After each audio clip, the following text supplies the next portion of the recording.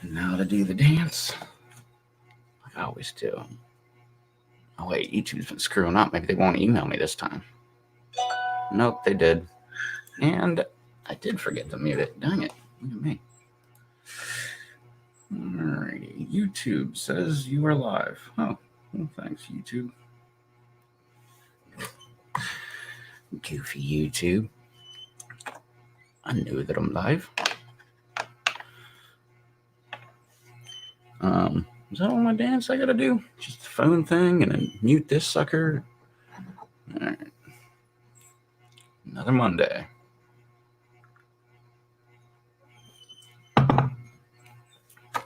Gotta love Mondays. Alright, I forgot to message someone. What's up, Charles?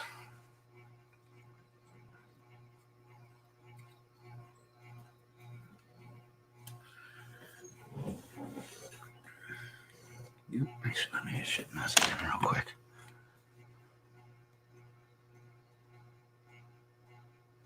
What? Okay. Well, he knows. Are you at work right now, or just that's what you've been up to?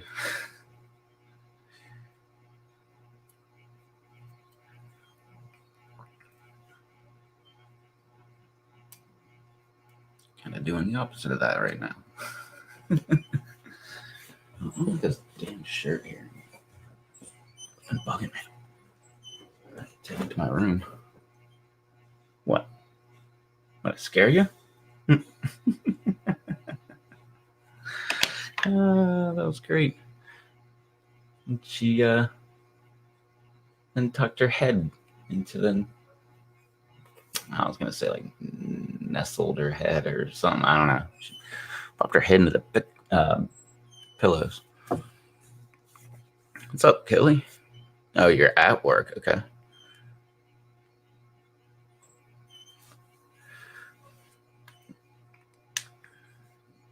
What are you up to, Kelly?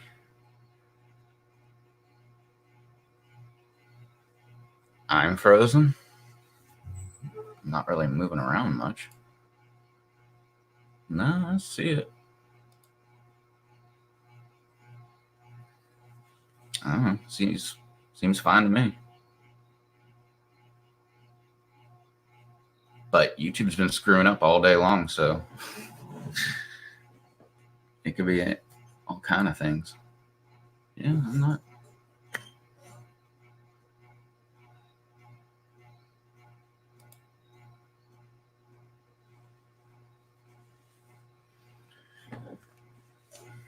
Being sick with allergies or something? Who's that? You? Are you asking me if I'm sick with allergies? I don't have allergies.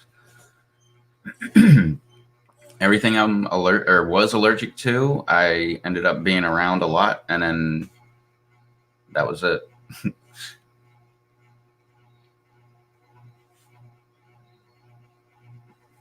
You're sick. That's weird. I don't know, but YouTube has been being a pain. I went to live stream earlier and tried to give it a thumbs up, and it would go up, and then like I think it was like 5 seconds later, it would just boom. My thumb on my page that I'm looking at would go unblue, like it could go back to gray, and I'm like, what the hell? So I'd do it again. I did it so many freaking times, and it just kept taking away the thumb up. It was weird. I've never seen that one before. But I've heard a lot of people say that they had that problem too.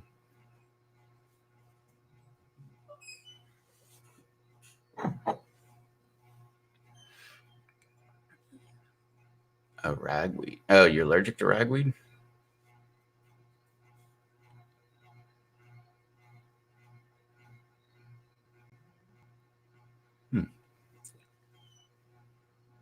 I was allergic to like a ton of stuff. I was allergic to grass, dogs, cats, leaves. grass, oranges. Can't remember anything else. But I had to like rake up all the leaves. I had to cut the grass. I had to. We had a dog. We had a cat, and I just started eating oranges.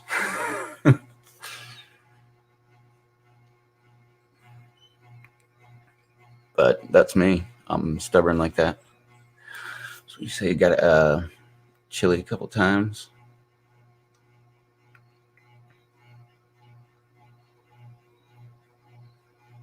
It hasn't gotten well. It got chilly like once here, which is awesome. Obviously, it was only at night, and I had to shut the back door. Actually, I put on sweatpants and and I put on that very very light like hoodie.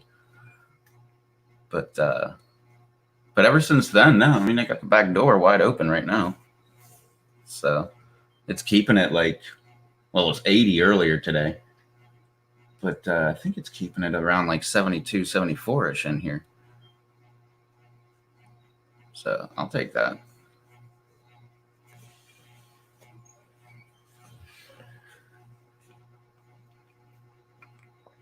Oh, dang, you're allergic to bee stings? That sucks. How bad? Because I've known people that like freak the hell out when a bee comes around them. But I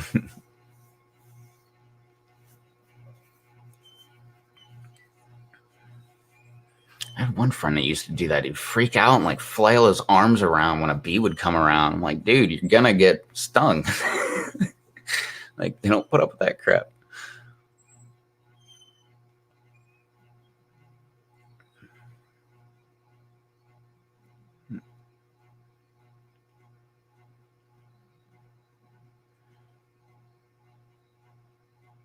But this was oh yeah, I'll put it on the screen. Does that make any sense? I don't get it.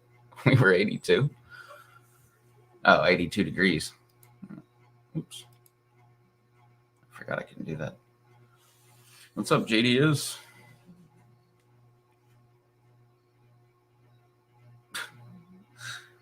Jeez, man. That's like the people I was around where they got to carry an EpiPen with them. I never knew how expensive those damn things were. Suckers are they like $125 for the like generic one or something?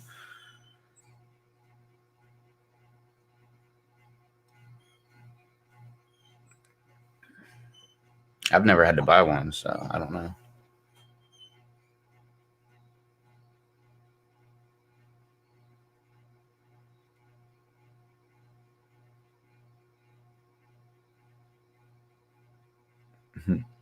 Yep.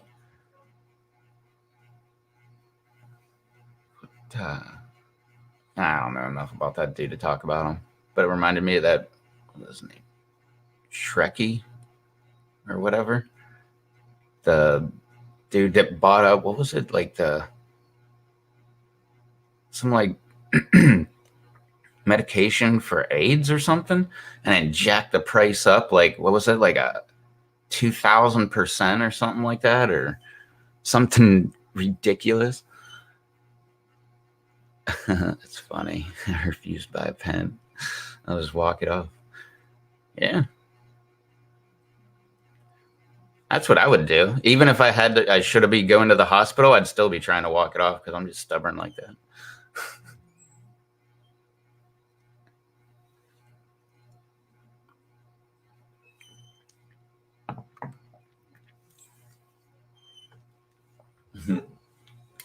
I had some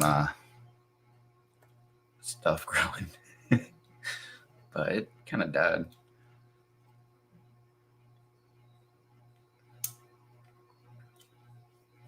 It's been the entire summer, I guess, since they died.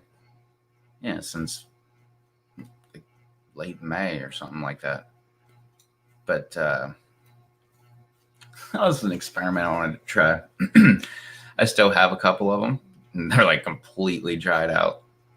I was just gonna like add liquid or water, master blend. I don't know. I don't care anything, and just put it in there and see if I can bring them back. I bet you I can't. Pretty sure they're dead, but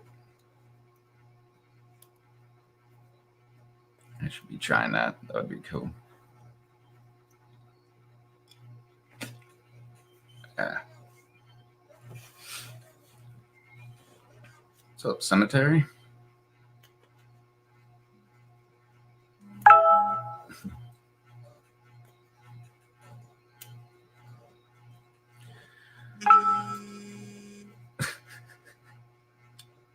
Always get to everything.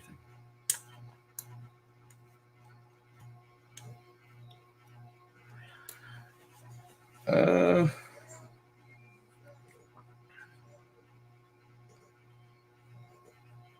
gonna put some koi in or catfish. I think right now all I have is goldfish. Yeah, and they were getting kind of big too, which is kind of cool. But I don't know. I'm open to anything really. Like I really don't care. I like the catfish because they're cool. They look like little tiny sharks, especially when they're like going around and they'll like take out anything you put in there. And which I'd like to get them again, but I don't think the fish store has them, which means I'd have to order them online, which means I'd probably have to get a number of them. But unless I can get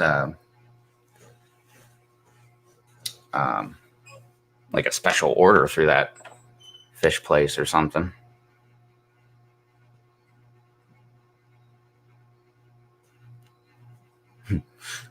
It's Bounty wanting me to be on his stream.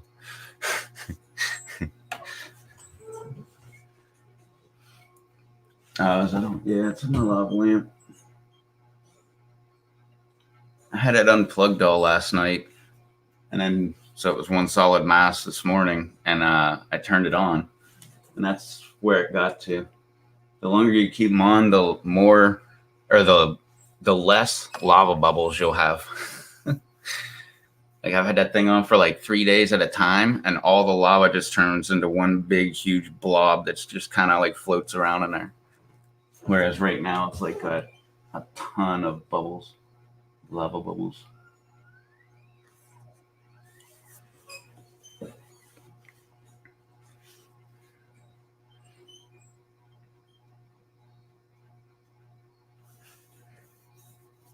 Yeah, I don't remember how the heck it came up, but we were talking about lava lamps. I was like, no way, I got one right here. And it was literally sitting right over there on the coffee table.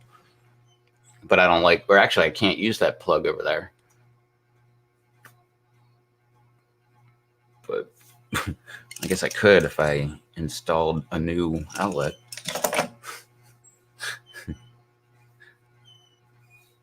But I don't know, I kind of like it just sitting over there. It's right on the corner of the counter. I'm kind of afraid I'm going to knock it over one time when I walk past it. But it's been there for a while. I haven't knocked it over yet. I've had some pretty questionable nights too. Yeah, and right next to the lava lamp, where the heck is it? It's always backwards, is my DeWalt drill. Typical things you keep on a kitchen counter.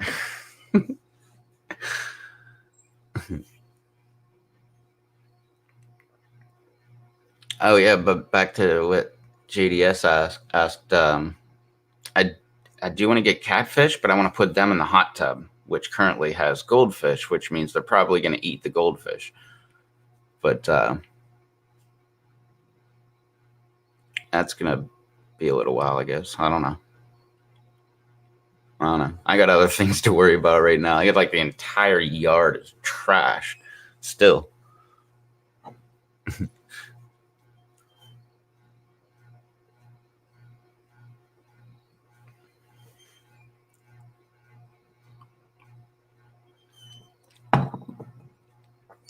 Whew.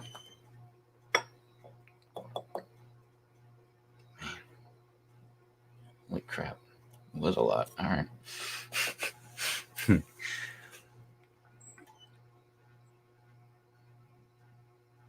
Yeah, I think that. Yeah, I think that's the same lava lamp I got when I was like.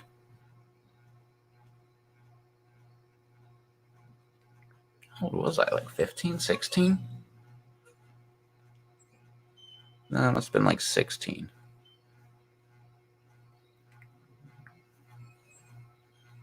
So yeah, it's an old one. That's the same light bulb too. I've never gotten a new light bulb for it because it takes like those mini bulbs.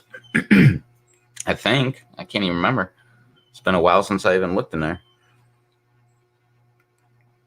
And you definitely don't want to look in there when this sucker heats. Where the heck? Where's that? This sucker, whatever. This sucker right there heats up. That glass gets hot.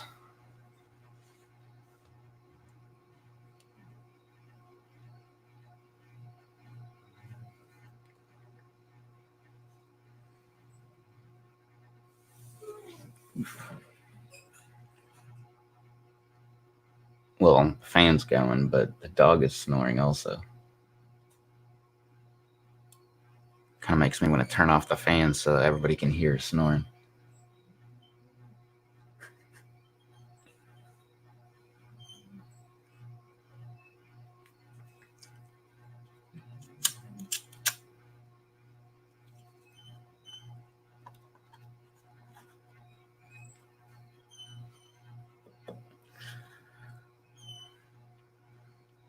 So what's everybody been up to?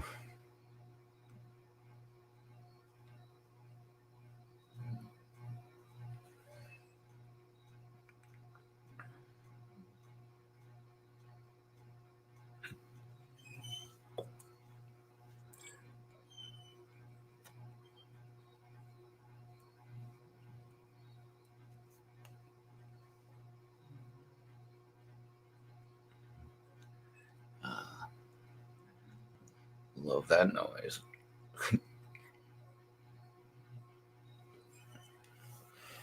If you hear her snore, like you would swear she has like some kind of nasal problem or something.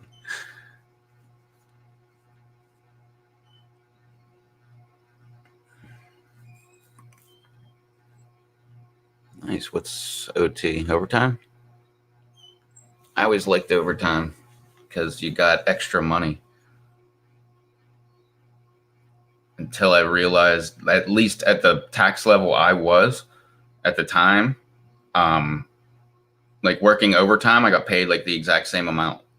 Like, because the more money you made, the more they were taxing, and it would just bump me up a bracket or whatever. And like, but luckily that was at the time when I guess technically, yeah, I guess I was salary, so kind of didn't matter. I didn't get overtime after that. Although I did get to drive the company truck home to and from work every single day, which is like 27 miles.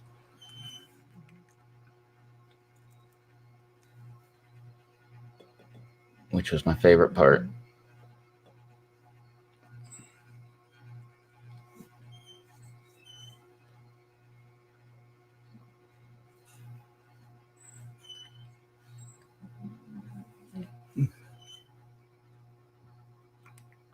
Yeah. Goofy fan makes a bunch of noise, but better than not having a fan, right?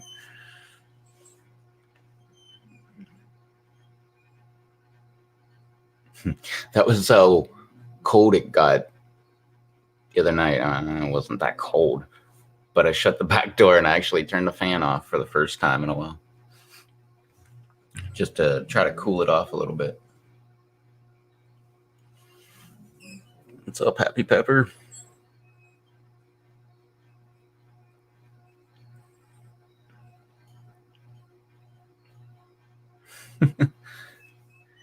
Heck yeah. I think everybody needs more truck money.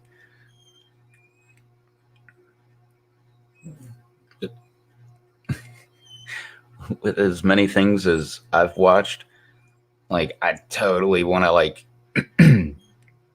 get something with like blown up engine and then like go to a junkyard and get an engine and like pop them together. I see a lot of people doing those like rebuilding videos where they go to like the auctions and stuff and buy whatever. I mean, it seems everybody buys like the same thing eventually. But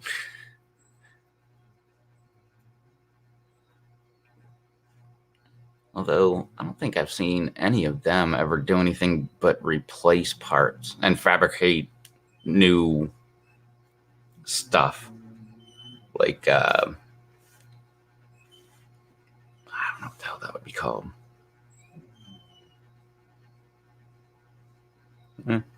Whatever.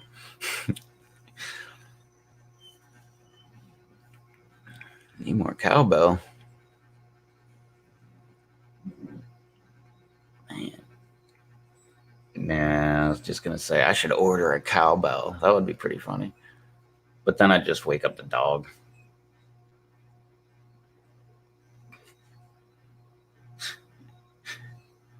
What a spoiled dog. She's on a couch. She has one pillow that's like up against her back. It's leaning up against the back of the chair, and her back is leaning up against the bed.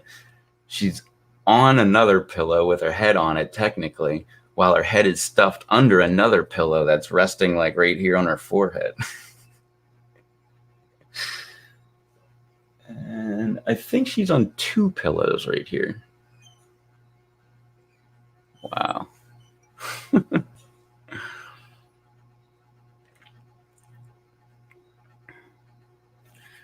Wheels and tires not cheap. Yeah. Do you need both? Or do you just need tires? Because tires, I think the best I found was on eBay. I don't know who the hell it was, but like I got mine. They were what, 33, 12, 50, 17s. And I got them for $200 a piece. So $800 for just the tires. But with those rims that I have out there, yeah, they came with 33, 12, 50, 17s.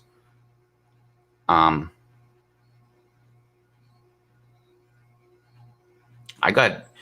couldn't replicate the deal because I told someone about it and they were like, no way. But 4 rims, 4 tires, the rim or the tires on the rim balanced, and then they shipped them to me like individual. It was hilarious. All they did was put cardboard over the rim on one side, cardboard over the rim on the other side, and kind of taped it together. And that's how it shipped. And it just had actually had my company's address on it, and I just had it shipped right to the company. But with that, I got for $1,000.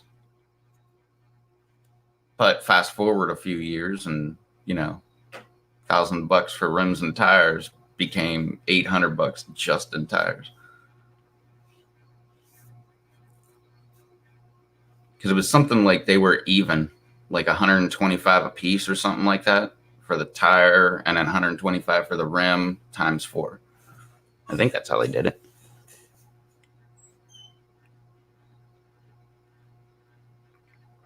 I don't know. Oh, dang, yeah. Train horns are fun. Well, what kind of train horn are you gonna? What's up, Havana? What kind of train horn? Like the good kind? Because if you do the good kind, you're gonna need one of those air compressors and the air tanks and stuff. And but if you do, those things are like as loud as like a real train. Like I saw these kids I watch rebuild stuff. They rebuilt it was a single axles, what, a 2500 Duramax, but they put an air horn in there, and it had like the 5 horns or something. I forget. It had a bunch of horns on it that you had to mount underneath the vehicle. I think they took their spare tire out and mounted it where the spare tire was. Like that's how big it is. But But then if you have the real air horn, then you can plumb out another one off the air compressor to like say the back of the truck or whatever, and you could just have a fitting to plug in like an airline, and then you could just like walk around and fill up your tires with your airline stuff, which would be great around here because if you drive out on the beach, you want to like air down your tires most of the time. And because when you air down your tires, it like flattens out the tires and they become wider, so you get like more traction. And well, it's not that you get more traction, you get more coverage over the sand, and it helps you out. But if you check your owner's manual, it says do not do that. I can't remember if they say it'll void your warranty or not, but yeah, ever since I saw that video where they did it, I was like, man, I'm gonna get one of those stupid train horns because I want that air compressor. The train horn will be like the byproduct of getting the compressor. And then, yeah, that's right. I don't think it was them, but it was somebody else that put airbags, pulled the springs out of their vehicle and just put in airbags. And that needed an air compressor too. But that one, I think they had big tanks. I can't remember. Oh, I think, no, that wouldn't make sense. I think they said they were like 2 20-gallon tanks or something like that. But it was like, I don't know. I mean, they didn't look, well, I guess they were like 4-inch or something. I mean, they were pretty big.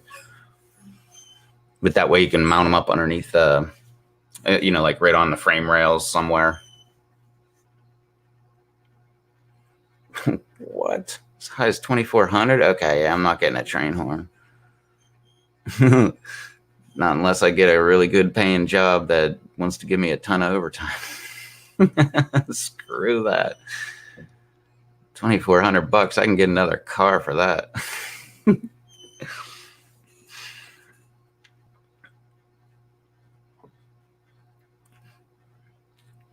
It's funny. I looked not very seriously into it, but I looked into this one vehicle that was for sale a while ago. It was I can't remember. No, it wasn't a new one. It must have been an old. What the hell are those damn things called now? Mitsubishi Eclipse. Is that the one? But I saw that thing. It was less than 2,400. Although it had more problems than that, though. Especially looking back on it now, I know like almost exactly what the heck it is. But they pretty much hydrolocked the engine. So there goes. You might have like busted a piston. Your heads are probably gone. You might as well just get a whole new head. Get one of the. Oh, is that just the electric one, where you just like hook it up and like have a switch and? But it's electric instead of air. Because I imagine, because with the air, then you got to have a compressor, you got to have a tank, you got to have the horn. Like, there's a bunch of components in there.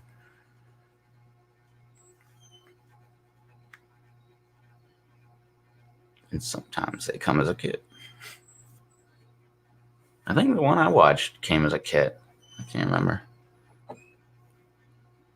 That was like, geez, oh man, that was a bunch of vehicles ago.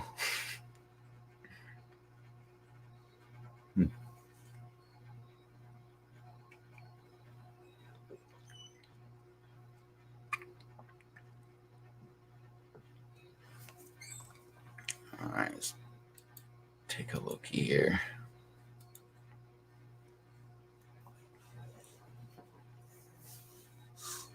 There you go.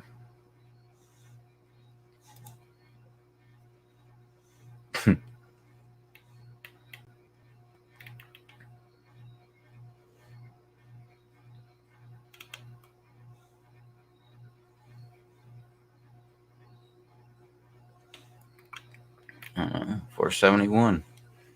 It's everything a tank. Although I wouldn't want it all together like that, though.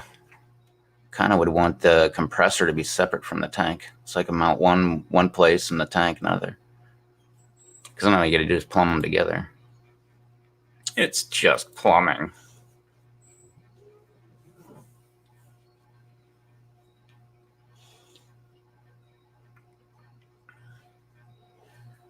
Yeah, what was it, 471?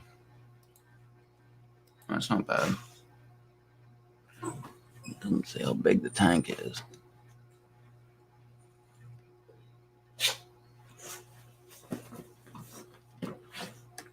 Oh, that one's nicer. 669.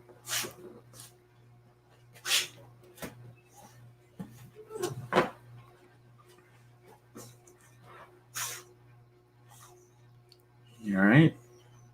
What, were you uncomfortable with all those pillows over there? I mean, you love my stuff. She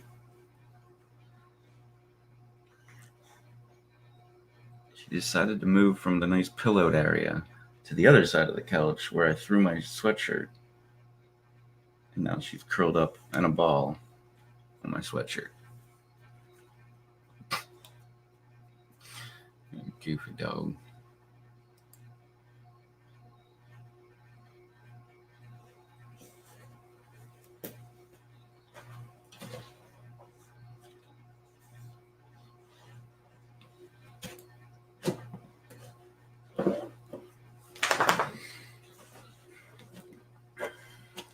So, what, Cemetery the only one that wants a train horn on his truck?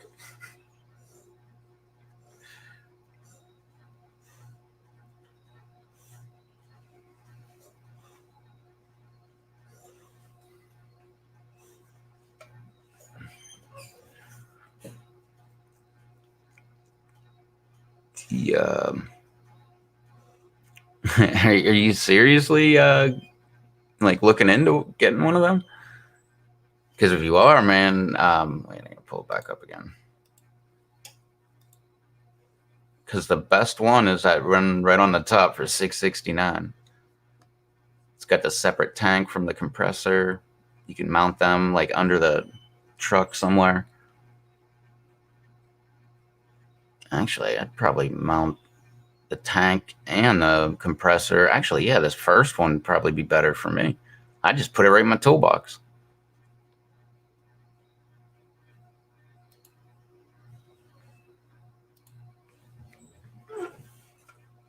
What's up, Gohan?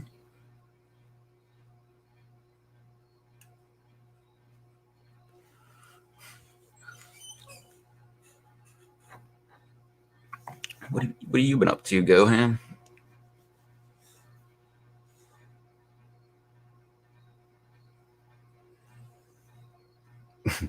Hey, Gohan, do you want to put a train horn on your vehicle? Check out that Lincoln Cemetery sent. That stuff's funny.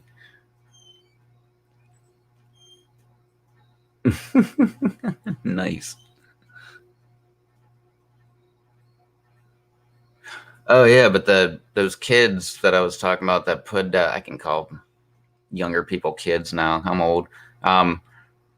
They put it on their Duramax, and then they like, well, obviously like they do like vlog type, rebuilding type videos, and they're just like, floor it, trying to catch up with a train like right after they installed it because I had to like honk to the train, and then they honked to the train honked back to them, and but see, Goham's in. Hell yeah. I don't know. Like at first I was like getting all thrown off because Cemetery said they could cost as much as $2,400 because I was like, hell no. But they're not that expensive. I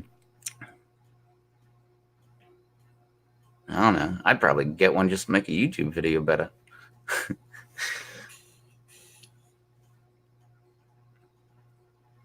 Now you can get like pretty kick-ass set for like $471, $669. A $669 is like a crazy dealie, but it's, yeah, if you're remote mounting it, that's probably the best one. You get a decent one from Walmart for $50. Is it one of those one use only kind of things, or what's up, Chris?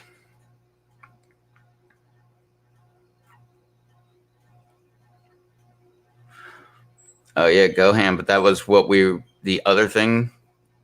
This is the reason I want train horn on my truck, is not really for the train horn. It's for the air compressor. So I can like run a line to the back of my truck and just have a fitting there.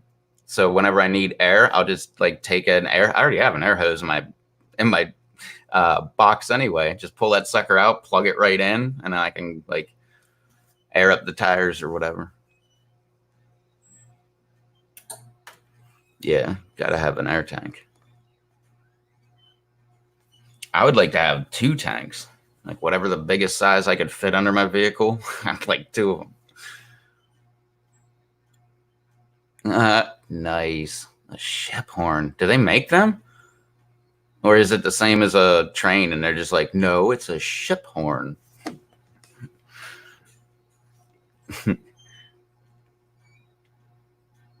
No, yeah, I guess it would be. Because it's like that low level, like that brrr kind of thing, right? Those things are cool. That might be even better. Get a ship horn. That would be funny around here because like we're right at the water. Everywhere you go, like you're at water.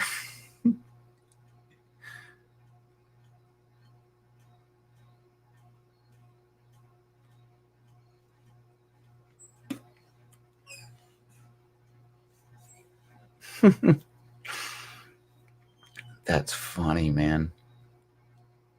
There you go. Cemetery. New idea. Get a ship horn instead of a train horn. Oh, that would be cool. Oh, or you get both. Depending on your mood, you just flip it to like ship or you flip it to train. Oh, that's too funny. I mean, why not? You already got the air compressor and stuff. I guess. Didn't a ship horn use a air horn? Oh, damn.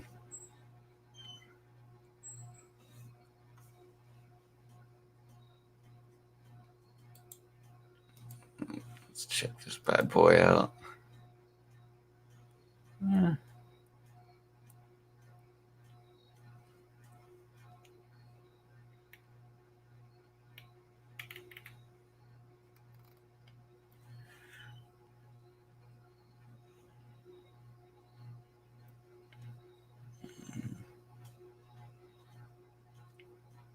Oh no. For that one, yeah, it's got pressing couplers, and I don't know. If I was going to a car show and wanted to use it, I'd get this one. Like, but if I wanted it to last over time, I don't think so. Yeah. The hose isn't that bad. Got it like all blown up. Yeah, it's not like great hose, but, and I don't trust those press-on fittings either. That just means it blows the hose off and then the thing keeps running. Pretty sure you'll be able to hear it.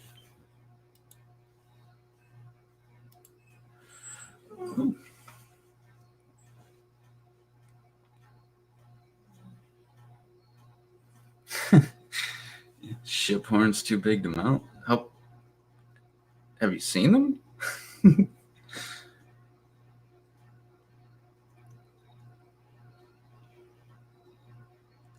The ones I was talking about, where the kids got them, they got whatever is advertised as the loudest train horn that you can buy. I don't know whose that is, but whoever it is, that's the one that they bought. They wanted the loudest, which is funny because they probably spent a quarter of their YouTube money for the month on that. Or not a quarter of their money, a quarter of one video that they put out in 1 month. That's something they had, I guess it was yesterday they put out a video. I don't remember. They put out a video and I saw it like 2 hours later, I think. And they already hit like over 500,000 views on it. Blew my mind.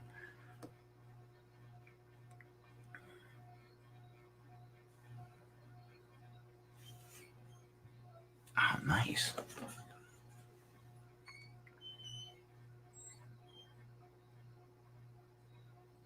What's up, Black Mamba?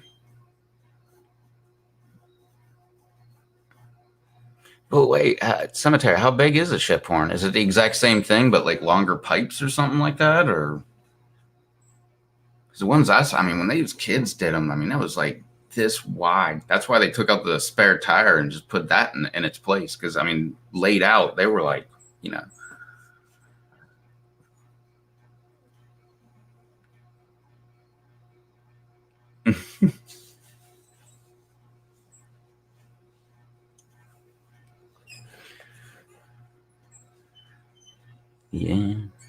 Let's do eBay. Oh, nice. Kang's giving away grow lights. You got a link to that, Chris?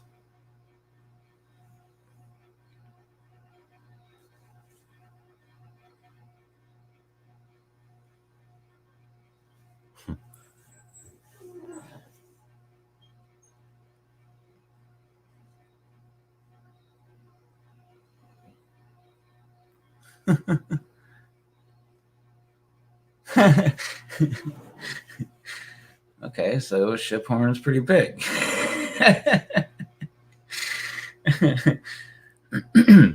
I just like the way they sound, though. Like that, what is it, like tugboat or whatever sound? That'd be pretty cool. We get to hear that around here sometimes. We don't have like a bunch of tugboats around, but we are in a waterway or whatever. And like right out here, there's a marina. Oddly enough, there's a barge there.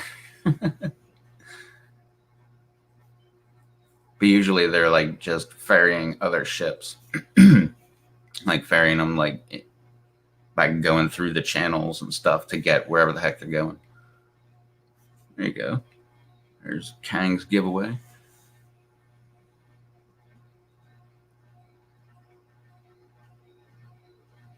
We need some grow lights.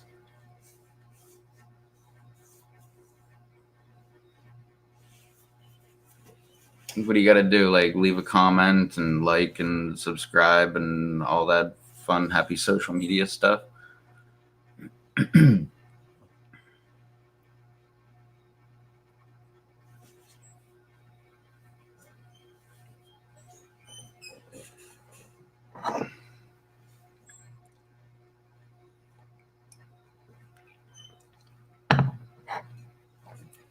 Man, this stuff's pretty powerful.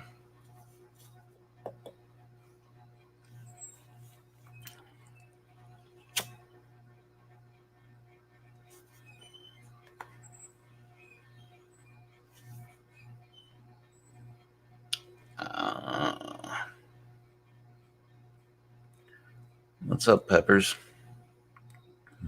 How are you doing?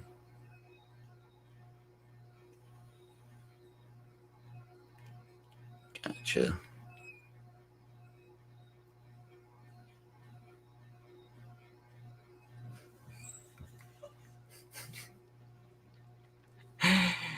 eyes keep going back to Goham's comment. It's so funny. The size of my truck. Oh, man.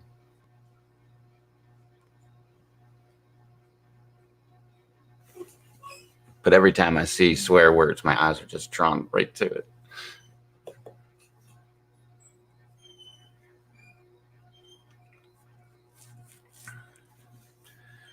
Nice. Just chilling, Peppers.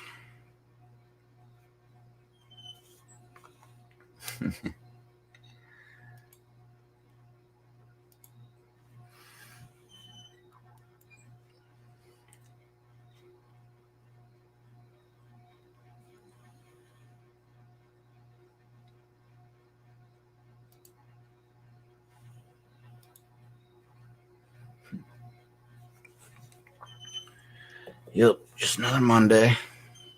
Do another live stream.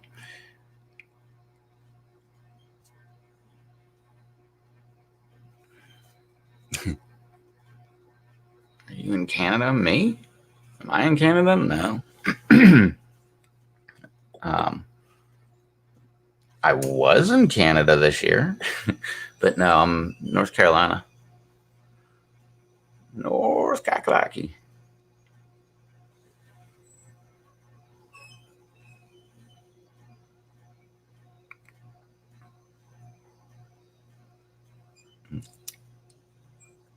Yep. And I even brought back proof that I was in Canada. I brought Canadian money.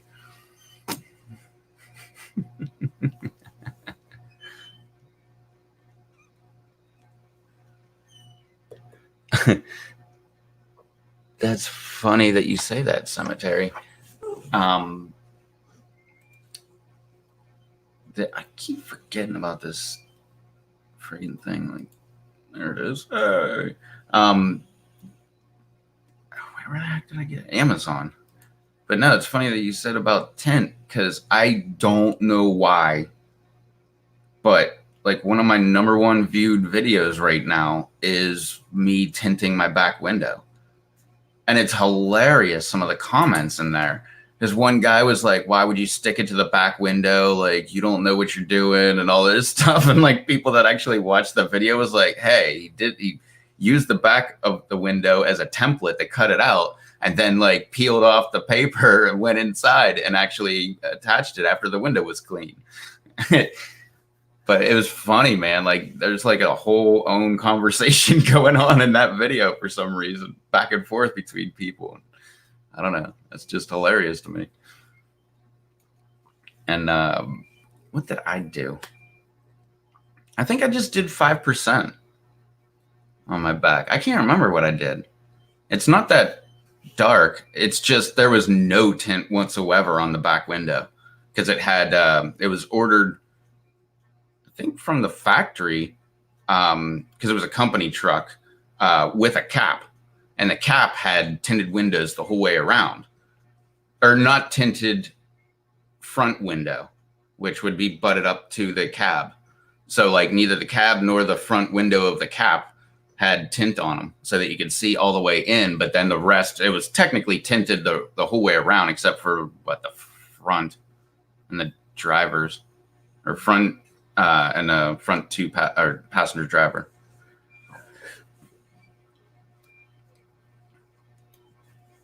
But I'd want like that limo tint where it's like reflective and like you can't see in whatsoever, but you can see out perfectly. Like that's what I would want. But I'm pretty sure that's illegal here. Yeah, whatever I did, I think we're allowed 20% on the back window here. I think that's what I read the rule, and whatever the rule was, I was like, I don't even want to be close to the number that they'll allow you to have. So I just like dropped that number. So if it's 20, I went with like 10 or 5 or something like that. Just because I didn't want to get hassled at like inspection time if for whatever reason. The guy's really cool and like he looks for safety issues, you know. Like one year I didn't pass because I needed a ball joint and a wheel bearing. I think I could have got another year out of him. They weren't even clunking yet. Oh, what's up, Pedro? What? Didn't I could have swore I said hi to Pedro already. But just now I'm thinking I didn't.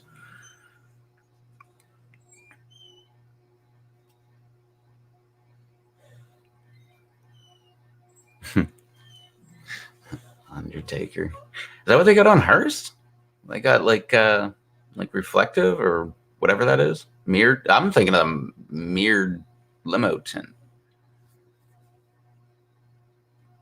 But oh no, I don't remember what the I don't remember what the percentage was, but when I lived in Pennsylvania, we had who the heck knows what the heck we had. I mean, they were like way definitely illegal. Like I don't know if it was like 50 or 60% or something like that, but it was freaking crazy, man. Like my one friend, he spray painted his back window and it looked like tint. So from behind, like he would have cops tell him like, "Oh, well, I saw you doing blah blah blah," and he's like, "No, you didn't." And they're like, "Yeah, I saw you right through your back window." And he's like, "No, you didn't. Look at my back window. Look out through it." And you'd like look in the window and you couldn't see anything. It was literally just black spray paint all over the back window. Inside looked like a mess, but the outside looked perfect, man. It looked exactly like he tinted his window like the best way possible.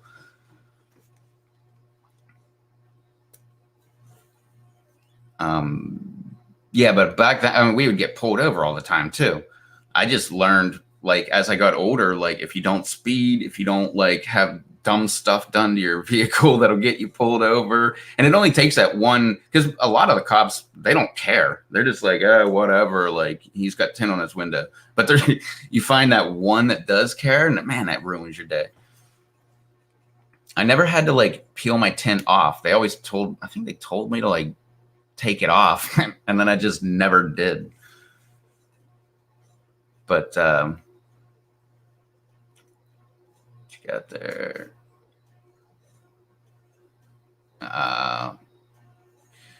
Yeah, we don't have emissions here, so that's kind of good. And we like when I lived in Pennsylvania, we just got emissions.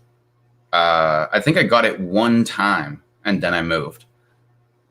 But yeah, I don't even think I was there for a full year. It was just time to get it inspected again, and that came with now emissions because so far outlet of Pittsburgh had it, and then they expanded and like so far outside of Pittsburgh now had it, and like it was I guess they start from the cities and move towards the country, but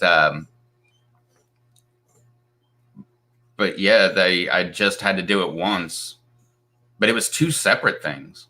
It wasn't. It was like you take your vehicle and you get it inspected, and then a different guy would be the emissions guy, and he would do that, which is weird because the only time I did it, I took it to my friend's garage, and he did both of them. I don't know what the hell I'm talking about. All right.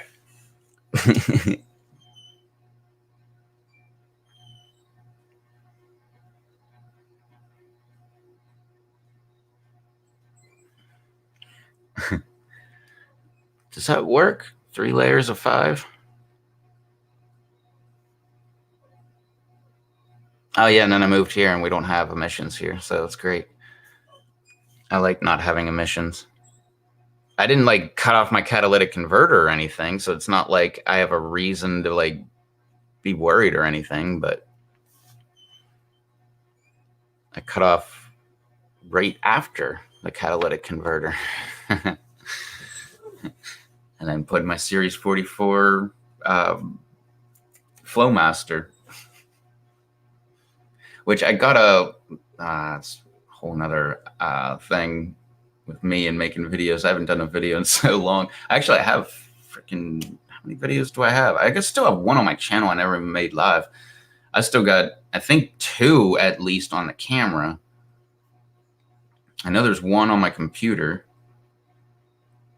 And no,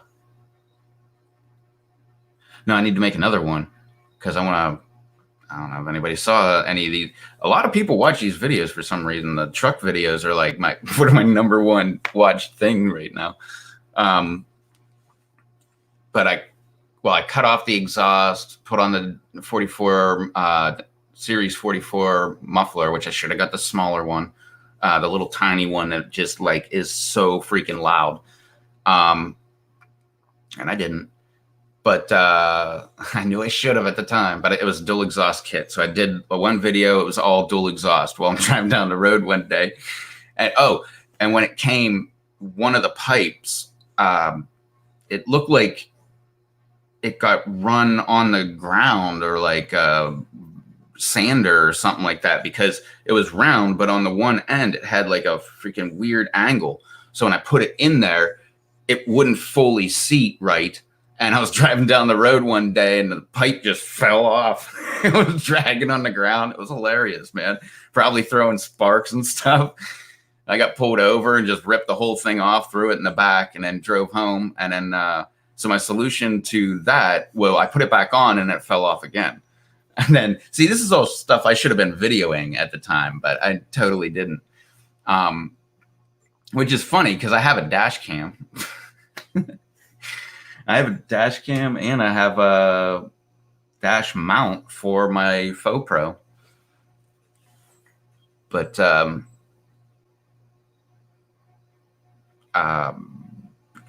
yeah, it fell off again. So I modified and made another video of me modifying the exhaust where it became, I wanted to use the tips, which I don't think I used or yeah, I did use them at first.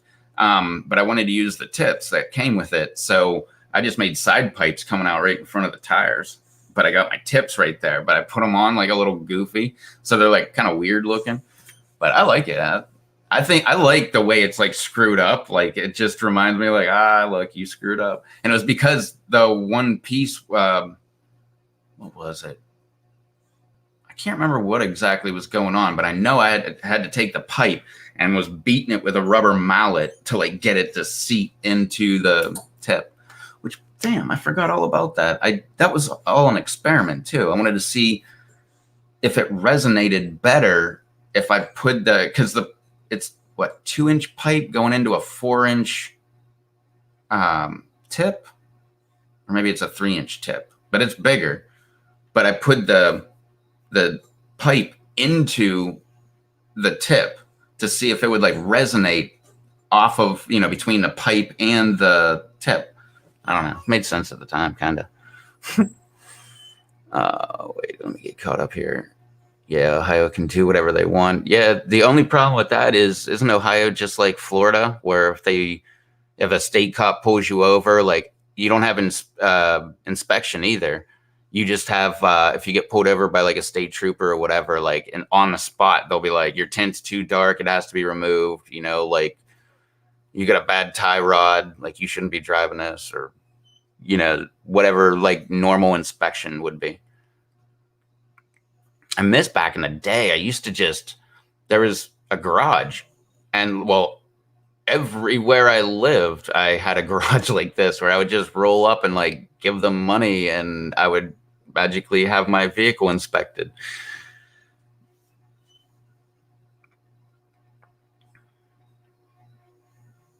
Damn.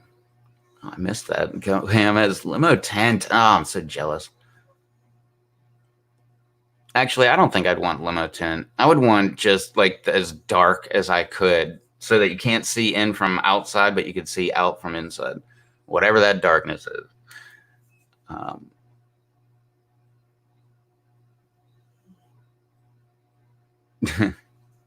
Yeah. That's kind of like the way it is here. Not dark as you want. I think it's like 20% everywhere around except for I think passenger and driver. I did that backwards. Driver and passenger. And I think it's the same thing, 4 inches down from the top on the front. Actually, I think I have some tint left over. Maybe I should try doing it. Oh, that's right. I don't want to do that. I forgot. Mine has like the goofy tint that comes down like right where the mirror is. And I didn't want to put tint there because the design that it has, that it's all tinted and stuff, it looks kind of cool. That's why I didn't do it.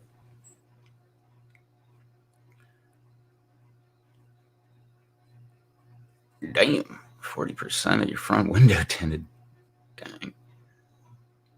Yeah, I'm pretty sure we're only allowed like 4 inches or something like that. It reminded me of like a visor, but Cemetery's got a 40 series. Yeah, I think I have the 44. I think I can't remember. I want to say 44. I can't remember. It was the next to the loudest one. The loudest one was like a little tiny thing like this with one inlet over here. Or no, was it dual outlet? Yeah, maybe it was like one right here and then dual over here, but it was only like this big. Whereas mine was, I don't know. Oh no, it's probably like that big. It's not very big. And it's single. The hell is it? Single in. Single something. I don't remember what the hell it is in, but single inlet, dual outlet. And I did the tips, but I want to redo that. I want to rip that whole thing off. It's like I love the look of the side pipes like sticking out in front of the tire, but like technically I can't go off roading. Like this damn pipes are in the way. Like the first like small hill I come up to, I would like just smash them right off the truck anyway. But that would be kind of funny, but that would also be a pain in the ass. And I'd be so pissed if I popped my tire.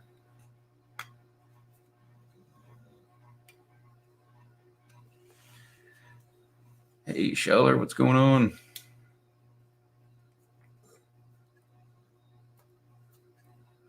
Later, go ham.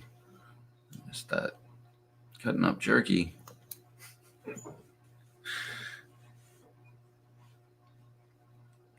I'm sure everybody saw everybody doing the go ham jerky last time.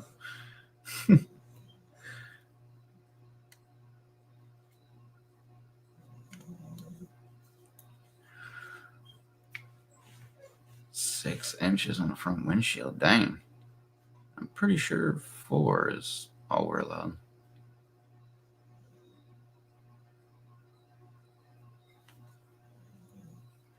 Dang. I think you should be able to do whatever the heck you want to do. Like if you tint it so dark that you can't see out and you hit somebody, well then that should be your fault, you know? But meanwhile, you tint it dark and nobody can see in or whatever. Well, really, who's that going to hurt? And everybody will point towards the cops like they need to be able to see. Well, you can put your window down, you know?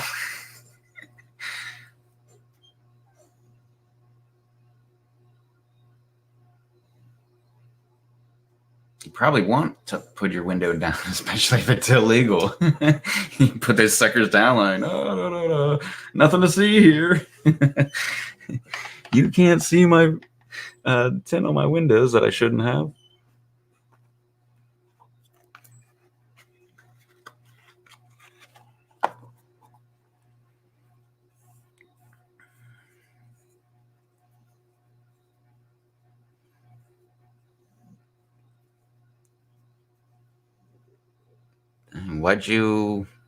Hey, Scheller, why'd you have to get a new windshield?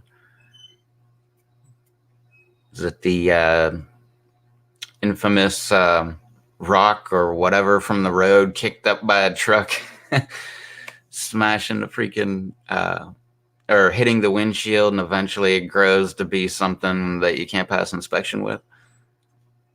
Because I've got one of them and a chip.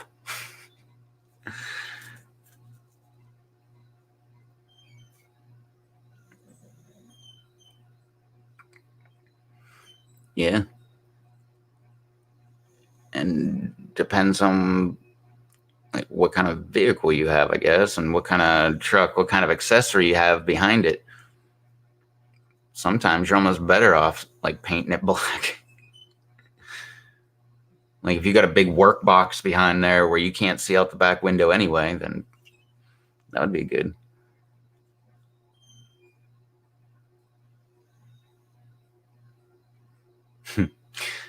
inspections there. Take your cats off. We have inspection, but we don't have emissions. So I doubt that wherever I would take it would care if I took off my cats. I thought about it, and I looked up like pros and cons of doing it. And like the pro, like more airflow, but the con, like you have more exhaust flow, I should say.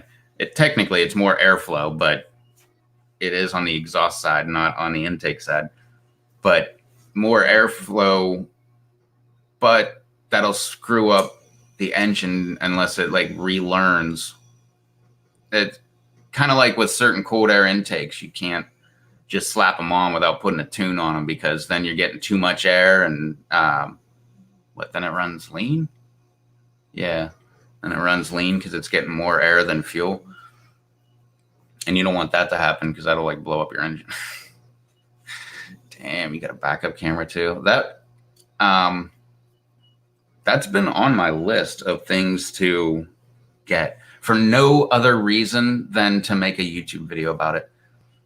But I want, and I looked into it. I had one picked out. I almost bought it. Kind of glad I didn't buy it, actually. But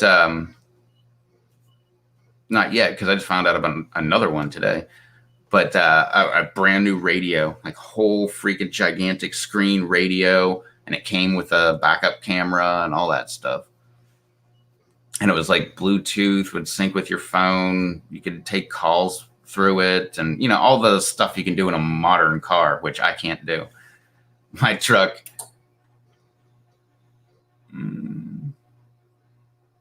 yeah, I think it's my old one. I think this truck that I have is the first vehicle I've ever had with a stock CD player in it. I think so. I can't remember the last one, the last Dodge. I know I put an MP3 CD player into it, but I can't remember what I took out. I can't imagine it was a tape player, was it? It might have been a CD player. I don't remember.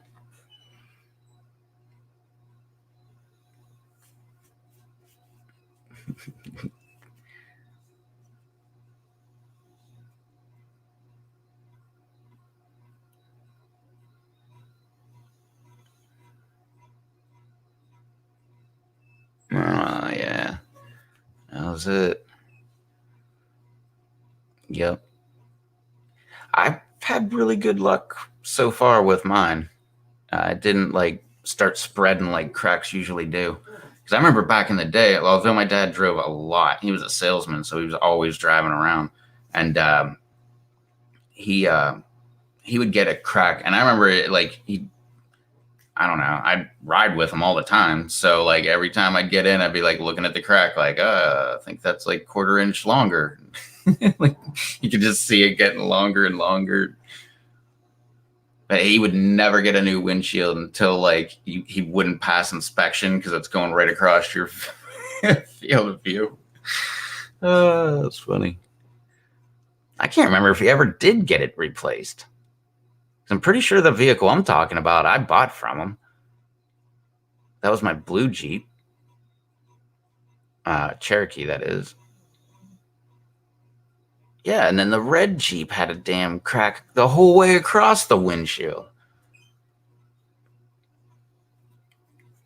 I forgot all about that, man. All our Jeeps had broken windshields. And it all started from a rock on a road. Well, my dad was a salesman, so he was always on the road. So, I mean, obviously that would happen more often to someone that's on the road a lot versus somebody that just drives to work and is there for 8 hours and then drives home. He was driving for like 8 to 12 hours a day.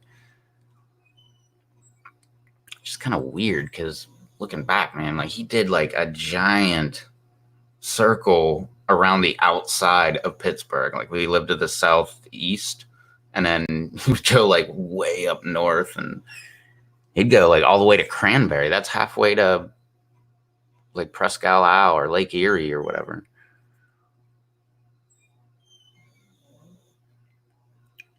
and ran it through the radio. Yep.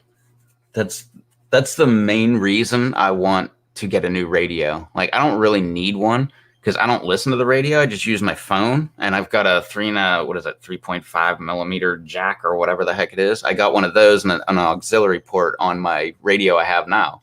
It's the first radio I've never replaced in a vehicle, because every time I bought a vehicle, I have put like a new head unit into it.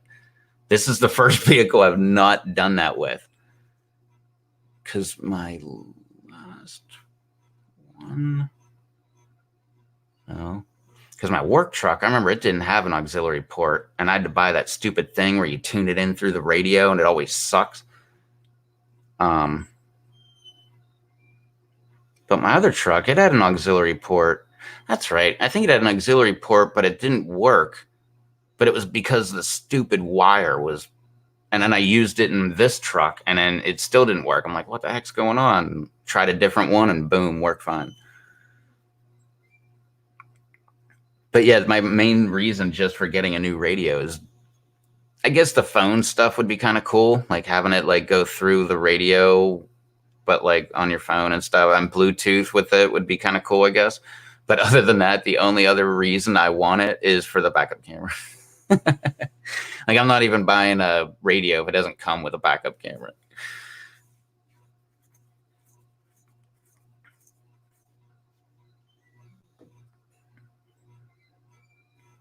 Does that work? You got to use about Schuller's drilling it and put super glue inside. Can you do that? I mean, I think that's technically what. And we used a ton of those. Those kits that you buy, like when you get a chip or whatever. Like, I forget. It's like you like turn something or whatever. I guess it's kind of like what you're talking about with a drill bit or whatever, but it's something.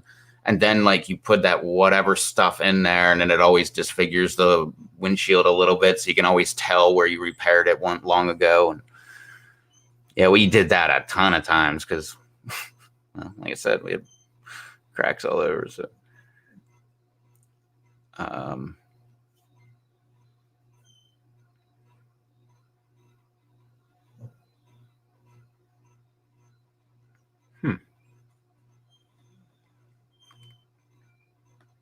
what's a repair chip?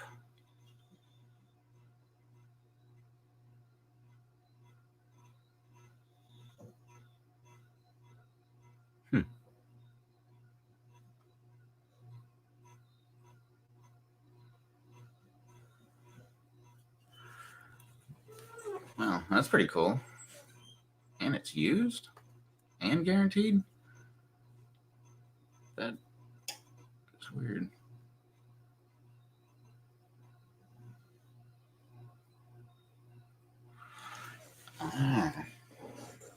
See, that's another thing I got to think about too. Yeah.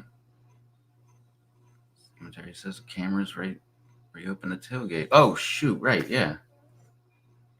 No, I guess I can't do that. Nope. I guess I'm down to like buy the license plate. I don't even have a tailgate on my truck. Which is hilarious because people around here will ride around with no tailgate, but it's usually because they backed into something with a tailgate down and messed it all up, and they don't want people to see like their perfectly looking vehicle with a messed up tailgate, so they just take it off. Mine's perfect. I did that with the last one. I backed up. I put the tailgate down when I shouldn't have, because I was hauling a trailer in my sister's boat, and I threw the garbage can into the back of the truck. And I drove all the way down and then backed up the freaking trailer. I forgot the tailgate was down with the garbage can in the back of the truck, even though I just did it. And it came around and hit the, what the heck is that thing called? The jack.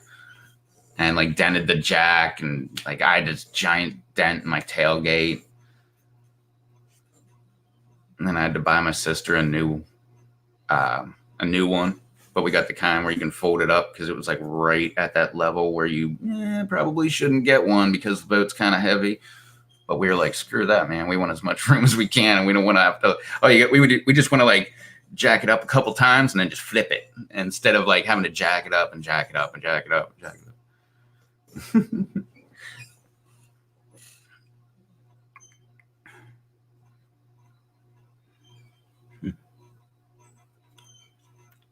But if I did have my tailgate on, I'd probably want the camera right there. I don't know. I think down low would be fun because it can always be anywhere. You're not well. I guess if it comes with like a license plate mount, I guess it's going there or something. But wait, no, I don't think it can because if it goes across the top, it'll cover up my inspection or my registration, and then I'll just end up getting pulled over. I'll just mount it above the dang thing. I don't know. I'll do something. I gotta get one first. I guess before I get one, I'll find out what kind it is, and then I'll figure it out from there. I don't know. That kind of stuff I love. Kind of like with that bull bar. I guess it's a bull bar. You got one of those, Cemetery? You got a bull bar? Because if you don't, the ones I'm talking about are for decoration only. On Amazon, they're like $100. Like I said, they're only for decoration. If you hit anything, like that thing's coming up. The good thing is, the way mine's mounted at least, it will come back and smack the bumper and not like go through the grill, which I've seen a lot of people's are set up like that because I did not want that at all. And then when I ordered it and it came in, I'm like, there's no way this is going to be like lined up the way I want it to be. No, it is.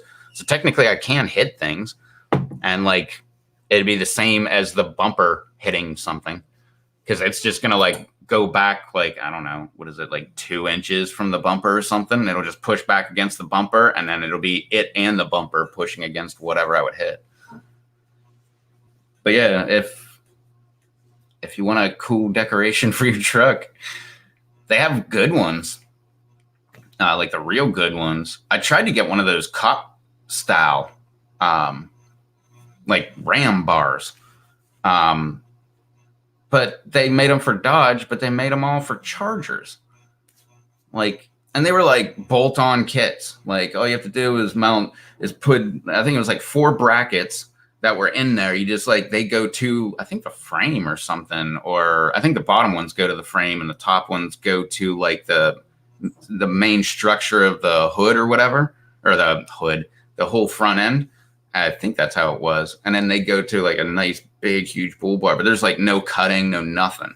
Like everything like fits perfectly. And like the brackets just pop out little slits and everything.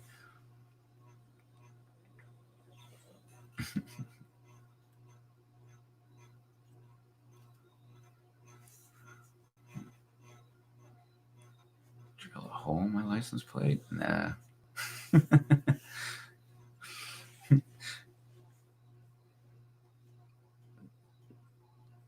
I'm sure if you did I bet you if you drilled a hole in your license plate, that would be some crime.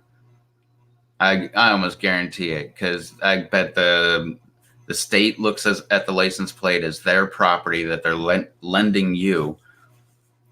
And if you did any damage to their license plate, I'm sure something could happen. Even though like people sell cars and never give their license plate back.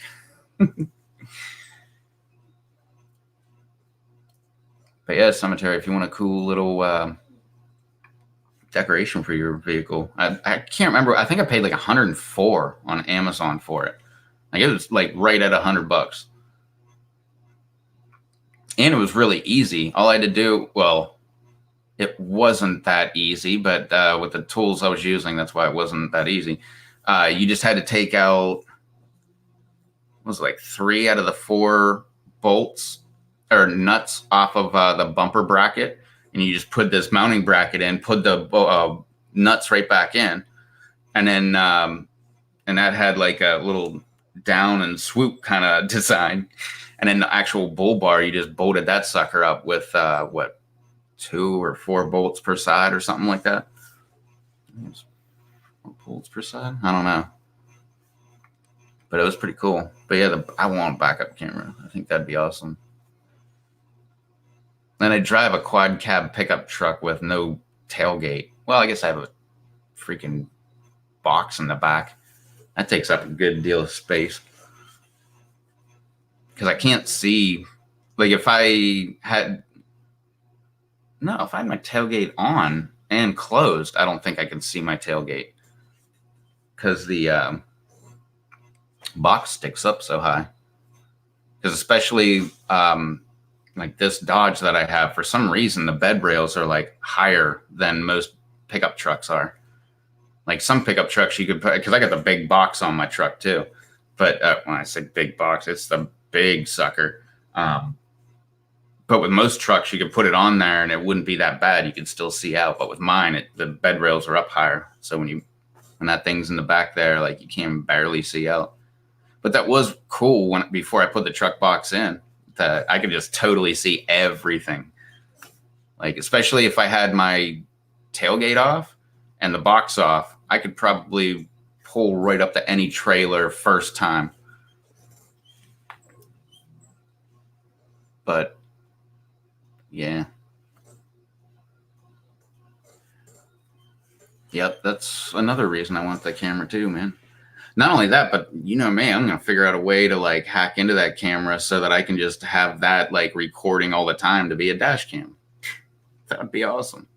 How to turn your backup cam into a rear view or rear facing dash cam. Then really, would it be called a dash cam? I guess it would be like a bumper cam or something.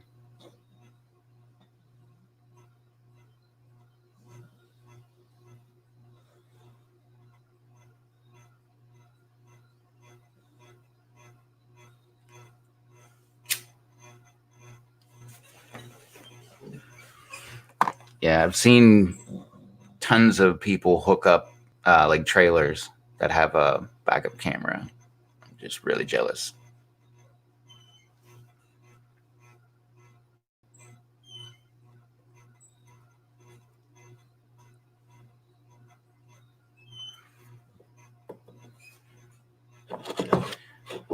Which is kind of funny because back in the day, I used to have a trailer like all the time.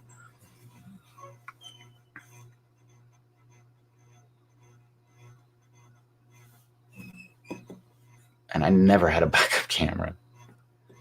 But I became really good at backing up trailers, though.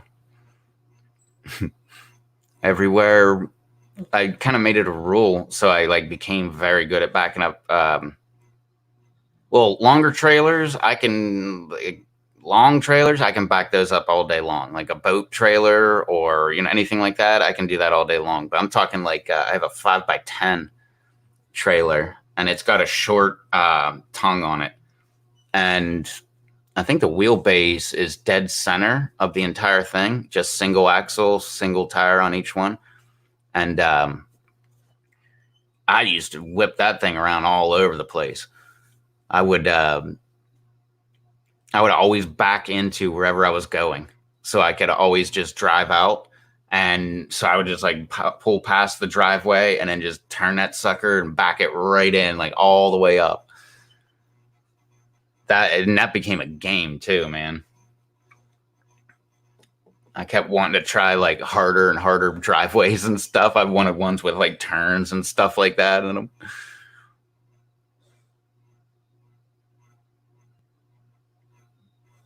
Yeah, I remember days like doing my route and stuff like that, like having to go to houses. Like I'm, being at a house for anywhere from 15 to an hour all day long, just keep going to a new one. And I'd back into every single one of them. Usually, if I was doing that, though, I had hot tub covers. Just throw them in the trailer instead of putting them on top of all my stuff and then strapping them down. Actually, I had one of the. I strapped them down. Yeah, I put them this one time. I put them all into the trailer. I think there was 3. So I mean, they're like this thick because they're folded in half. I think they're like that thick or something like that, each box. So I had like 3 stacked on top of each other, and then I had a ratchet strap over top, and I got the mesh on the side of the trailer so I can just anchor anywhere I want. And so I anchored those suckers and then drove all the way up there. And then for some reason I took off the strap, or it failed or something, and I was driving down the road And right when I got in front of at this intersection by the grocery store, wind blew, and one of those hot tub boxes just came flying out of my trailer somehow, and nailed some car, like ran into the bumper of some car that was sitting at the intersection that I was going through. That was funny. Luckily, there was no damage whatsoever. The guy helped me put it back in my trailer. I kept asking him, like, "Are you sure there's no damage?" He's like, "No, it's fine." Like to the point where like it was kind of making me think like he stole the car. No, don't worry about it. No. Yeah, just go ahead, get out of here.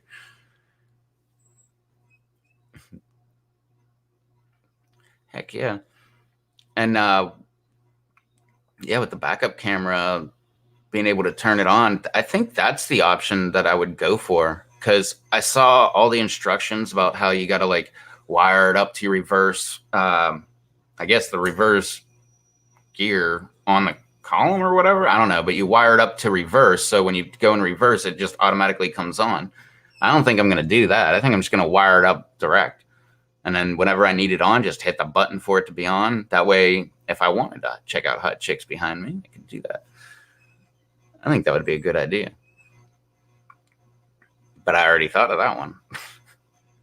That and laziness to not have to hook up the reverse switch or the wire to the reverse switch.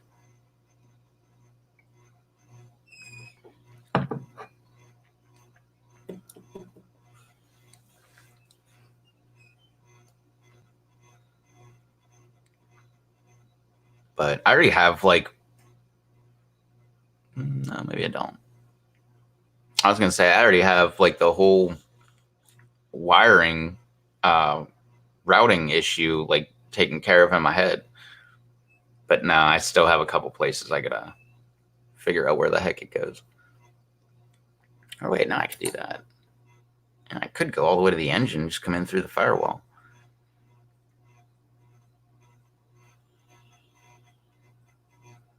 And that was my last truck. I did that. It's just remembering that little rubber like spacer or whatever you got in your firewall that they always put in so you can put things through. You just take a knife and slice an X on it. I thought I did it with this truck, but I didn't. I did it with the last truck. I was to hook up my, they called it a posi lock, but it was because you could positively tell you were in four-wheel drive. But it was just a, like a cable, like a hard-lined manual, I guess, shift for the front shift fork that locks the two axles in. Because yeah, my front or my four-wheel drive actuator, that's what they call it. It's just like the actuator like this, and it sits over like a well, it's the forks that sit over the whatever. It's like some kind of tube that slides over the axle to actually actuate it. And that sucker went bad, and I lost four-wheel drive, got stuck on the beach. And then I came home, and I'm like, all right, let's just, call. Oh, it was the internet days, yeah. So I guess I went online and checked it out, and a brand new one from Dodge was like $500 and something, something like that. And this was on my old truck. This is my 01 Dodge Ram, and it was like $500. But the worst part was they were out of stock for like 5 months. Like that's how many were breaking. So that's why I went to a manual one. So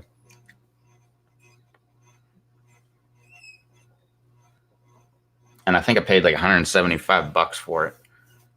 And all you had to do was I think it came with, yeah, it must have come with like the cover. So you just like unbolted the old cover, take that off, and like, oh, that's what it was. It was a vacuum actuated dealie, and I got a vacuum leak. And I didn't want to trace it.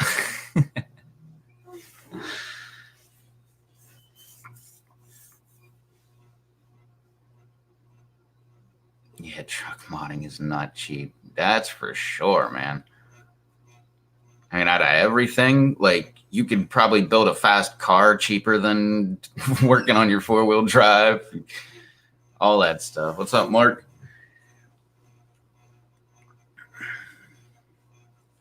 Yeah, I haven't messed with my 4-wheel drive in this truck yet. It's worked perfect. And it is a switch, just like for the headlights. Just 2H, 4H, 4 low. And I just used 4 low the other month. If you've seen my video where I was driving a forklift, the guy I worked with got it stuck. Actually, it was my boss got it stuck. Thought he could like drive it on sand and got it stuck. And we needed something to pull it out. So I was like, I don't know, let's see what my truck can do. So I backed up to it. We got a chain out. I had a chain in my truck and hooked that sucker up. And I dropped that thing down into 4 low. And my tires went like just the tiniest bit and just started pulling this. So it was like twice the weight of my truck forklift. I mean, it was just those little ones, but they're they're so heavy so that they're balanced so that you can go up. I think ours went up like 30 feet or something like that.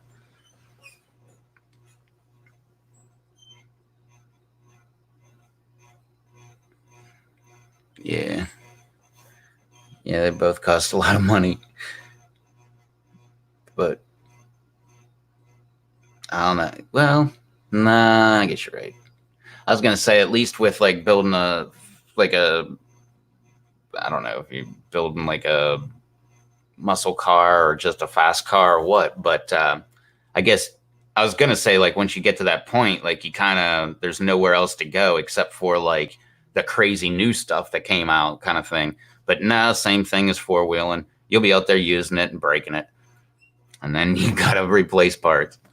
That's the problem with 4-wheeling. Like, you got a good probability of breaking something every time you go out. At least with racing and stuff, when I see people doing that, like, they got a good chance of them not breaking, but they do break.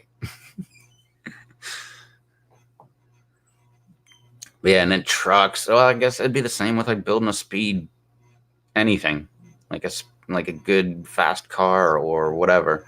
Because the faster you go, the more stuff you're gonna need, the more everything needs to be, beefed up and everything. Like, not only like now you need a roll cage and like, not only that, but then like, oh, let's put a new engine in it. Well, now we need a new transmission. Well, that's not going to made up.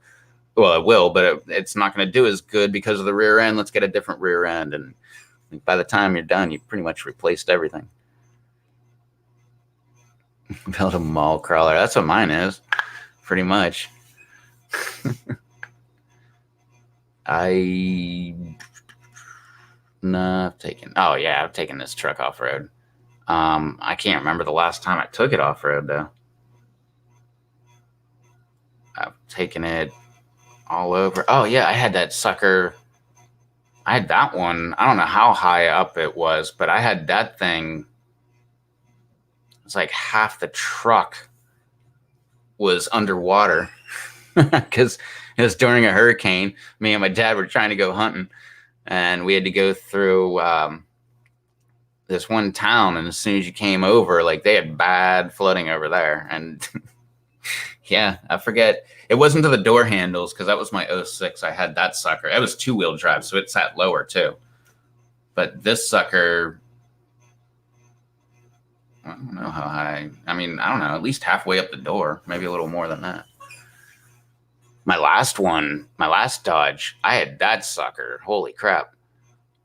They had this one section of the road would flood. So what they were doing was the cops were out there and they were like diverting. So like you drive into the water because you had to drive through some water, and you would drive through so much water and then it divert you up into, because there's nothing else there. But then when you got able to, there was a driveway right there for a local business, and they were routing people up through their driveway to go up because it was higher elevation, to go around the puddle and then come back where there's just a little bit of water again. And they're like telling everybody, like, you got to go that way. You got to go, go around, like, take our detour. And then it came to my truck. I had the same tires, technically, 33 1250s, on my old 01 Dodge that had a, heck did I have? A 3-inch lift? Something like that. I can't remember what the heck I had. I had something. And what the heck did I do? I put something up front.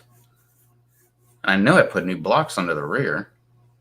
But whatever, I pulled up to the thing and the cop was just like, do whatever you want. Like telling me like I can go right down the road that's flooded or I can go around if I wanted to. And I was like, heck with this, bypass some traffic. I just floored it. And there's freaking water going everywhere, man. And all the people detouring were looking at me like, hey, you can't get in front of me. Because it was like slow moving traffic the whole way because of this thing. I was like, heck with this, man. I'm getting around all these guys.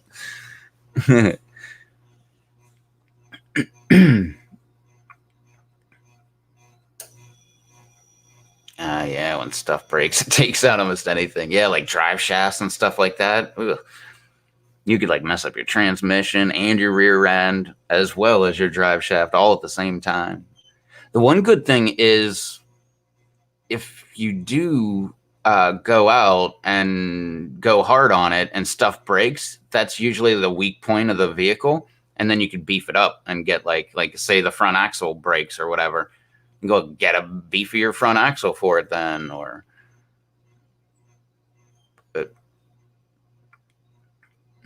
build it for extreme road and never sees off-road. Technically, mine sees off-road every single time I drive it because I don't really have a driveway, which I got a bunch of comments on one of my video. Like I did the plasti dip on my truck where I covered up the chrome grill and bumper and did the same for the rear bumper. Got a bunch of people like, what the heck's up with, why are you doing it with grass? Like, that's my driveway, man. Like, I don't know. It's the only place to do it. Unless I wanted to like go to Walmart and like do it in their parking lot, which I don't really want to shoot a video in Walmart's parking lot while I'm like painting my truck. I don't know.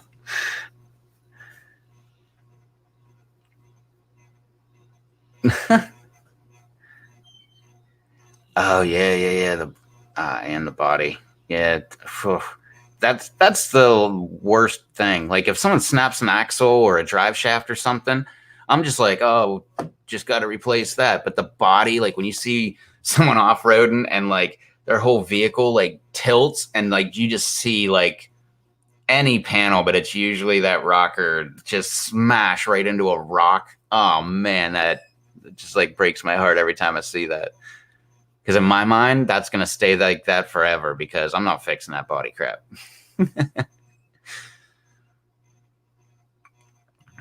And you got beavers flooding your driveway. Sound like someone needs to go beaver hunting. I have never seen beavers close to where I live now. When I lived in Pennsylvania, I'd see them all the time. Like, I remember tons of times. My dad was very good friends with, I think he still is. I think they like have Thanksgiving together and stuff like that with one of the, what would he be called? Like a game warden? Yeah, I think that's what we called him about up there. Game warden. Kind of like the cops for hunting. But I remember tons of times going with that guy because you weren't allowed to snare in Pennsylvania without, I forget, there was like some exception. Like you get express written permission from the homeowner and you get permission from the government or something like that. Like it's something crazy like that. So pretty much nobody uses snares for beaver. I don't know if it changed, but this was in the 80s. But he was allowed to snare because he was a game officer and he was working on problem areas.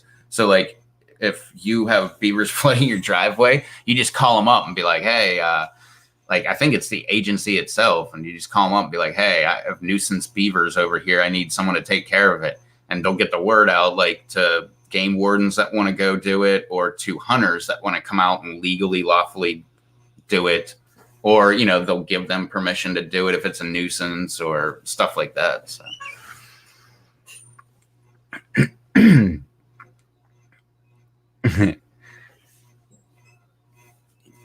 Damn, you had a GTO? That's awesome. Yeah, some places you can snag underwater or snare underwater. Some places you can't. These weren't snares underwater though either. He like had stakes set up and like a snare like right there on like a little beaver trail. Yeah. Well, I know they call them the Game Commission. It's like the Pennsylvania Game Commission. But no, they weren't the Fish Police because that was a different organization. Because we had the Fish Police and then we had the Game Wardens. I think. No, maybe I'm thinking of here. Because we have Marine Patrol. And then we have like Game Wardens. I have a video on my channel with a Fish Patrol, man, or the Marine Patrol. I videoed them as they were like illegally searching us. That guy hated me, man. I just kept running my mouth. Back in the day. Yeah, but Mark said he blew a tire and took out his rear quarter panel. Damn. I used the wrong lug nuts on my tire and the tire fell off. And that sucker, like, not only did it race me down the street and won, good thing I was only doing 35 when it happened, and I was hauling a trailer. So, like, the weight of the trailer, like, when the tire fell off, like, I just almost came to a stop right off the bat.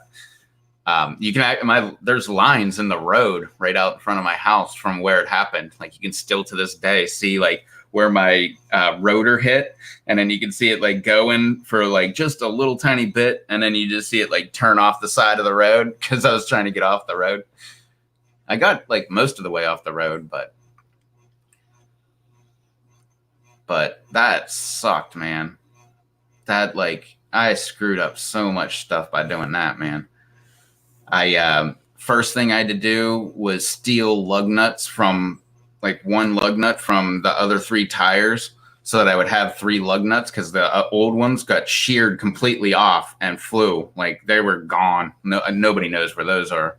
And then when the tire came off the studs, technically, it like rode off on the studs and like bent all the studs up. So they were like all mangled. So I'm on the side of the road putting lug nuts back on so that I can beat the living crap out of a stud with a sledgehammer, trying to get it so that I can just get the tire back on and limp back to my house. That was funny. I got it completely done. Like, I was supposed to pick up my, yeah, because it happened twice. Because I was taking my trailer, which was empty, but it's heavy. And I was going to my brother-in-law's house to pick him up, to go to the recycle plant to pick up mulch, to go back to his place so that we could dump off mulch. And if anything was extra, I was going to get it. But then I was going to swing by the mulch place again and grab another trailer load full and bring it back and do up the yard. And I failed twice trying to make that run. But yeah, I called him and was like, yeah, I'm not going to be there. If you want to go, like, we're going to have to use your truck. You can use my trailer, but we're going to have to use your truck, and you'll have to meet me at my house. Which I think is what we did. But yeah, so that happened. So the wheel fell off. But at the time I had 3 vehicles, so it wasn't that big of a deal. I could drive my other Dodge, or I was usually driving my work truck anyway. But then, yes, I get it home. So I didn't mess up the wheel, and I found it. It like went flying, went down the road, crossed the road, onto the bike path, crossed the bike path, into somebody's yard, up through their yard and up over a hill and into the woods. So I had to like track down my tire, and then, but I did. But then when I got back, I'm like, okay, what's the damage? So ultimately all 5 wheel studs had to be replaced. The rotor needed replaced because I was riding on the rotor. I didn't feel comfortable having that, as even though it's back brakes that I use, they're like 30% of the braking or something like that.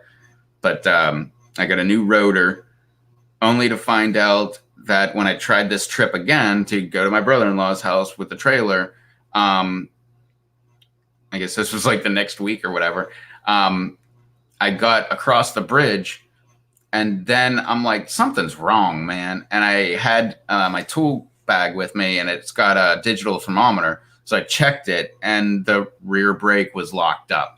So like it was, I forget how many hundreds of degrees the back wheel was. I mean, that thing like heated up bad. But so then I had to drive all the way back. I had to sit on the side of the road for a while, let it cool down, and then like limp it back and barely ever try to use the brakes. And then finally got it back home. So I had to buy a new caliper because the caliper was stuck. I got it unstuck, but then I was like, there's probably crap in the line. And all I did was just kind of push it back in. And so, but then I had to bleed the brakes again. It's all kind of stuff. All because of stupid lug nuts. I got the wrong kind. Or I didn't get the wrong kind. I used the wrong kind, the kind I already had. Now I have the same tires on my truck, but the correct lugs. And they look so much nicer, too. They're those, what do they call them? I can't remember what the heck they call them. But they stick out. They're like this long. They're black. They have like the indentations like the whole way around or whatever. I don't know. I like them. I think they look awesome. Which is why I bought them. Somewhere around here, I was just going through papers looking for stuff. I found like how much I paid for those because I wrote it down for a video because that was part of my like truck makeover series, which seems to be pretty dang popular. It's weird, especially my dang the 3-sided LED headlight video. People freaking love that, man.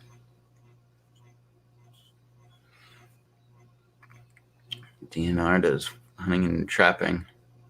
Oh, does fish and hunting and trapping. That might have been the way it was. No, I think there was a fish commission too. I think it was like Pennsylvania Game Commission, Pennsylvania Fish. I can't remember. But I know here, I think either one can like screw you up on anything. I'm pretty sure like we've been checked by Marine Patrol for trapping because we were on a boat. Or what have we? I know we were fishing, we were shrimping, and because that day we ripped a giant hole in the tail bag like right when we started. So the entire time we were shrimping, like nothing was getting caught in the net. After like an hour or two, we like pulled it in and we're like, oh, that sucks. Giant hole in the tail bag. But I'm pretty sure, like if a game warden or whatever, DNR, whatever, I think they can do fish too.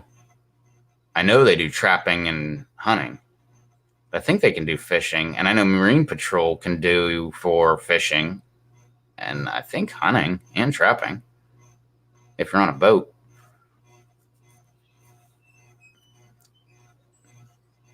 I don't know. You barely ever see those guys. It's funny. The time, like, I have it on my channel where we got checked by the Marine Patrol. I think it says something about Marine Patrol in the title or something like that. I had two different versions, the long one and the short one. The long one was us out shrimping and failing and then coming back and then getting like these, Marine cops like talking to us and stuff. And then there's the short version, which is just the Marine cops talking to us. But no, we saw them like a mile away. Like we saw, like if we had anything to hide, like we wouldn't have just went straight for the dock. They were right at the dock. Like that's all they do is just wait at the dock. Like all we had to do, like I bet if we waited till after dark, they wouldn't even be there. But we didn't care. We weren't doing anything wrong. So we were just like, screw it. It's time to go.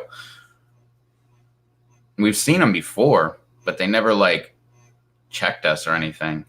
And the second we pulled in, they like walked right over to us.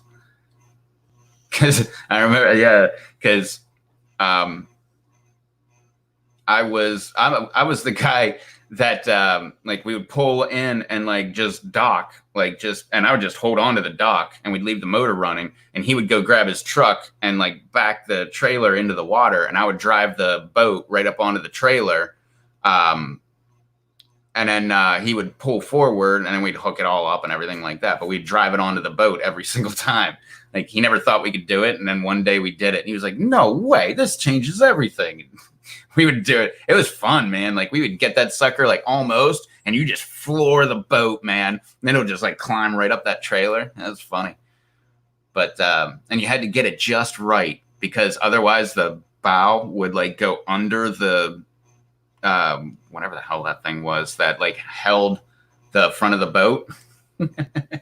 Sometimes it would go under. It was funny. It was kind of an art form. Like, you'd have to like rock the boat kind of thing as you were going up, hoping that the bow would lift a little bit, or he didn't go far enough into the water or something.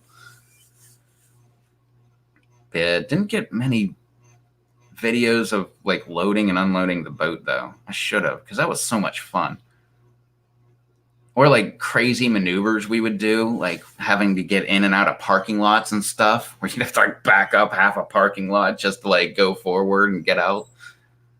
There's always crazy stuff happening.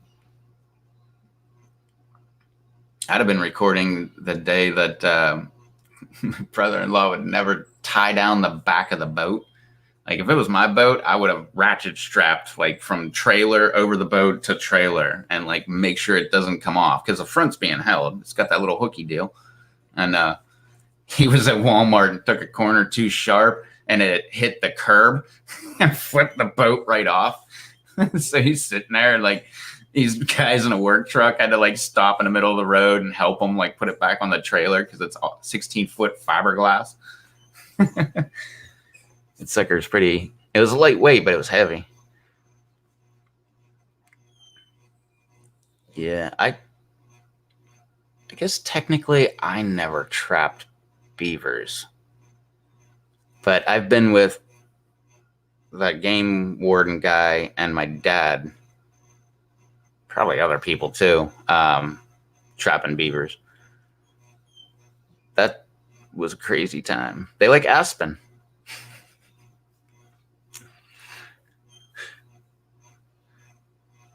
And was it aspen? I want to say it was aspen. It likes some sort of tree the most, and if it's around, it'll chew it.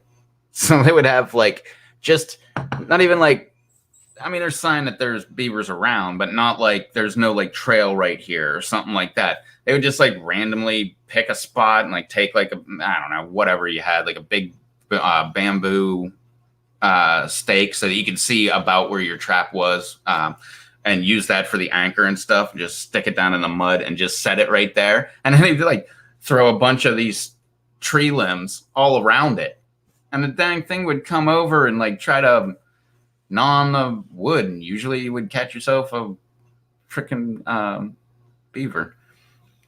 And it was usually one of those crazy lines, the where you do the 2 points, where you put a stake over here and a stake over here, and there's like a cable that runs between them. And then on the cable, it can only go one way, which is deeper into the water. So whenever like it would get caught, to drown it quickly, it would take off for deep water. That's their natural instinct, but then it can't come back. Now you got a beaver. Otherwise, you'd use those giant conibears, which, I think those are number 3s. I don't think were allowed to use them back when we were hunting or trapping. I'm pretty sure they were illegal. Were they illegal? No, maybe they weren't illegal if used in water. I think that's the way it was. But on land, they were illegal to use. I think it was number 3 conibear. Or 330, there you go. Yeah, because a 220 we used for like, I got an otter. I got a lot of hate over that video. I wasn't trapping. That's the way I looked at it. I wasn't. He was. I was just filming him doing stuff. But that's like where my channel kind of got its start, like filming deer and squirrels. I had squirrels on my deer feeder. Like they would jump straight up, and it was the deer feeder. It's like a 5-gallon bucket with like a stick that falls down, and you put it up like a little bit above deer head height, and they come by and like smack the stick, and corn will fall out. And it's not the automatic ones, but it's just like kind of an automatic one. If it's deer powered, I guess. Well, these squirrels would jump up. This is on my channel too. They would jump up and grab a hold of that stick and just ride that stick back and forth as corn was falling on their head and everything. And after they did it for a couple seconds, they would drop down, and like 2 of them would go over there and start eating. And then like the other one would jump up on that thing and just ride that thing around a little bit until a bunch of corn fell out. And then they'd just both be over there eating the corn. And I think they called it like bait bandits or something like that.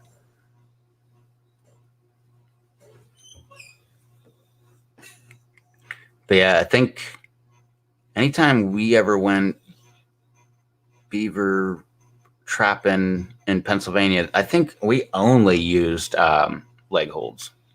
But yeah, it worked. I saw tons of beaver. My dad, there's so many beavers my dad trapped, not counting the ones that he turned in. What the hell would that be called? To the fur, whatever, like I don't know, selling it on the fur market, whatever the heck that terminology is. Not counting those, or ones that he would do this with like any animal, not any animal, some of them he wanted, but almost any animal. Like he would just give it to taxidermists. Like, let me get my meat off of there, but then you can have what's left. Like I remember him with ducks. He was always giving ducks to taxidermists. Like we would go to certain shows and stuff where they would have taxidermy and stuff. And he would like be walking through like, that one's my duck. That one over there is my duck. That shot, or, technically not his duck, but he shot them.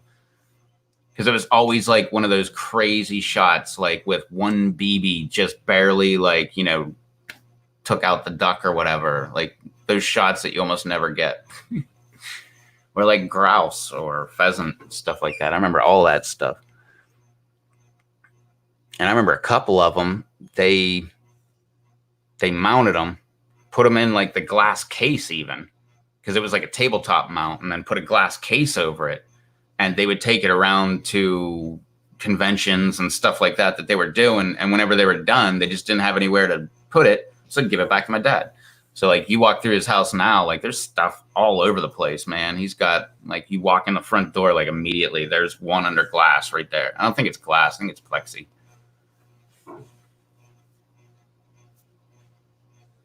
Yeah, with us growing up, man, that thing probably would have been broken.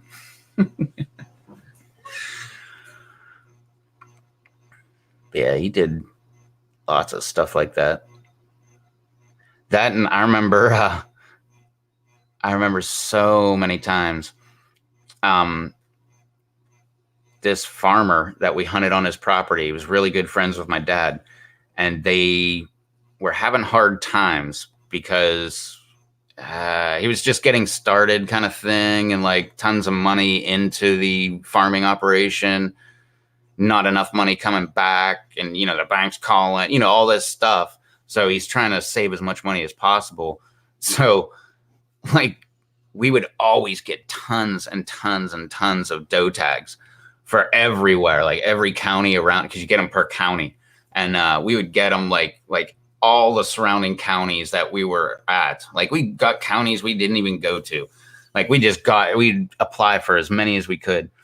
And we would just like, anytime we'd get a deer, and they're usually like doe tags. I think yeah, I think back then, I don't think there was any way to get more than one buck in a year. But does you could get, I remember having like 9 doe tags. And I didn't shoot 9 deer, but I remember having, because we would have tons of them. Like we would have them for way up north where we would travel like 2-3 hours to get to hunt. We would have them for right around our area where we were, just all over the state. And, but if we got a deer, we'd just give it to that guy, the farmer. He liked eating deer meat and he needed food. So we'd just be like, ah, sure. Like we already got a deer this year. I don't need another one. You can have this one. Like I remember one time, I think he had like 3 deer in one day given to him. It's just, I think I was one. And I don't remember. It was like some of my dad's friends or something. They were just like, yeah, sure, you can have it. The funniest part was he knew the stands that we were in.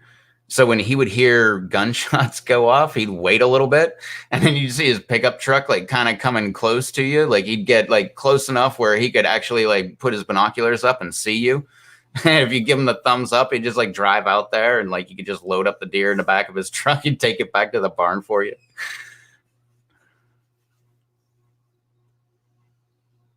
That was pretty funny.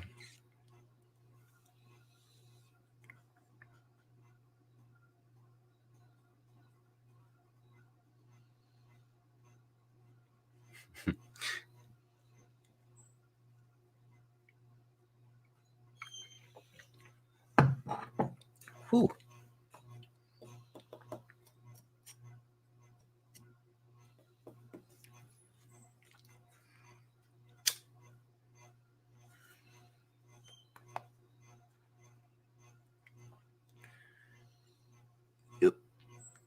I remember,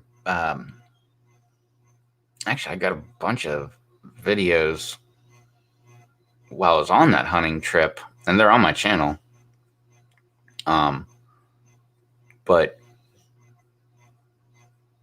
I remember I shot, yeah, yeah. No, that's how it went. I shot my bull like first thing in the morning, the very first day. Like we walked right up on a whole pile of elk.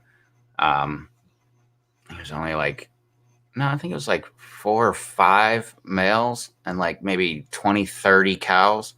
Like there was a lot of freaking elk. Like we were on one mountain looking on another mountain. It wasn't that far, but we were on one mountain looking over at another mountain, and like half the mountain, it just looked like they were crawling with like ants, but it was elk. They were just everywhere, and it was opening day of the season and everything. But I shot mine, but it was like I said, it was on another mountain, so we had to like come back up the mountain, go back out, come all the way back around just to get to that other mountain, then go up the dang mountain. And it took us. Like I said, I shot my elk, and it's right there actually. I shot that first thing in the morning, like maybe a half hour after the season opened, and it took us until like 4 o'clock or something like that until we actually got the elk. But which was a whole story all in itself, man, because it's up on a mountain. You got to get it down the mountain. So we had to drag it all the way down the mountain, which parts of it I was doing by myself. I think it was like 800 pounds or something. But luckily I had, a mountain, it's kind of steep, to assist me with dragging it down. But then we got one of those, what do they call them, a side-by-side or whatever, one of those goofy little miniature pickup trucks. Actually fit an entire elk in the bed of one of those things. We had to like ratchet strap the antlers and stuff like that, but we got that sucker in there. But yeah, I was gonna lead that all up just for this stupid point, but no, I remember like we were packing it out. I rode with the dude like most of the way, and then when I came walking back in, I kept like signaling to my dad, and because he was in the stand, because we were trying to get to this stand, but we walked up on all these elk because everybody, like, it was like a guided hunt. It was like blah blah blah. It was like I forget, like $15,000 a person, and we ended up getting it for like 500 a person or something like that. And or no, I think it was 1,000 a person. 500 was the license, but no, I kept like signaling to my dad, like, hey, like, can you see me? Like, is it clear? Like, can I like come back to the stand, or like, do you have elk around you and you're waiting for like one to like, you know, walk somewhere where you can shoot it or something like that? Like, what's going on? I kept doing this the whole way back, and I'm like, you know, hey, can you see me? Like, is it good? Like, I kept giving the thumbs up, like, can I come? Or like, I don't want to like screw up his hunt because I was already done. And eventually I made it all the way, and then I could like start seeing like everywhere that he could see. And I'm looking because I was on this road that came down, and then you like broke out into a field on both sides, and the stand was like up there. And then I ended up like finally making it all the way over to the stand and climbed up, and like he was like, oh, hey, I didn't even know you were there. And I'm like, how did you not know I was there, man? Like, I kept like waving to you. He never saw me the entire time. He was just looking for elk. Meanwhile, I'm worried I'm gonna like mess up his hunt. But it was great. I made it back to the deer stand, elk stand, whatever you want to call it, the stand. And I think we were there for an hour. And then I got on film him shooting his elk, because I have 2 elk hunting videos on my channel. One is my dad getting his elk, and the second one is his friend getting his elk. And the part that made me so mad, didn't make me mad, I just wish he would have said something before, because the guide, he was really, really cool, man. Like, that guy was freaking awesome. I think my dad still to this day talks to him. Like, he's from Louisiana or something like that, but he goes to Colorado for elk season just to guide, because he makes a ton of money being a guide. And he works for like an outfit, like a place. It's like a giant cabin where you stay at, and they feed you and everything. And that's why it's like this giant package. Well, we ended up getting some like wicked crazy deal on it. Like I said, it's like 15 grand a person, but we got it for like $1,000. What's up, JDS? Yeah. Well, not only that, but YouTube's been goofy today, man. I was saying earlier, I was in a live stream, like in the chat, and I was trying to give a thumbs up, and it would give a thumbs up, and then like 5 seconds later, the blue thumbs up would just go to gray, and the number would go down 1. I'm like, what the heck? I did it like at least 8 times, probably like 15 times, and it would not allow me to like it every single time. It's weird. But yeah, Hangouts is a pain too. It shouldn't be Hangouts that sends a notification. It should be YouTube itself. Whether the app or the, I guess, desktop version. That's what I'm on. What are you up to, JDS? Just telling old hunting stories. Oh yeah, but the part that like it didn't make me mad, but at the same time it was one of those damn it moments. Was so we get there, like I'm doing all kind of filming. We got there like 2 days before the season started, so that we could go scouting and, you know, stuff like that. I got videos of that. I got like elk and stuff like that on video. Well, we're doing all this stuff, but I guess he didn't think of it until like it was that first day, and I already shot my elk, and I'm sitting there, I'm filming everything, like because this was like right after, I don't know, a little bit after when I got my awesome camera, which I did all my YouTube videos with until I got this newer one. But it was a camcorder because I could zoom in really good. I got a mule deer. I shot mule deer on the top of a mountain. Like I could barely see them, but I zoomed in so far with my camcorder that it's kind of grainy and a little bit crappy, but you can make it out that that's a big mule deer. Like you can see the antlers sticking off the back of the top of their head. Like, I mean, big. And those weren't even big ones because I showed people and they're like, oh, yeah, it's probably a shooter, but I wouldn't. I'm like, that thing's giant, man. But what the guide said, after he saw me filming everybody else shooting their elk and filming mule deer and anything that I saw I was filming, he was like, man, I wish I'd have known like you were really into that filming thing, because I totally would have held the camera while you shot your elk. And I was like, doggone it, man. Like, that was the only one I didn't get. And that was because I was the youngest guy. So like, I don't know, in hunting, usually the general consensus is youngest guy gets first shot when you're together. So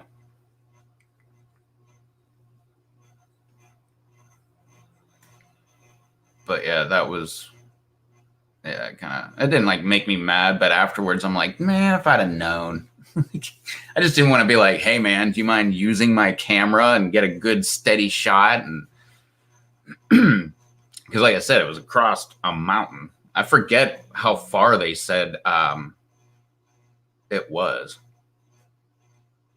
Because I had the longest shot. My dad had the my dad had the shortest shot, and the other guy had the middle, which wasn't that much further than my dad's shot. Like literally in the same blind, if you're looking, there's like a hill that goes up. My dad shot his elk at the bottom of the hill, and the other guy shot at like partway up the hill. Meanwhile, if you were standing where either of those elk were and looked up the giant mountain to your left, that's where I shot them. But I forget how far they said it was, though. Because that was before. No, I'm sure they said it afterwards, too. But we had rangefinders and stuff. I want to say it was like 400 yards or something like that. It was crazy. I had, that's when I got that monopod. I had the monopod, which also, I think it's on it actually in the garage, but it's got like a fork type thing, like literally for like a gun rest. Put it in there. I put the barrel in there, and then I put it up against a tree. And I remember I was like anchored against a tree with a monopod, like trying to get as steady of a grip that I could. And I did it. I got the bullet around. It's right there, right next to my 50 caliber bullet I shot my deer with. This one and that one, both shot with a muzzle stuffer. Well, I guess you can call them that, but it is the more modern kind. It's might as well be. It's a single shot rifle, technically what it is, and it's loud.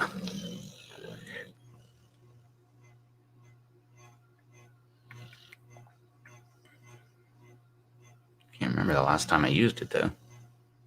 I remember the last time I took it out because I didn't use it.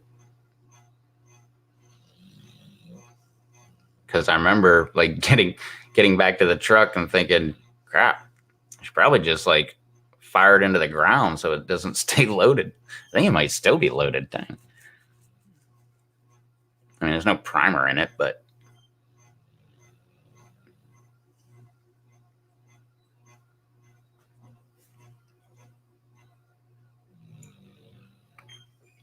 ugh. Guess I'm gonna have to get a little more of that stuff, eh? Did.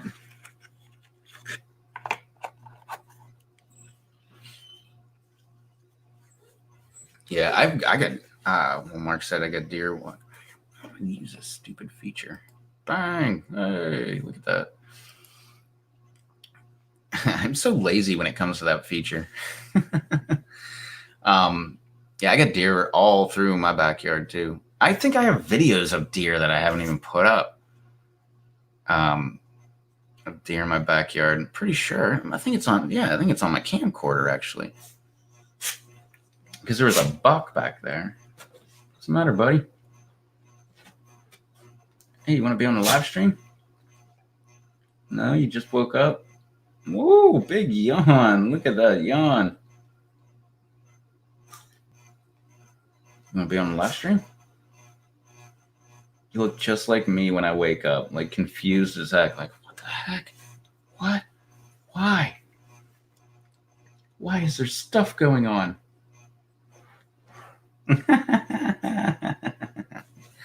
She's curled back up in a ball.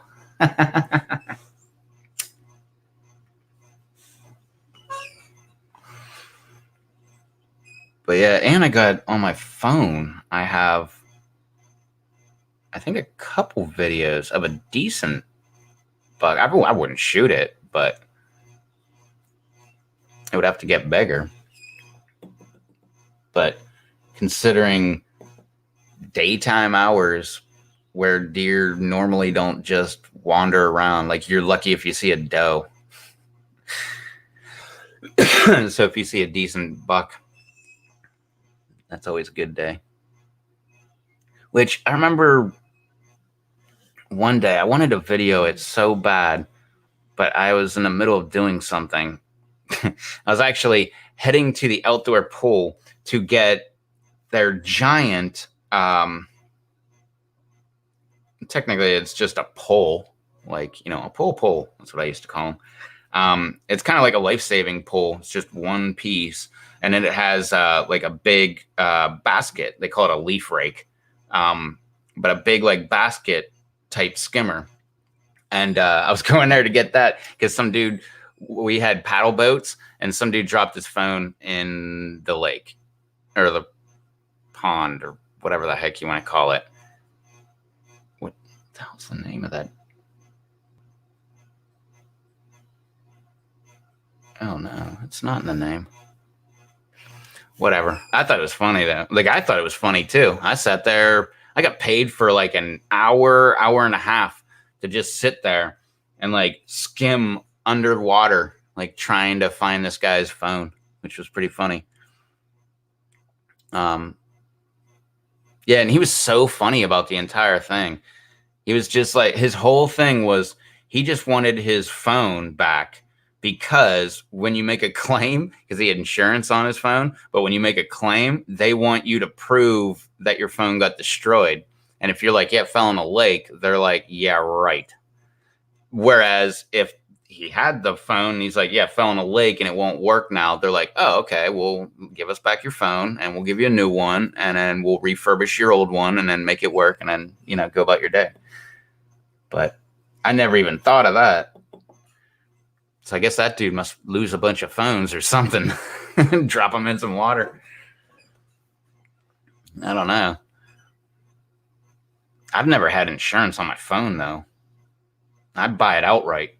And I stay a bunch of models behind. Like right now, I got the Note 5. Wherever it is. Yeah, I got the Note 5. And I got that because I didn't want to get the 7. And I wasn't getting the 8. I think at the time that was the 8 was the brand new one, or not the 8 was the new one, but the 9 was coming out or something.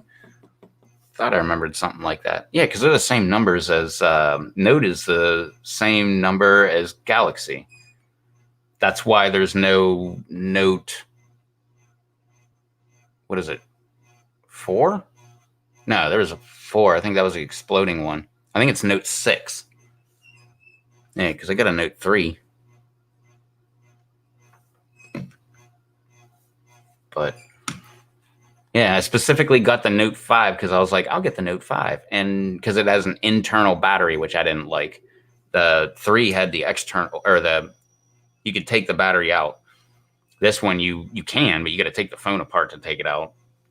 So it's not like quickly interchangeable. My Note 3, I had 3 batteries. I had the original, and then I bought 2 more plus a charger and a bunch of cords and all kind of stuff like that. It all came as a package, but it was great, man. I like almost never charged my battery. I would just like wait for it to like, I'd be like, oh, well, it's getting down to like, 5% or whatever. And I would open the back, just pull the battery out, put a brand new battery that's charged right back into it, pop it back together, turn it back on, and boom, I'm back in power. And then I would just put the extra battery on the battery charger. It's actually still over there. It's just like a wall unit that you plug in, and you just like pop your battery right in. 7 was the exploding one. Yeah, so they skipped 6, 7 was it? So maybe I was looking at the 8 then. I think I was looking at, I know I was looking at the, I don't know. I think it was the 8 I was looking at, but the 9 was about to come out. So technically 8 was like the newest one, but the newest one was about to come out. They didn't make 8, so 8 was a skip. No, they made an 8. I must bought the 8.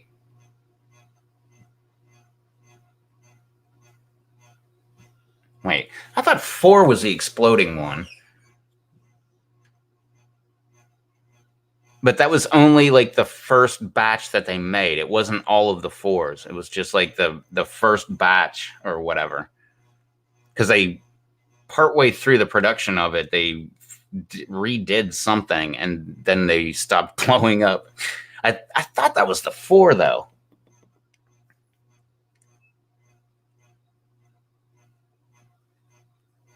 Holy crap, they got that Note 11 now? That shows how far I'm out of the loop. I still got the 5. And I love it. I love this phone, man. This phone's great. I don't know all the cool stuff to do with it, but the stuff I know how to do is pretty cool. The 11 will be soon. Well, good. Then maybe I can get the... So they skipped 8. You know what? Maybe that's what I'm thinking of was the... Maybe I was thinking of getting the 7 then. Because it said that like the first bunch of, I don't know, whatever, we'll just say like 2,000 that they made or whatever, like a good percentage of them were the ones blowing up. But then they switched something halfway through and they're like not, or made you send them back in and they would fix it or something. I remember reading something about that. Well, they did make an 8. Damn it. Yeah, I know they skipped one number because the Note was a year later than the Galaxy for coming out. And at one point, they wanted both the numbers to be the same. And that's where the Note skipped one. Because the Galaxy already had a higher number than the Note, so the Note just skipped whatever number and went to the number that the Galaxy had. I know that much because I remember that part of the story. I can't remember which one. So 7 was exploding. No, they did make an 8. Damn it. Yeah, I want to say it was the 6 that they skipped. It could have been the 4, but I know I have the 3 and the 5, so I know they got those 2. What's up, Lisa? Oh, man, I read your comment. I thought I responded to your comment and just never even said hi.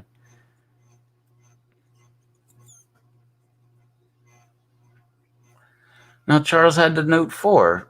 The Note 4 or the Galaxy 4? Because the Note, I think, is the only one that skipped a number. And I know I have a 3 and a 5. And if you had a 4, then that's that. Then that should be 6 that they skipped. And then 7 was exploding, which I think I was thinking of getting the 7. Because I think it was like just before the 8 came out. And then I was thinking about, screw it, I should probably just wait until the 8 comes out and then get the 7. Because then all those 7s will be like dropping in price because, old technology. That's always how I do my phone shopping. But I also, like I said, I buy my phone outright. So I own it. It's mine. I can smash that thing on the ground if I want to, or I can like create a big bill. Either way, it's my prerogative. Like, they can't take my phone. I don't owe money on my phone plan. My average bill has been $15 since I got this phone. It's the greatest freaking phone bill. Most money I've ever spent on a phone bill was when I went to Canada, because I used my phone, text, and data in Canada. So outside of the US, as well as whatever I used. And that was like a week. I was there for 8 days. So that's like over a quarter of a month I was in Canada. And the other 3 weeks, I totally just used it the way I always do. And that was my highest bill. I paid $25,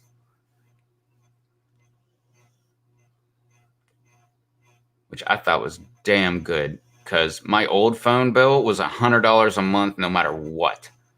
Use as much data, as much anything that you wanted, doesn't matter.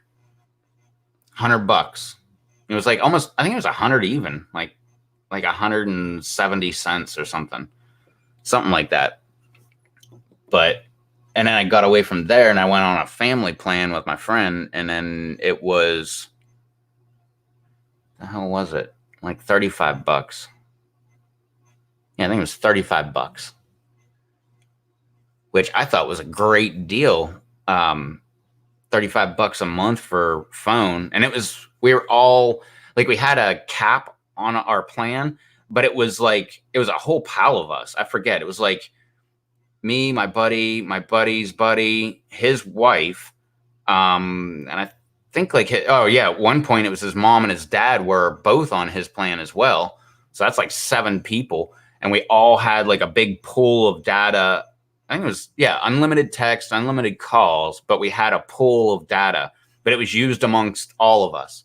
So we had this giant pool, and some, like his parents, didn't use the internet at all on their phone. And then people like me, him and his buddy's wife, we all use the internet on our phone. Like, we're watching videos at work and stuff, like just coming off the data plan. But I thought that plan was great, but nah, I went with Tang, man. And now my phone bill is way cheaper. And, well, I also turned data off. So like when I'm at home, it goes through the Wi-Fi, which, I don't know, might be the way to go, man. Like when I was at work, I had Wi-Fi. So when I was at home, I had Wi-Fi. Most stores you go to, you get free Wi-Fi. So it was just kind of, I don't know, it just made sense to me. Like, why pay extra for like a Hangouts message to pop through while you're driving from where you have Wi-Fi to where you have Wi-Fi? You know, like, I'm not going to, the only place I didn't have Wi-Fi was in my truck, and I'm not going to like message people back in my truck anyway. So I figured, man, that's great. Yeah, yeah, I love my Note 5, man. This phone is awesome, man. I mean, it's just pretty looking too, though. Nice. And no cracks.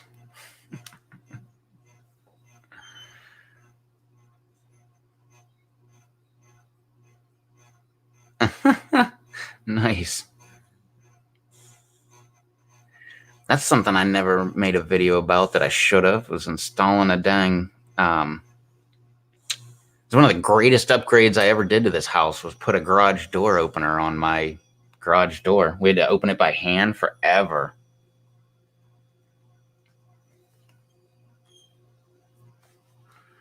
Yeah, Charles. That way's easier.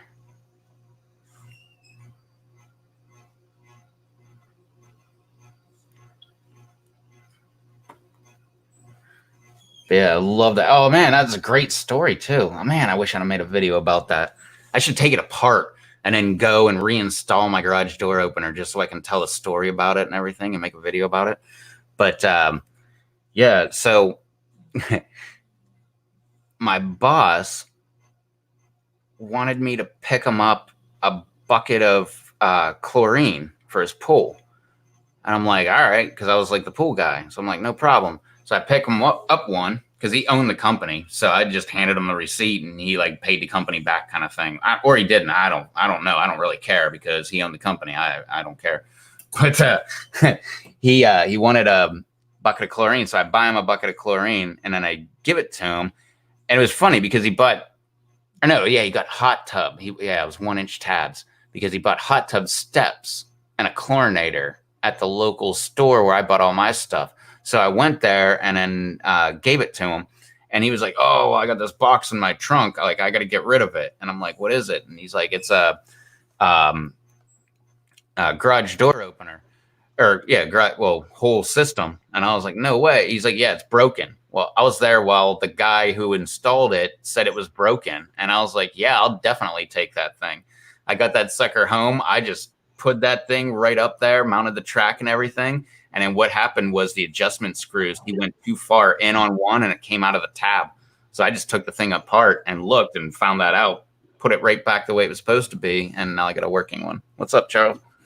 Not much. I just got off work. Nice. Oh, Maverick. Maverick and Fiona just doing their normal routine when I get home. So one get a toy, one goes into the crate, one chases the one in the crate, one starts barking, one runs away. I don't know. Mine is passed out on the couch. Yeah, I can't remember which one. I know that, like I said, I know they did that weird thing. I mean, I know they had the 4 and then they had the 5, but it could have been the 6 because then they went to 7. The 7 exploded. Then I guess they went out to 8, but I mean, the 8 went by so fast because the 9s came out. Like it seemed like instantly. Then the 10s, and now they're doing the 11s coming out soon with the Infinity display, because that's going to be the new high standard with all that Infinity display and everything. Is that where it wraps around the sides? Well, I mean, it already kind of does that, but it's like even I don't know. They were showing a picture the other day with the little I guess. Small section they had like it looked almost like a lava or like a lava lamp looking thing going all kinds of crazy things the way they were demonstrating it. But but like I said, Samsung is, they're really, I mean, those phones, I mean, people say whatever with Apple, but a lot of people are saying, that, I don't know, it goes back and forth. I know Apple has a new one now with the 11 Pro, whatever it is, their cells with the 3 camera lenses and what have you. But I don't know. Phones are just, I mean, for me, I don't actually get another phone until mine actually has issues. So when mine has issues, I'll get another phone. So I've had mine for almost 2 years with the 9. So when it starts breaking down or what have you, I'll get another one. As long as it's working. Like Apple's known for, or they got caught throttling back all their stuff on older phones to try to make you upgrade. Oh yeah, I mean, we knew that they were doing that. I mean, when I had my Apple, which was I don't know, a long time ago, I had the 4C or something. That's where I stopped. So that was probably what 6-7 years ago. You could tell it was doing that every upgrade, because I mean, I knew with their computers, I mean, you can only do so much with their computers. That's why you don't really see clones of Apple. You don't see anything because they control everything. And then they control you after the fact if you don't change up, and when you change over and you don't like delete your iMessage and everything else, it'll mess up your Samsung messaging and everything else until you call them and get that deleted or what have you. So it's crazy. I've heard of that. Oh, it happened to me. I know. When I first switched over to my Note 4, it did that. Because I forgot to uncheck that or delete the account, and then you had to go back it's just a big mess. Yeah, I think Rogan had that issue. Mm-hmm. And then someone was helping him out with that. I remember, because someone was like, "Oh, all you got to do is this," and yeah, things. I mean, I know are simpler for some people. What the hell is that? Yeah, I'm not an Apple fan. I really like Samsung, but I'm not even like a Samsung fan or anything like that. I love my phone, but like if something better came out tomorrow that was cheaper, I'd go with that. You know, give it a go, see what happens. But the iPhone, ugh, like Apple products, I'm open to using, but the iPhone, I had to use one, and I don't want to use it again. Like I hated that phone. That was one of the worst phones I've ever had. Yeah. I can't remember which one it was, like a 7, or it wasn't a new one, but it was just last year. Yeah. Crazy thing was I had a manager phone, so it was like all the stuff that came on your phone was there, as well as like the app for our work orders and stuff like that. Whereas the other people, they couldn't even send text messages on their phone. Like corporate like locked it down. Like they were only allowed to do certain things, like look at the work orders. I think I don't even think they were allowed to go on the internet, which I was like, that's dumb, because I was always Googling things. Like you go to my, what was it, Safari or whatever, the web browser on the iPhone, and you would always find like Whirlpool dishwasher, like instructions, or, you know, troubleshooting guide or whatever I looked at last. Right. That, and I did for a while. I was using my phone and I was going around, and every single unit I would go to, I'd be like, what's your Wi-Fi? And like type it in and like get Wi-Fi, like every single unit. Well, we had like, I think there's 100 and I don't know, there was over 100 units. So I'm like trying to get Wi-Fi from every single one of them. Turns out, like when you get to a certain point, it starts forgetting Wi-Fi spots. So I'd get home and my phone's not on Wi-Fi, and I'm like, wait, what the hell? How did it forget my home? Like, of all of them, do not forget my home. Yeah. So I'd stop doing that, and I would do key points, like corner of this building, so I could do this entire parking lot and these two buildings, and then like this building over here, this one unit over here, so I can do like the rest of the parking lot and then the rest of the units. Yeah. Yeah, I did stuff down. I'd be at the laundry and I would be getting signal from like the one unit like over there. Right. Funny.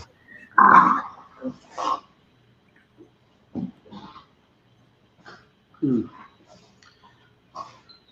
Yeah. Hey, Lisa. Hmm? I was just saying hello to Lisa.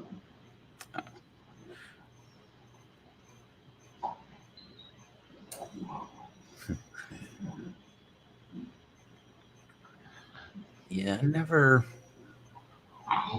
Well, I probably didn't have the same problem Mark's having, but I never watched the video on how to install the garage door opener. I had somebody do it for me, so. Well, I got mine for free, so I was like, hell yeah, man, we're gonna make this. Plus, that's what I do, you know, just install stuff or make things work.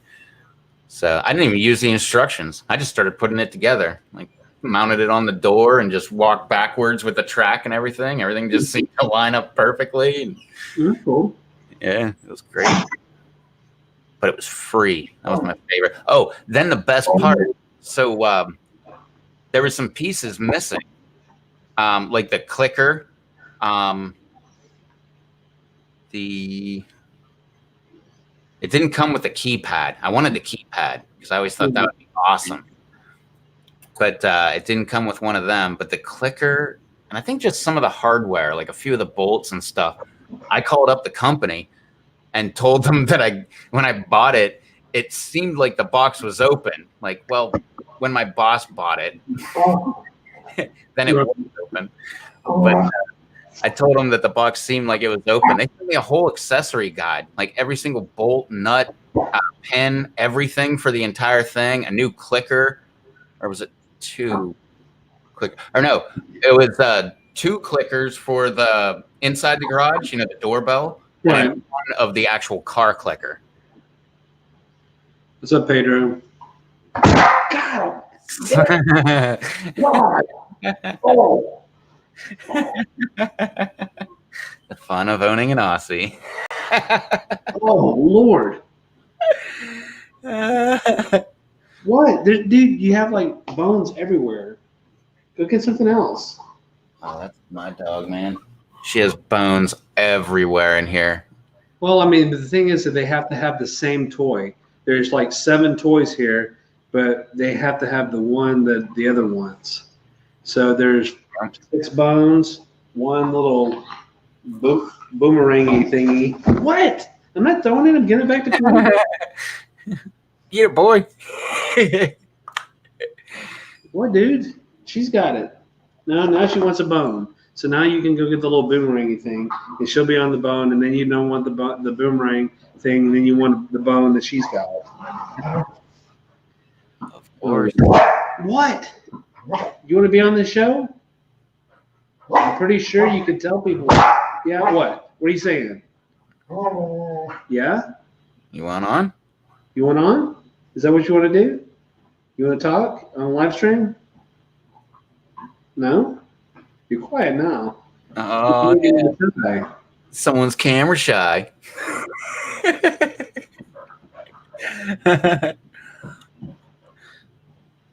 That's like my dog. Like almost every live stream I'm in, I'm like, "Come on, dog, come over here." And she'll like hop up on my chair behind me, and she'll sit here like looking all regal, like looking all good, and then she'll like look over and see the blue lights around the camera. I swear that's what she sees, and she just does one of those like, "Ah, damn it, not again," and it just hops off like every single time. Yeah. At least the weather's nicer, though. Yeah, I still got the door open. Wherever the hell the door. Yeah, it's like 78 here tonight, I think. 77. Yeah, I think it's colder than that here. It's going to get cooler over the night, but not too much. Like we're in the roller coaster right now, so we get the like I think tomorrow there's a front coming through, and it's like it was 80, I think 84, 82, 84 today, and 77 is the low. No, 73 is the low. Then tomorrow is actually supposed to be 90, and then drop to 66, and then it's going to be 70 and 55 for the next 2 or 3 days. Then we go back to the 80s. And then it goes that pattern. Then we go back to it's how it's going to be for a while. So yeah, it's actually nice weather. Too bad I don't go in my garden outside. So yeah, this one's saying it's 65 out. yeah, it's supposed to be real nice next week too. So 70, 52, like 75, 60, kind of like all next week. So that's kind of cool. Maybe I'll actually spray them down, and maybe I can kill some of these damn bugs. And maybe actually go out in the garden. I don't really give a crap about it right now. So I just, like I said, I haven't felt good with the allergies and just been tired from work, and I just don't have time to deal with that right now. It looks like a disaster with the War of the Worlds with aphids. Oh, if you saw my place, man, you would think it was War of the Worlds. It's still all messed up from that hurricane. There's branches everywhere, all over the place. So yeah, I wish I would have done better this year. I had higher hopes, but next year it'd be different. Like I said, I think I told you on that one stream I came a couple weeks ago. I was going to plug in the computer. Yes, I will do so, sir. Yeah, I'm not going to do all of those peppers. There's no way I'm doing that many peppers next year.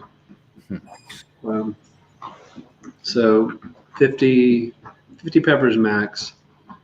That's what I'm going for. Other vegetables and stuff going on in the other beds. Stuff that's going to be long-term crops, where it's just like it sits out there and I have to wait for melons, and I want to grow loofahs really bad. I've been talking to a lot of people. I want to start growing loofahs. So I've got an interest in that lately. I want to grow beans. Beans I'm going to grow as well. I'm going to grow beans because beans also, the little nodules and everything, and it also has a lot of nitrogen release. Yeah. The way that it stores it in the root system with the nodules. So it's good for your soil later on. I mean, it just keeps enriching it. So. That's like the three sisters. The corn steals the nitrogen, and the beans put it back. Right. And then what is it? Squash or not squash? Is it squash? Something was the ground cover. I don't know. Hey man, 39 were Patriots. Well, just north of you got snow just a little bit ago.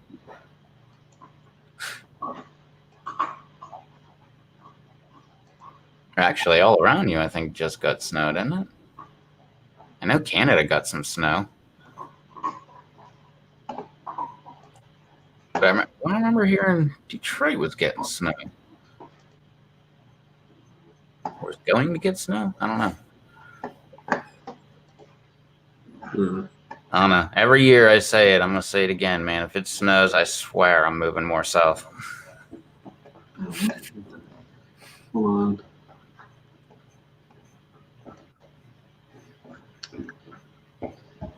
Yeah. Well, the weather app said, what did it say? 63, 65, something like that? That's the coldest it's been in a long time.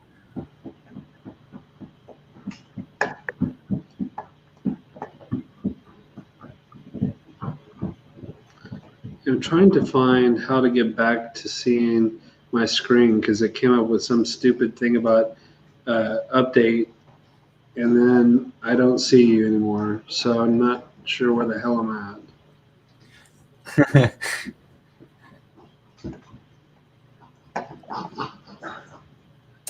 really don't know where I'm at. I am horrible with it. I mean, I'm just very bad with computers, especially this Windows 10 crap. I don't do Windows. I know.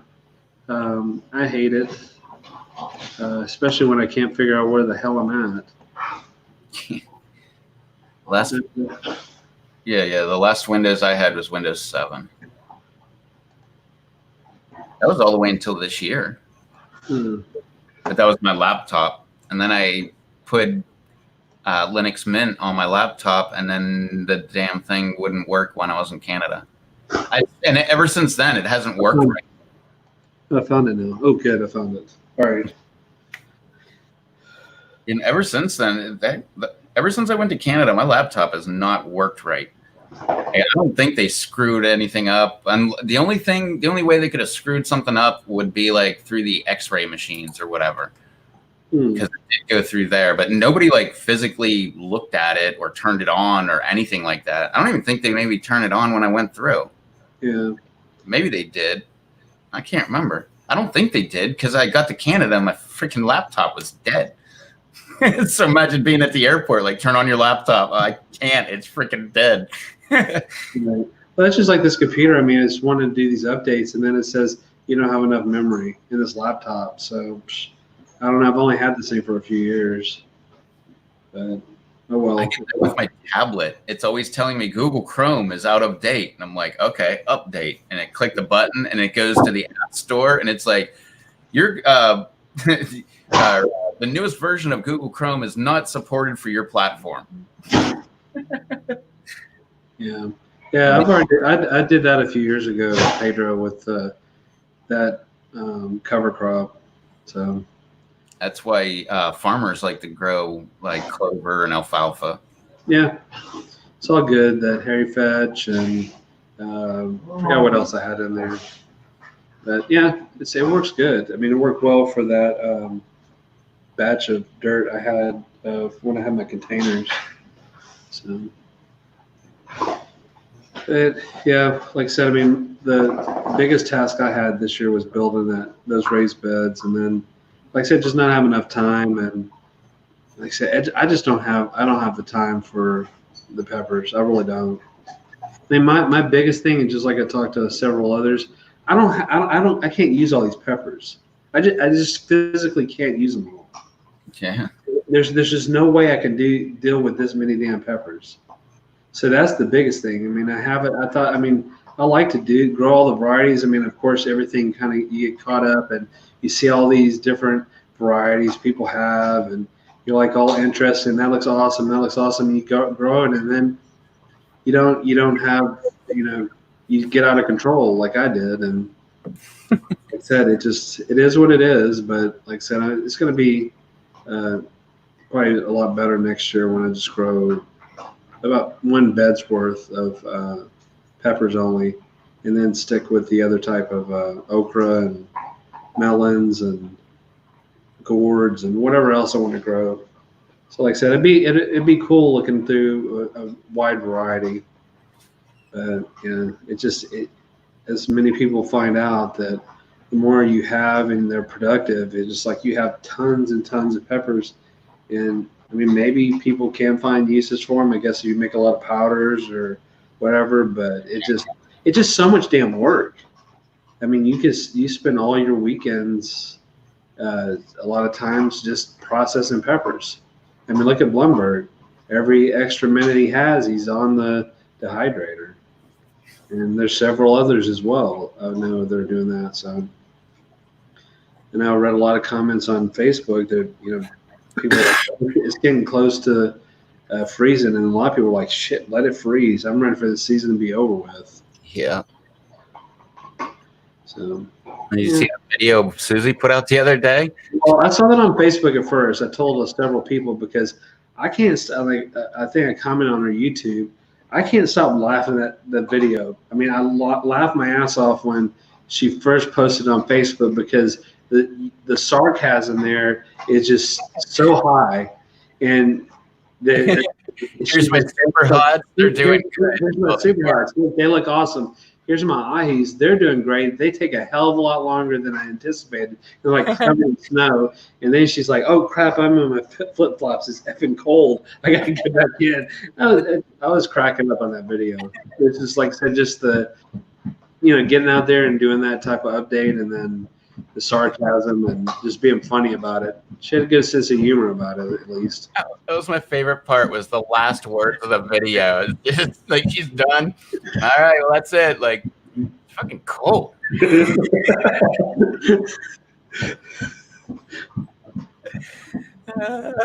great. Yeah, I thought that was very entertaining. The last video I had with snow, I didn't go out in flip-flops because I didn't wear shoes. I went out barefoot. Okay. Well, I said we only get it every 15 to 20 years, so it doesn't happen very often. The last time it was 3 years ago here when it kind of collapsed my old shade cover area. So remember that one. I had snow at the same time. Everybody had snow. Every state union had I don't snow. know what we're going to get this year. They're saying it's going to be a colder, wetter, kind of a lot of precipitation this year. So we'll see how it goes. Like I said, I don't want to get it too cold because, these guys can't drive in dry conditions. They don't need ice added on. So, and it's such hell getting around the city anyway. I mean, it's just a nightmare most of the time. I mean, they got all these projects, they're almost all done, then they go back and redo crap, and then for whatever reason, I mean, I still can't. I don't have an answer. I'm not an engineer. Apparently, you gotta know a lot more things. But why you would go and tear down a road, you have a detour, and you work on the detour roads at the same time you're working on the main road. I don't understand that. I mean, they like the other day I was going into town where I'm at on out northwest of town. It's sort of. Okay, so you go and they're working on the road. They closed the Beltway, which is one of our tollways. So you can't exit there. So if you can't exit the Beltway to go, whichever direction you're going the other way, you would have to go straight like I went, like I was going into town. Well, then they close every exit until you get all the way on into town. Like seriously, they're working on every exit. I'm like, so you block off the tollway system, then someone who's going to try to go a different route may want to exit and backtrack and do whatever they're. No, you can't do that. So you're basically stuck. You're going all the way into the loop system inside the damn city, damn near all the way because you have everything blocked off. There's geniuses for you. No, I really don't get it. I mean, that and the amount of merge lanes we have. I don't know if y'all have a lot of merge lanes or not, but I think merge lanes are about the stupidest thing also, because that's where all the bottleneck occurs on the roads. Oh When they merge. Because people don't know. I mean, people don't know how to get on the freeway, let alone merge. Because, there's a thing called an acceleration lane, which means the entrance ramp and then the lane to get on, but, they don't accelerate. They go freaking 5. So, and then you go and they're going 5, and then all of a sudden, then they want to get wild hair up their ass or something. Then they start going fast. It's like, you're trying to get around them or whatever it is, and then they start going fast, and then you can't get around that person or what have you. And then the type of person I hate is the ones that are going fast, but then the other ones are going in the other lane, like you want to try to get over, and they kind of block you in. It's like they know how fast you're going, and they're doing it to piss you off, where they say side by side. They could go faster because they're in the fast lane, but they go 68, and then you're going 67 or whatever, and then the other person over there is going 67, 68, and you can't go and do a damn thing. Most of the time, I just slam on my brakes and just go around them, and then go around, make a back track around them, and then just fly across both lanes. I mean, because it's ridiculous how people drive. I have been known to drive like that when I go like from here to Pittsburgh, because it'll be like some places there's like 4 or 5 lanes. And I'll just like go right across like 3 lanes, like trying to get ahead of like these slow people that for some reason want to be in the left lane. Right. I mean, just like one of our roads, I-10 that goes through Houston. Most parts it's 10 or 12 lanes. It's like the widest portion of a freeway in the U.S. And then it's still slow as hell. So we just had too many damn people. Yeah, I've been hearing that about. Well, I live like in the middle of nowhere, so it's different here. I mean, there's still like a lot more people here than 20 years ago. Oh, sure. For damn sure. I mean, they said, I think within a couple of years, we'll finally surpass, I guess, Chicago for the 3rd largest city. So, I mean, we're 4th right now, but I mean, it's still a hell of a lot of people. And where my parents live, I remember this was only 11 years after I moved. I remember I went back. I haven't been back there since like 2011. Yeah. But I'd love to go in other places, but I mean, it just costs a lot of money because all those type of places are fairly costly. I mean, I'd love to go to West Texas and then go in the hill country and be there. I did find a home there. Yeah. Yeah. I got pictures of it because I was like, you know what, this would be cool to have. So, like, this is the house. Damn, that's cool. Okay, then, it gets better. Then, like, this is the house with like the barn area, whatever. Nice. Right there. And then you can look and see, because it's got, I think it's 5 or 7 acres, and you got like the little creek going behind it and everything else. Yep. Oh, that is sweet. The only thing is, I'm lacking $592,000. They want for it $592. $592. So like $600,000 for 5 acres and 5 acres in a house. And the barn, or not, Yeah. not barn. It's one of those awesome sheds that I'd like to have. It's like open on the front, but covered on the side and the back. Yep. I always wanted one of them, or at least a piece of concrete that I can work on my truck on. Yeah. Well, there's others, but I mean, like I said, that's one of the towns I like to live in there in West Hill Country area. What would be awesome is I've always tried to do this. It's just I can't really get her done, I guess.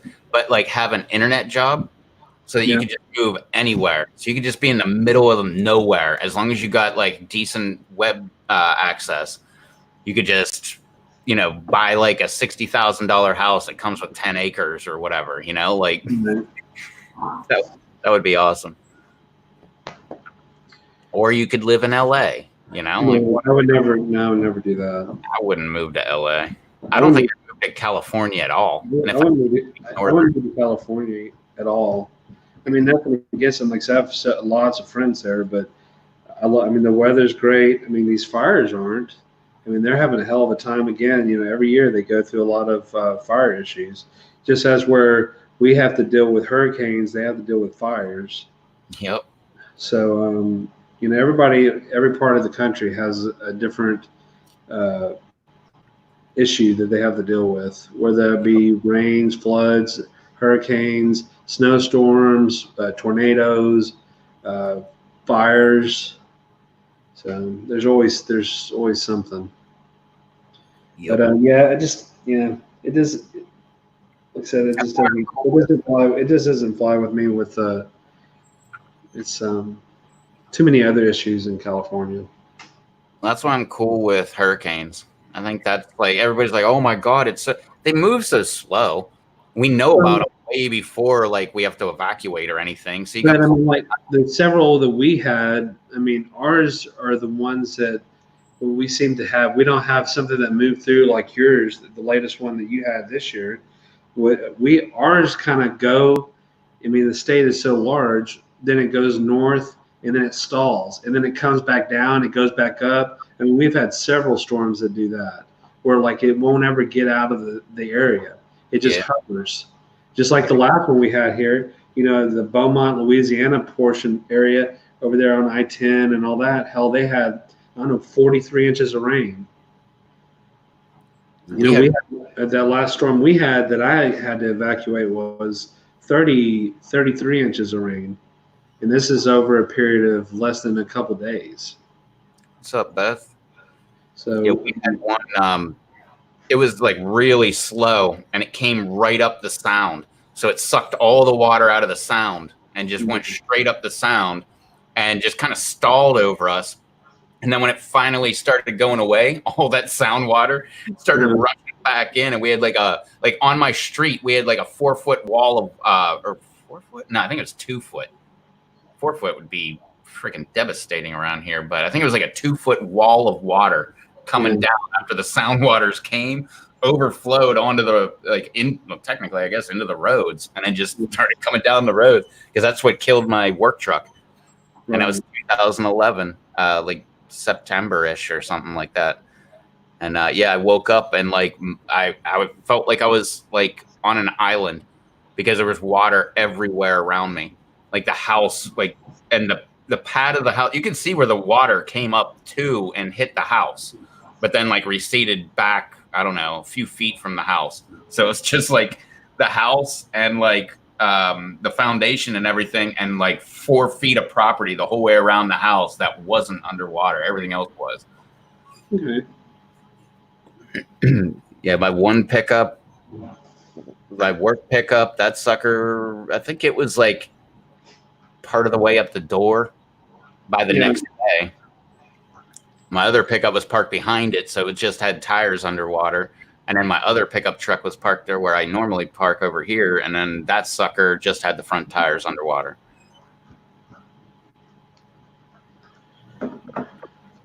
Man, I wish I knew where those pictures were, because we had a hurricane, or was it just a storm? I can't remember. It was one of them.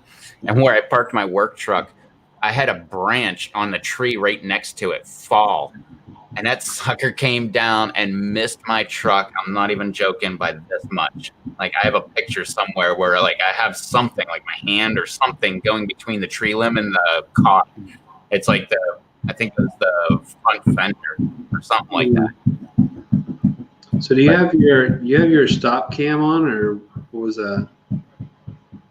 My stop cam? Or something? Because I don't see you in the stream. No, I should be here. Hmm.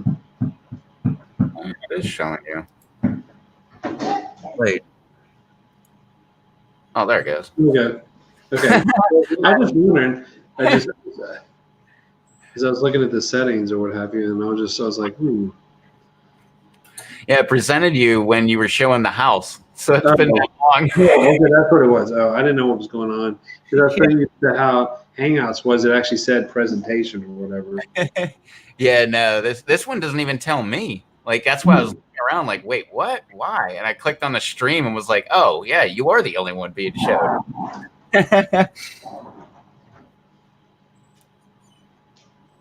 And that's another reason why I don't use a lot of these features that StreamYards has, because I forget about them. And I like this one. I always forget to do this, like where you can just click on people's like comments, and it'll just pop it right up. Like just go through like any of them. Like it's It does look. I mean, good when it's underneath that screen. I mean, it looks a lot better than it was like on a Hangouts or what have you. Yeah, I absolutely hate it when it's like this, and then you get these coming up, and it's like blocking someone's face, or you have like more than like what is it? More than two people. So there's a person on the bottom, then it just covers up their like entire face. Yeah, that's one of the reasons I usually try not to click on the comment things. Hey Beth, yeah. So it just I don't know. Like I don't do this anymore much. So it's the second time I've been on. I think in I don't know 3-4 months. Yeah, I like the StreamYards though. Yeah. You do a bunch of wacky stuff. Wait, what the hell does this do? Oh, it is me by myself. There's the small one, the big one.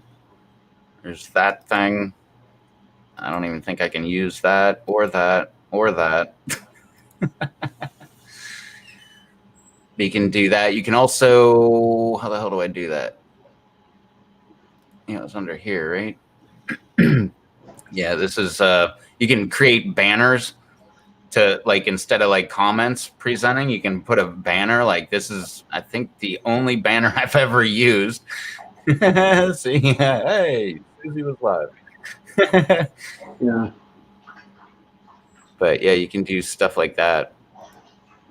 That's cool. I mean, like I said, that's kind of how. What was that program that you used? You render all your videos in? Oh, something. Oh, what? Oh, is that free program that you said that you do your? I forgot what it was. No, OBS is what OBS. you're. Yeah, but OBS, you could have done all that stuff like it is. But this seems like it's all incorporated in it, so you don't have to have all those issues that I mean I had when we're doing that show, the Three Pepper Guys. I was trying to get that OBS to make it so I can do all that fancy stuff, but this looks like it kind of does everything in there together, so it's pretty neat. Hey, what's up, Black Metal Troy? What's up, Bounty? The only downside versus Hangouts, like all these options, like I really don't care about that stuff. Like I'm more interested in just doing a live stream than that. But the downside is Hangouts, you could do 10 people. StreamYard, you can only do 6, and that's including yourself. I got you. So it's only 5 other people. But I did hear that they are changing that, and they are gonna like bump it up. I didn't hear what they're gonna change it up to. I don't know if they're going to 8 or 10. I think I heard 10. That's cool. But yeah, that'll be cool. Seems pretty neat. Like something I don't utilize or do it much anymore, but it is pretty neat. I mean, most people I don't think have more than 6 generally, but I mean, I know they do have. I know some people do. Yeah. Oh, New Year's we did. Oh my God, we had so many people on New Year's. Yeah, that was that's when we're still using Hangouts, so correct? Yeah. Oh yeah, we had like 10 people, and like when somebody would leave, somebody else would just automatically join. Yeah, I remember that stream. Like I said, I didn't kind of drop out of doing things until I don't know, what was it? Hell, I don't know. I can't remember. It was after April. Yeah, something like that. I don't know. Because I went to Canada the last week of April, and I think my first day back was the first day of May. Right. And the live stream I did the day before I left for Canada, you were on. Right. Yeah. Because you're like, tell everybody where you're going. I'm like, oh, crap. Yeah, I remember that. Yeah. Vaguely. That was funny. Yeah. Not an oh crap as in I didn't want anybody to know. Obviously, I made videos about it, but Right. I have that rule about like you never let anybody know on social media things you're doing. That's why I like YouTube, because it's always like an after the fact kind of thing. So like after you're home from your vacation, you can upload your videos and now they're up there and people don't think like, oh, he's in Florida, let's go rob his house. You know, can still do that if you choose. I mean, you can just go and do it on. I mean, well, if you do it like my videos are crap though. But it's just like with my phone, I just upload everything with my phone because I don't edit anything. I just go straight through. I do the smallest amount of editing that you can do. Yeah, like so that's why I like Instagram. I do Instagram mainly now, so I do shorter video clips, and that's pretty much it. Like I said, I did one of my. Well, I actually did that on YouTube as well. My hydroponic tomatillas. So Yeah, I did the one. Yeah, that thing's crazy. I'm doing all right, Bounty. How about you? I was semi-sore. I can't really watch it work. That's I mean, I can only stay on for like 5 minutes. So, plus when Bounty went on, it's like that's a busy time at work. So, like when you went on, that's when everything's kind of winding down. So, you can go on for a few minutes. I used to do that at work too. Like get back by the maintenance Wi-Fi and like, hey, look, somebody's live. Like hop in there and just be like, what's going on? Right. People are asking you to join. You're like, I'm at work.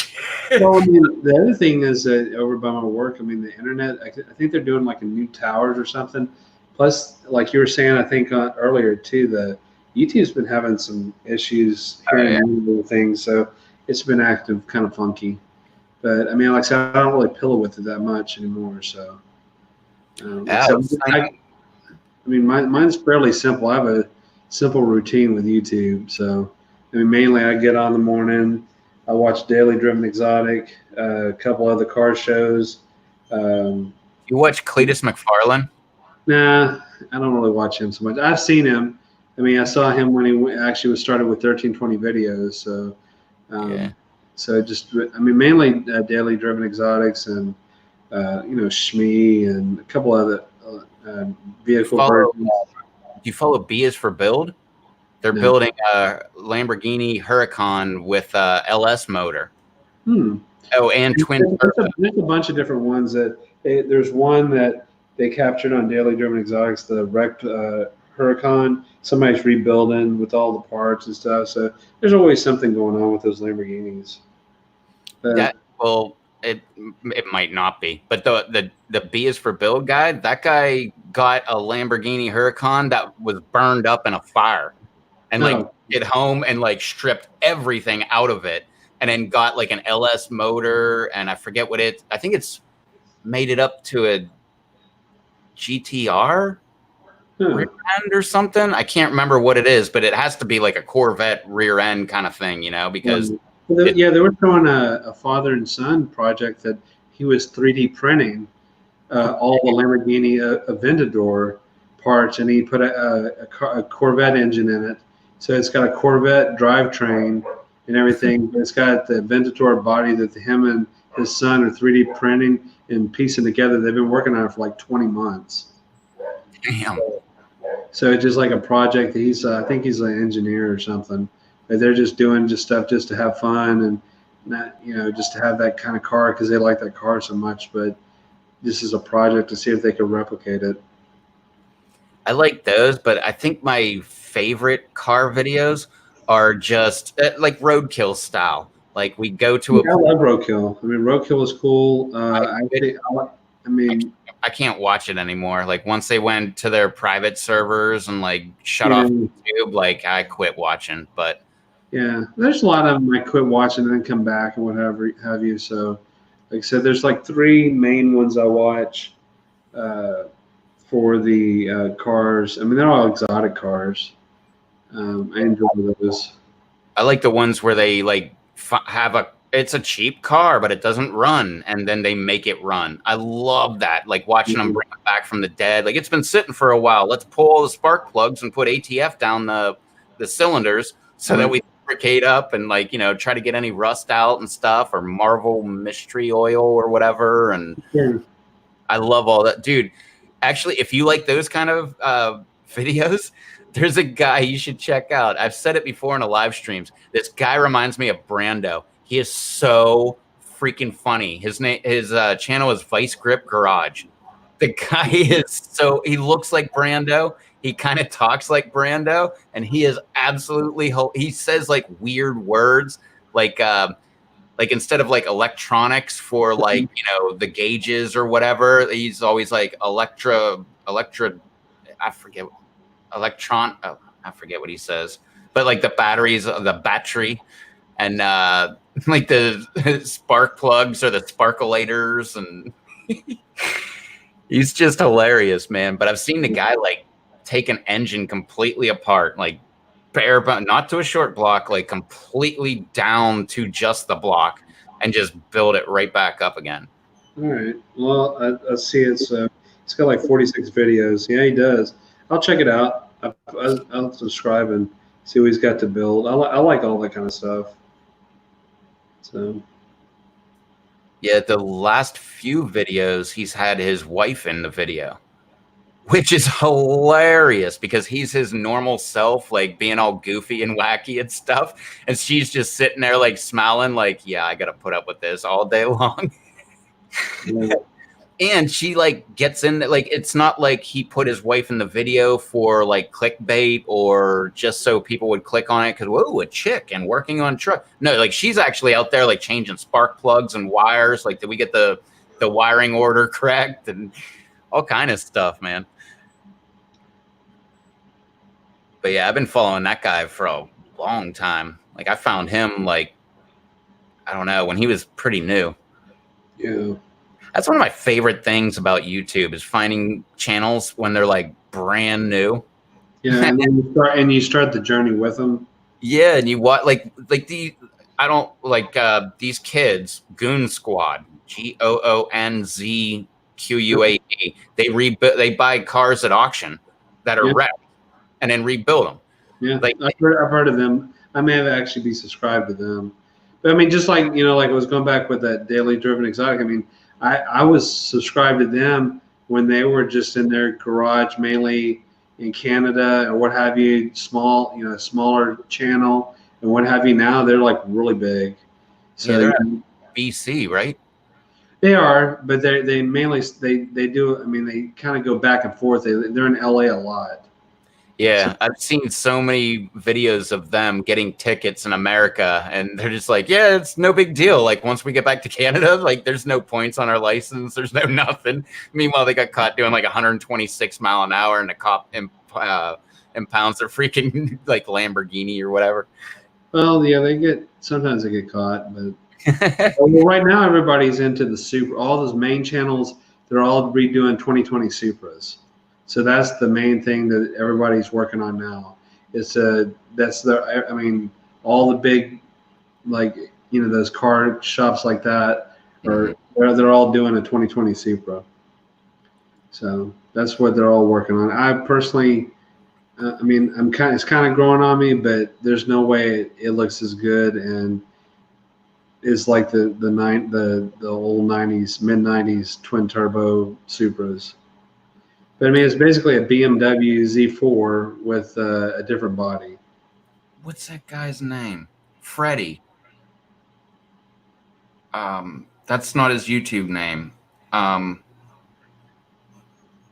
Shoot, I don't even know if I'm subscribed to him. I watched some of his videos.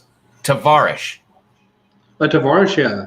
Yeah. He took he had like a something Supra. And then like over the weekend, he wanted to turn it into like completely like a Fast and Furious like makeover kind of thing. Yeah. That's what he said was in Fast and the Furious, they got that Supra and they modified it and everything and Yeah. overnighted parts from Japan, like $15,000 worth. Yeah. What's cool also is they've had a lot of cameos from some of the actors in Fast and Furious. Hector and what's his name? Where on Tavarish's channel? No, Daily Driven Exotics. Oh, nice. Yeah, did that and what's his name? The engine master guru guy with the Jetta. I forgot his name in Fast and Furious right now, but yeah. Oh, Jesse. Jesse. They've been having a lot with Jesse on there too, so it's been pretty cool. Like I said, I mean, they do a lot of different things. I mean, they go back and forth. I mean, good Lord, I mean, they're like drama crap there is, I mean, unbelievable how their blowouts happened with all these different shops that they go to and the feuds and all this stuff. I mean, like you look at some things and you're like, oh, that's pretty bad. You look at some of these, it's like a nightmare. It's like, it's crazy how much it gets out of hand with those guys. So pretty crazy. But it's interesting to watch. Like I said, I mean, I do that and I watch for whatever reason. I mean, I don't have any snakes or what have you, but for whatever reason, I like watching people deal with these venomous snakes and just that, like Tyler Nolan and Chandler and all this other stuff. They're crazy. I mean, I don't think I would feel comfortable. Of course, I'm not a registered person who can actually keep venomous snakes, but I don't think I would want in a room next to me or what have you, knowing that I have king cobras and mambas and gaboon vipers and all this weird crap next to me. No way. I'm just not that kind of person. Of course, they're confident, they're fine with it. I'm pretty sure, they have all locks and stuff on their cage and stuff, but I don't know. That would just. I wouldn't trust that. Like this guy I worked with, I guess he didn't work there. I guess he was good friends with a guard at like a gated community. Yeah. And the guard had a pet rattlesnake. And the guy would bring his pet rattlesnake to work and just leave it in the guard shack with him. Yeah. Like that is absolutely insane. I would never do that. Like all those guys have rattlesnakes as pets too. Oh, that is. They all have rattlesnakes. The Eastern Diamondbacks. They all have Eastern Diamondbacks. I think that's what this guy had. So I want to say that we have more Western here. So where y'all have more Eastern and Timbers, I think. Yeah. Right? Yep. So where we're at, we have more Westerns. So, but it doesn't matter. I mean, it's a damn diamond. I mean, it's a diamondback rattlesnake. So it still can kill you. Yeah.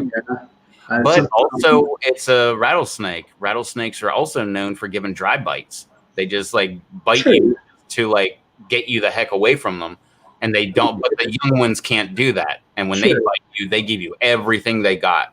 Yeah, I mean, if I was to choose, I would rather get bitten by a rattlesnake over a mamba or a cobra or a gaboon viper or something. That's a definite.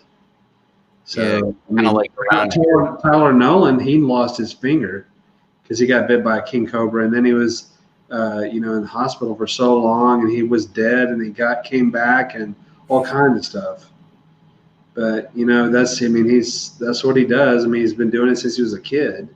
But that's just like their big debate is like, should all these YouTubers be free handling all these snakes? But there's a big debate on that, but they're confident in what they're doing. But sometimes, when you're trying to focus on so many things, you have a cameraman, you have an extra person to watch, you got all this stuff going on, and then like you lose your concentration or something for a second, that sucker will bite you, and that's it. Then it's game on. Get to the hospital. Hopefully you don't die.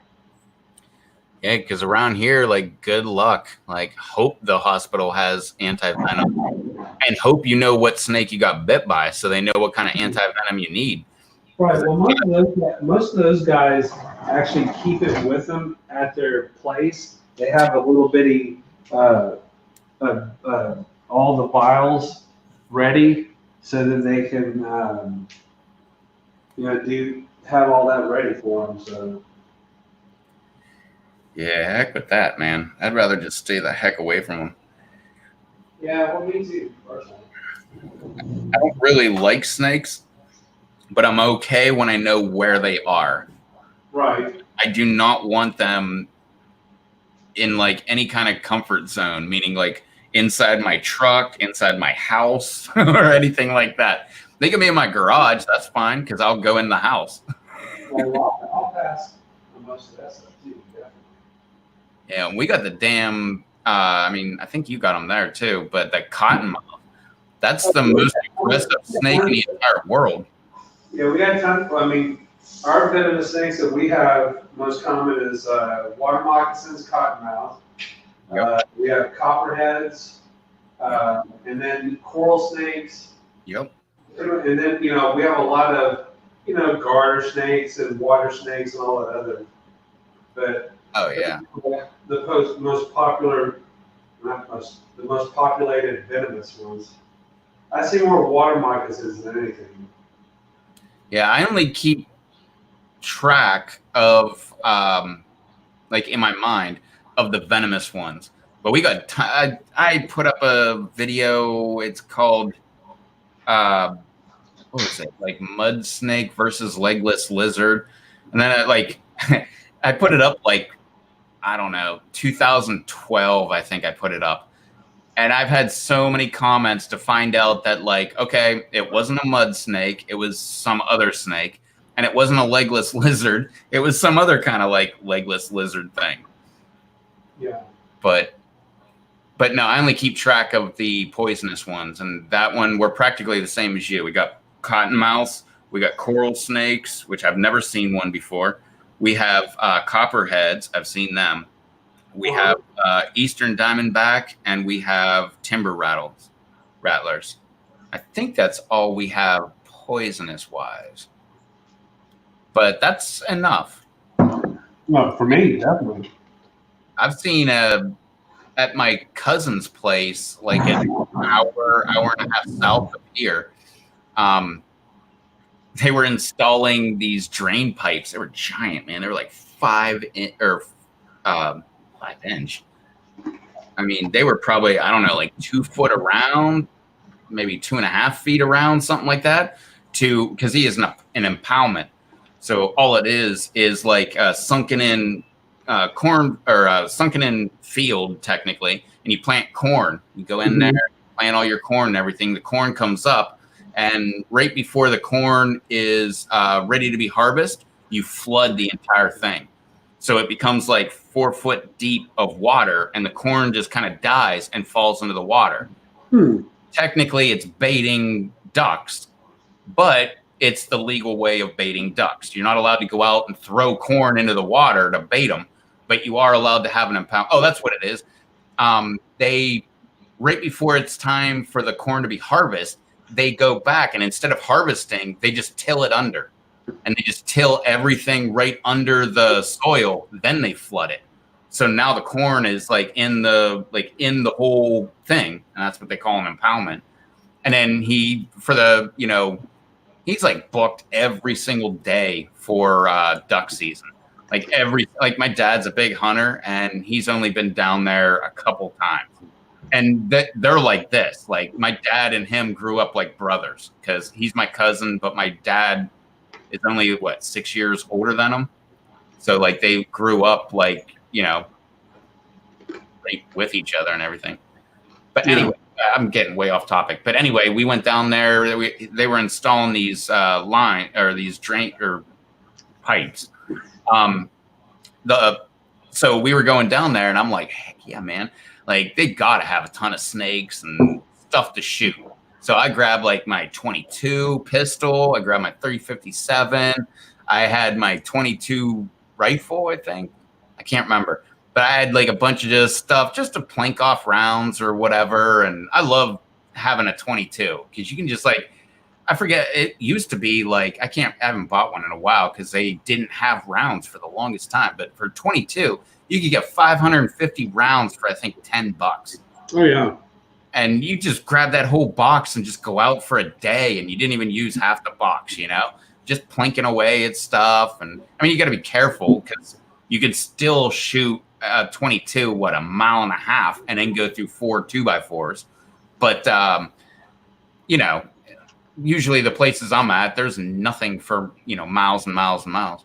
But so I took all this stuff down there. I'm all excited. Like, I'm going to shoot me a damn snake. I'm walking up and down. They got ditches on the side of the roads and stuff. I'm like, there's got to be a damn cottonmouth somewhere.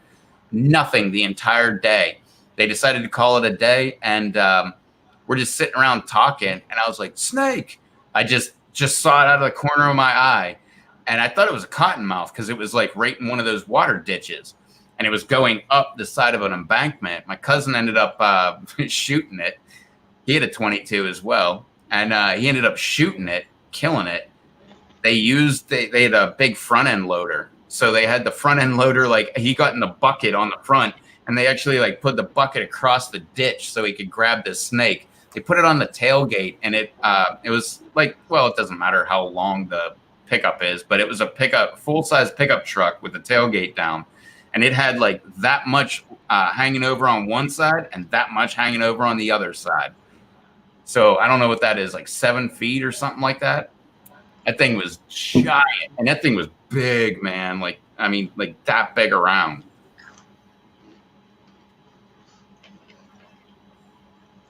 But yeah, that was insane. And not only that, but then they got it back over. They're like messing around with the freaking fangs and stuff.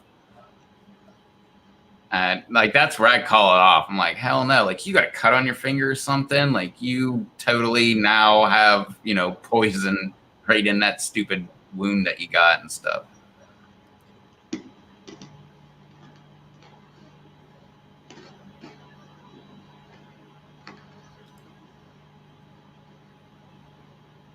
Blink.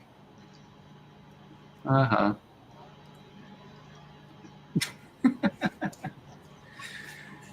Why would you kill an animal to eat it, you dipshit?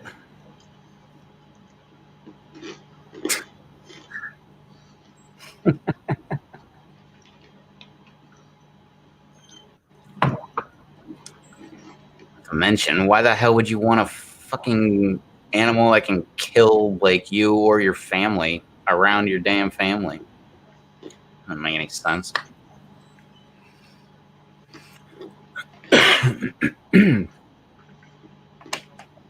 I do that all the time, especially around here. Like, I don't think you can see it. It'd be this way. What if I go out this way? No, you can't see it. But like right there is a loaded BB gun, or a pellet gun. That sucker's loaded. Got a whole pile of pellets. If I see a cottonmouth in the backyard, I'm totally using that. Not only that, but I got scatter shot from a 22.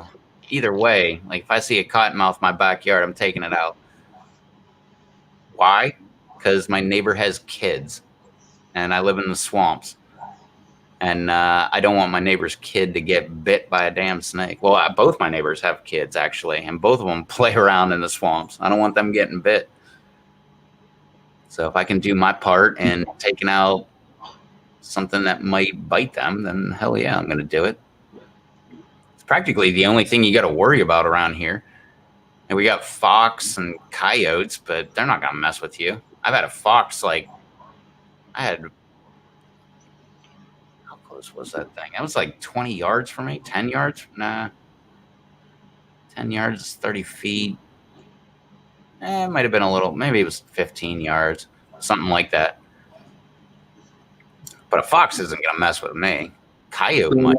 But Coyote might mess with your animals. So they both will mess with my animals. Yeah. That's why I lost a bunch of my ducks. It was, I know it was one coyote, and it was probably multiple foxes. And then, like a couple years later, I found out that we got bobcat too, because we caught a bobcat. Yeah. They'll do it. Yeah, they don't care if you have animals.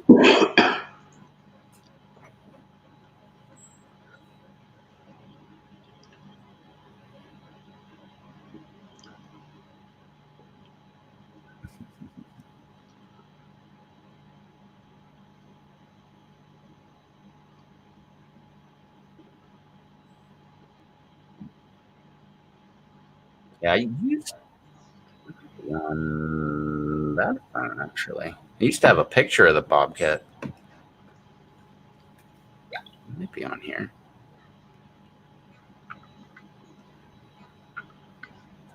What was that?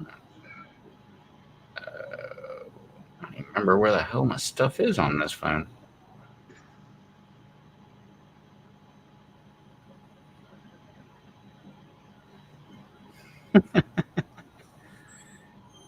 Man, it's been a long time since I used this phone for cameras.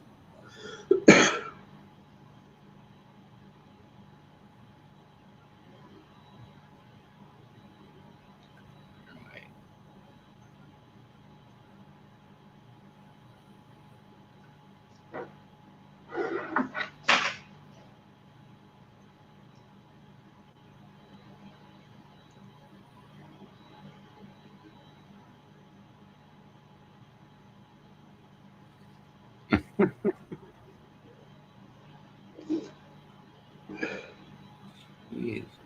Oh wait, I don't even think it was on this phone. I think it was the phone I had before this phone. Different phone, yeah. That's hilarious. Here's my dog wrapped up in a towel.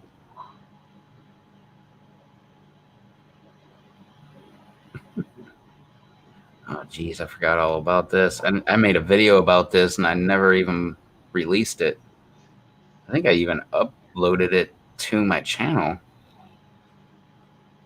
But then I had a falling out with the company and wouldn't release the video because I was about to talk crap about their company.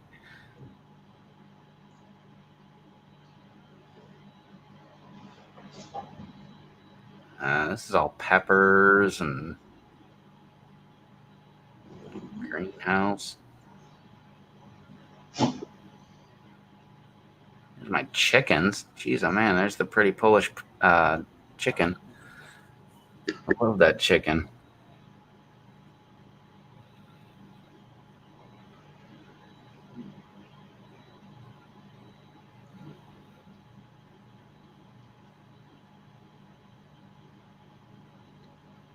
Oh, damn right. I forgot about that.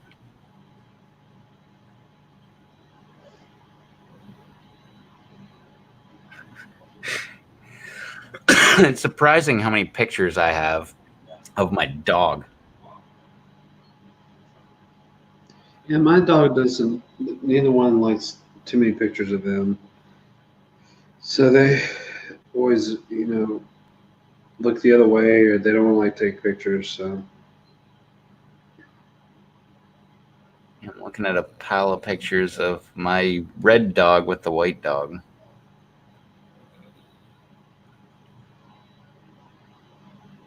Jeez, oh man, I took this picture with this phone? Really?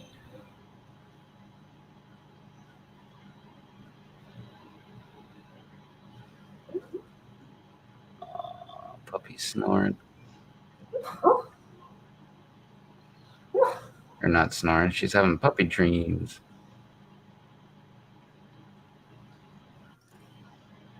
What the hell is this damn picture? Oh, I forgot about that. Wait, oh, damn it. Oh, I don't know how to select it. Oh, man. They had, you know that company Hurley? What are they, like a surf company or whatever? Right. They always have like hot girls on their posters. Like this one place that we would go, ironically, it was a pizza joint. They would have those posters up on the wall.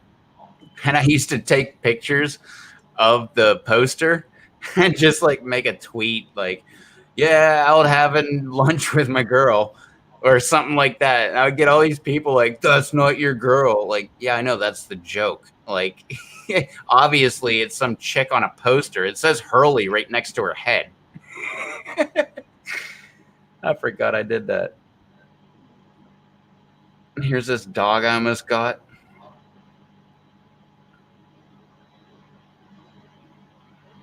It's kind of, when you start looking through your phone, you see all kinds of stuff. Oh yeah, here's a picture of my nephew when he was like 3, saying grace at dinner one night. I don't care what you think about saying grace, but that's a cute picture, man. I'm not a fan of like saying grace and stuff, but that picture is so cute. This little tiny kid with his hands together.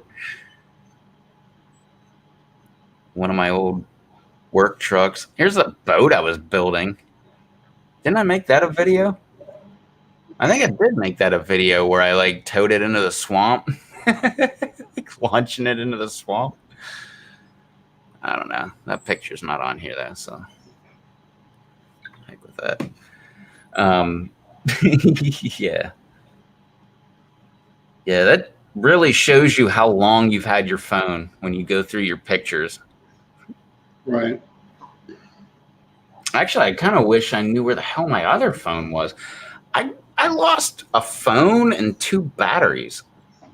I have no idea. I know where I put them, and they're not there.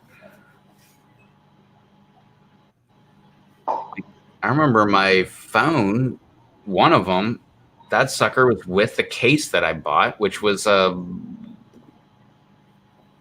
the hell's that really awesome case that you can buy? OtterBox. Box. Yeah.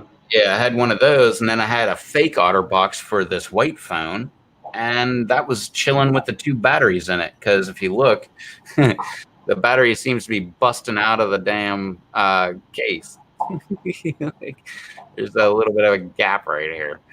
So yeah, I wanted to grab a different battery so it didn't blow up on me or something, but now I can't find the other 2 batteries.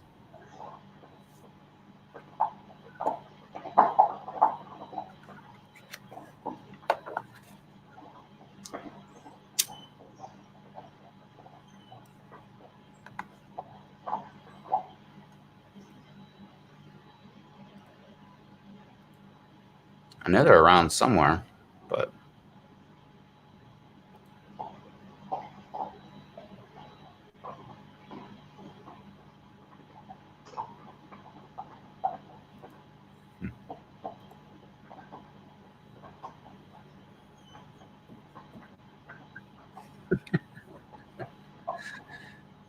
that's great.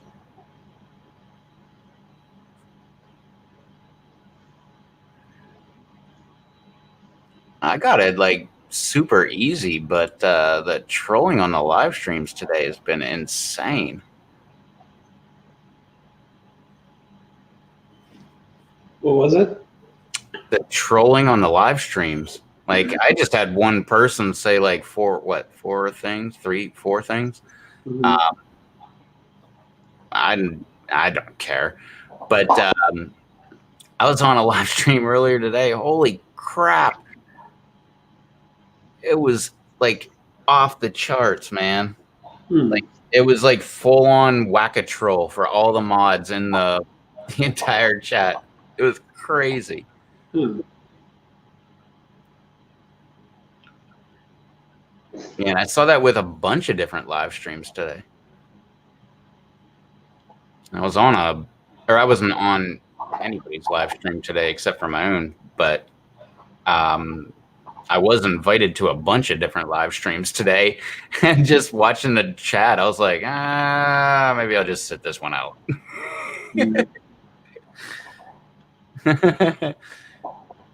It's that full moon. Yeah. Oh, where'd it go? Oh, it's gone. Yep. I could see it when I was leaning over like this. I was able to see it there a minute ago. It was yesterday, but it's the tail end, so it's still weird things happen a lot of times around the full moon time, day before, day after, day of. Because wasn't 13th the actual? Oh yeah, I guess technically today. I think it was the hunter's moon. So today's the 14th, I think. Yeah. Well, technically 15th now. Yeah. Yep.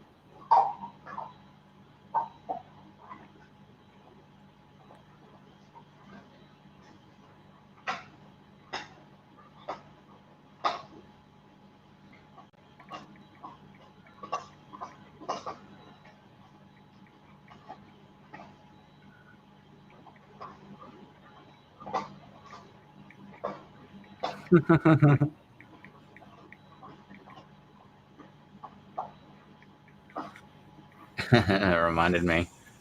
I had to tell somebody happy birthday.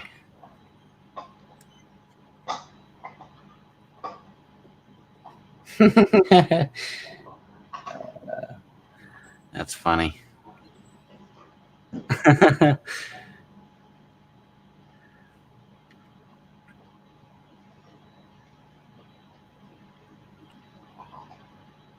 So, well, what other car channels do you watch? Do you just watch the like exotic type ones? Generally, like I said, I mean, it's like general. I mean, like if I go to work at 12 or whatever, just stuff I do watch in the morning real quick for like an hour or so. I think they're like generally 18 minutes an episode or whatever. So 3 channels, an hour and a half or what have you. So it's not too bad.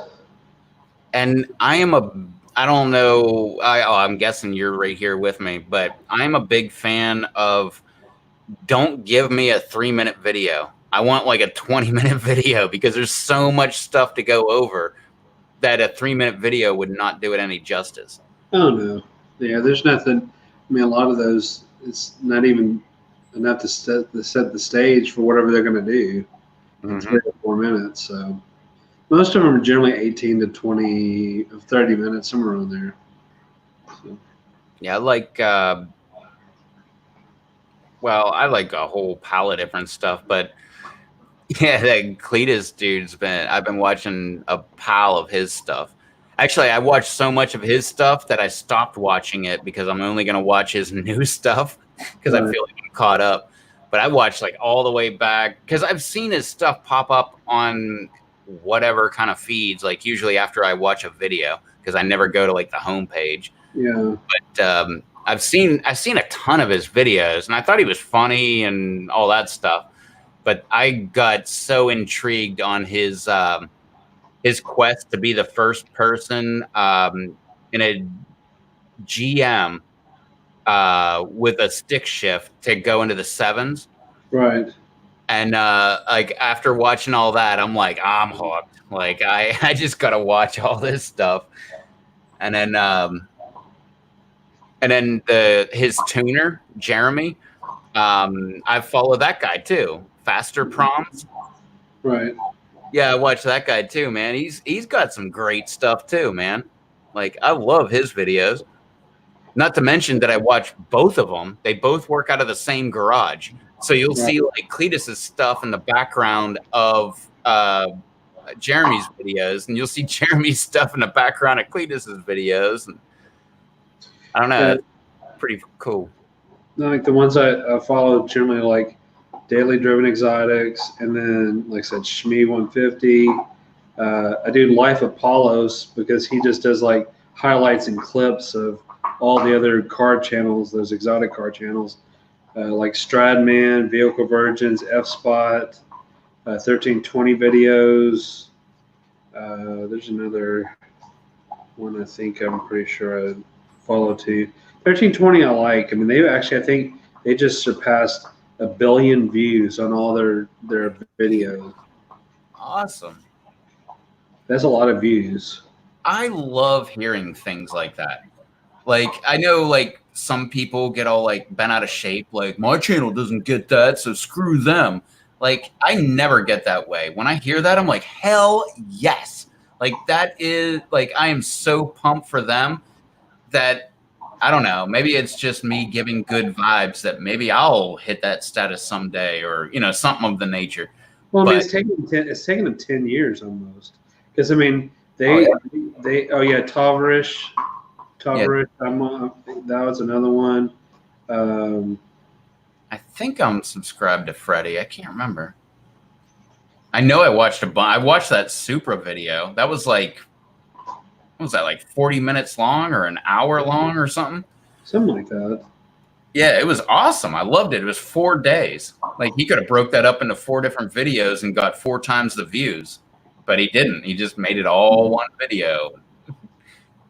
And what was it? It was something Pink, Josh Pink, or something, the guy that was helping him do it, like that guy was like so knowledgeable. He was just throwing down knowledge. Like, this is the, I forget what it is. The something Z engine that's in the Supra. What is that? The 240Z or? I forgot which ones. All to be honest with you. I know some engines, but they're usually by displacement or by, you know, liters or something like that. Like I know like the 305, that's a Chevy. 350, that's a Chevy. Like the, what is it? The 302 is the Ford Mustang, the 5.0.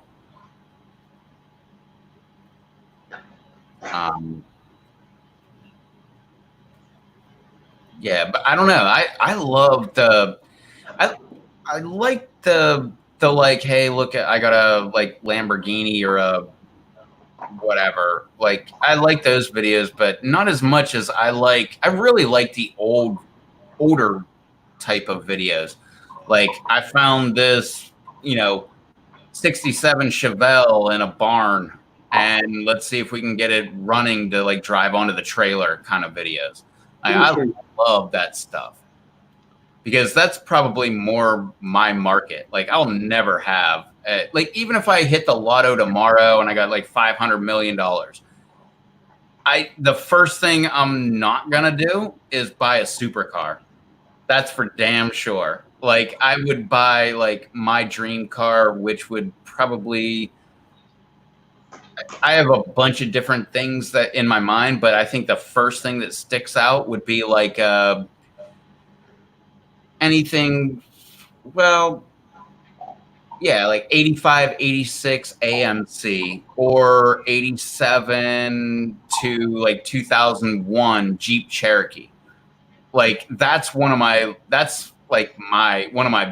dream builds right there. Like get the original 4.0, get it working, take the entire thing apart, the entire engine, regap the rings and throw a turbocharger on that sucker. Like that is something I really want to do. Like take a 4.0 6-cylinder straight six Jeep engine, add a turbo to it, and like just screw around with it. Right.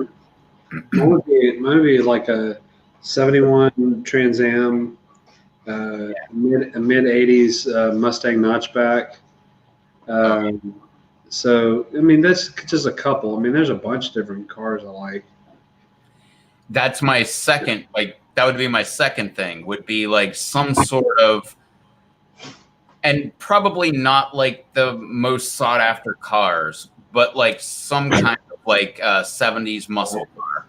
Like probably not like the Mach 1 Mustang, or probably not like the SS Camaro, but if I could get like a Camaro of, you know, 69, 72, something like that. Like I would love to do that, and complete like restoration, like take the body off the frame, redo, you know, take the frame down, paint it all up, like do everything completely all over. I would love to do that. But at the same time, I'd love to grab something of the sort, kind of like Cletus does. He's got like a cop car. He's got that Click Patrol car. Like that thing looks like fun. Like he takes that to car shows and he just burns the tires off of the freaking car. Like he did the same thing with Leroy. He did like freaking, what do you do? It's a C6 Corvette, I think. And he got that thing with line lock. It's a stick shift, but he got that thing with line locks all the way to 6th gear doing a burnout, and just sat there and burned the tires till he popped the tires. Like that seems like so much fun. I would love to do that.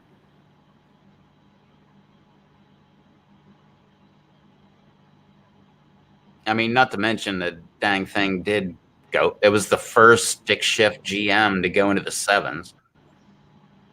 With what's he got? He's got dual turbos on that one, or twin turbos.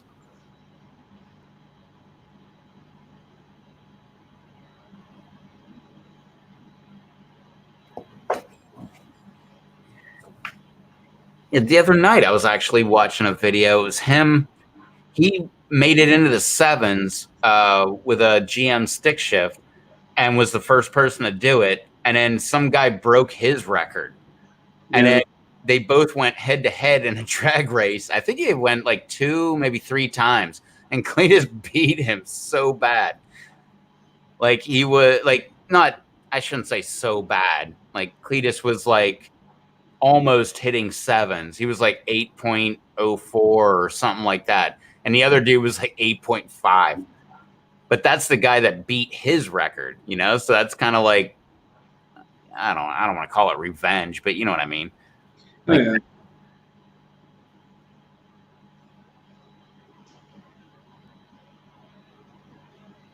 Yeah, and I haven't even been paying attention to all the stuff's going on because wasn't like this past weekend. I think that was like FL2K or whatever, like the Florida.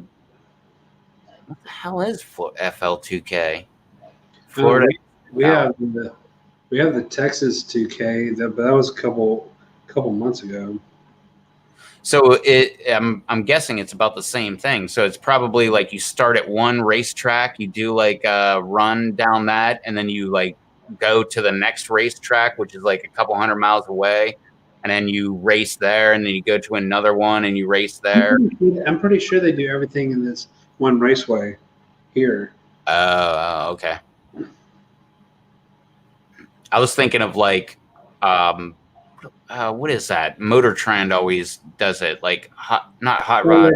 Yeah, I know what you're saying because they have to haul. I mean, actually drive their vehicles to the next one, but they keep like little trailers and stuff and all the tools and stuff they need in case something happens. Kind of trailing behind a lot. It's kind of weird seeing like a little trailer behind a muscle car, but they have all their stuff with it or what have you. Yeah, it's like a car with like the what do they call that? The bars on the back end to keep you from doing a wheelie. Yeah, wheelie bars. Wheelie bars, yeah. There you go. It's hilarious seeing a car with like wheelie bars, also with like a U-Haul trailer. Yeah, just like a little mini U-Haul. What is that? Not Hot Rod Weekend. It's it's right on the tip of my tongue. But yeah, it's like there's 4 tracks, but there's 5 races. You start at 1, you go to number 2, 3, and 4, and then you go back to the first one for the final one. They take your average of all your scores, and whoever has the best, you, I guess, win. Right. What the hell is that? I know this. I swear I just watched a video on it.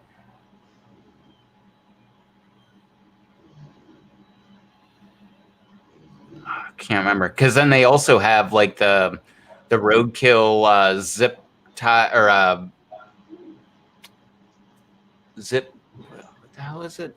Zip tie drag, zip tie something. Yeah, I can't.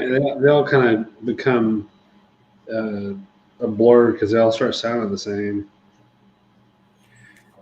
Yeah, there's one channel that I follow. They're out of Winnipeg, which is funny watching them because, you know, I know Susie and JT and Shocks, so I know like what the weather is and stuff. And like seeing their videos, I'm like, aha, that video is from a couple days ago. Like you didn't post it for a couple days. Like you totally had snow at that point. But the hell is the Sweatpants Posse?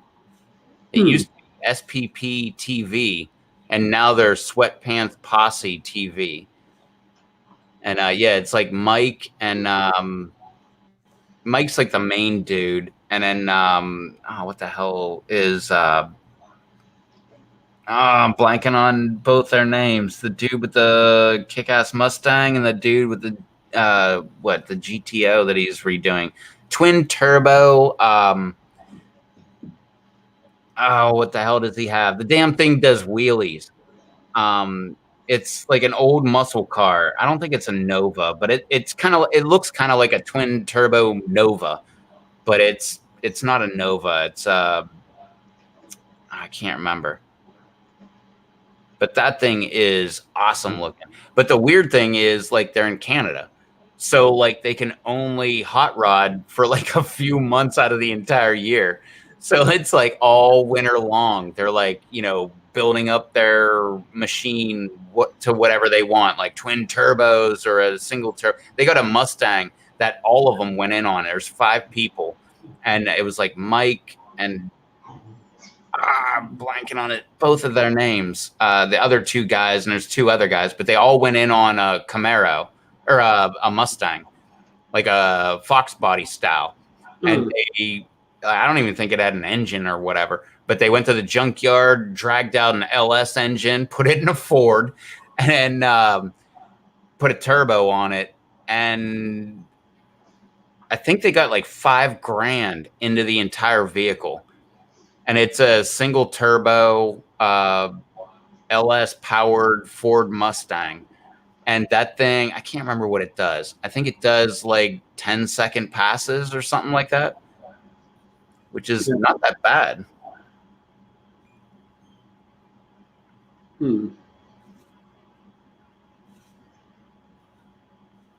yeah, I don't know. I've been following them for a long time too. That's another one of those ones where I found them where they were like, 1,000 or 2,000 subscribers, and I was like, no way. And now they're like, oh, I don't even know. They do live streams and they've got like 500 to 1,000 people in there. Well, that's just like on pepper related stuff. Brian Ames or what have you. I was following him before he had a large following, and look at him now. Brian, I don't think I know that guy. He's the one that does he does all those different spicy challenges, sauces. He does a lot of stuff with Dave's powders. He's getting pretty popular now, but I remember when he was starting out. Yeah, I love that when you find somebody that's starting out and you're like, this guy's gonna be big, and then next thing you know, they are. Yeah. Yeah, I got a ton of people that I follow that are like that. Then there's a lot of people you think that are going to be big, and they wind up not being. Yeah, there's a bunch of them too. The weird thing is, the ones that were small and then got big, I don't think I've ever put a comment on their channel. Yeah. Like I said, some people look at. If you look at some of those big channels, there's no way you could go through all those comments. There's like, thousands of comments or what have you. Yeah. It's like when they do a live stream, it's just like, it's just like it's crazy how fast it's going through. There's a couple of different people that I follow that when they go live, the live stream goes so fast that they only read the super chats. Yeah. Because that's the only thing that they can read, because the chat, literally, I can't read it. Like, it just flies right by. Right. That's insane. Like, a couple of them, oh my God, man. I tried to keep track, and I think in one night, in like 10 minutes, one channel, because they quote, forgot to turn off super chats, they got like over $1,000 in 20 minutes. Yeah. And they weren't like there was a couple $100 super chat type things, but most of them were like $2, $5, $10, the occasional 50 or 100. But like most of them were like low dollar things. And it was pretty much because that's all the chat that they're going to read in the live stream. Oh yeah. They'll tell you that. They'll tell you, a lot of them will tell you that up front. They're like, we'd like to read everybody's, but it's not possible. Yeah. And I believe them. I've seen it. Like, I've tried to read them myself while I'm in their chat, not even on their live stream, And I'm like, I don't even know what that guy said. Like, he said something. I would have to like scroll up to find out. Right. And you got like 100 people asking the exact same question. That's the thing that drives me crazy. Like, what's going on with blah, blah, blah, like whatever the thing in their last video. Right.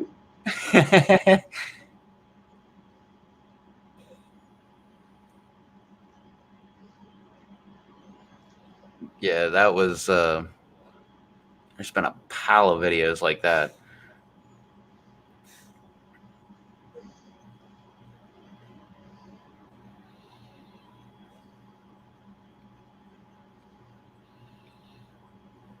But yeah, I like watching all that stuff. But I do feel like once a channel gets to a certain point, like it's almost no point commenting on there. Oh yeah, they're not going to look at it. Yeah, and that's also within reason. Well, I guess it depends on what the comment is. They Well, will. Sometimes they'll get people they know personally who's in those comments, or looking through them and say, "Did you see this person?" They'll tweet it, whatever the hell they communicate with that person, and they're like, "Holy shit! Let me go back and look and see what this guy said, either positive or negative," because they'll go and address a positive comment as well. And there's also like people that I know that are big, like there's like JT and Shocks. Shocks she's like twice the amount as JT. Right. But actually Shocks is about to become monetized on her secondary channel.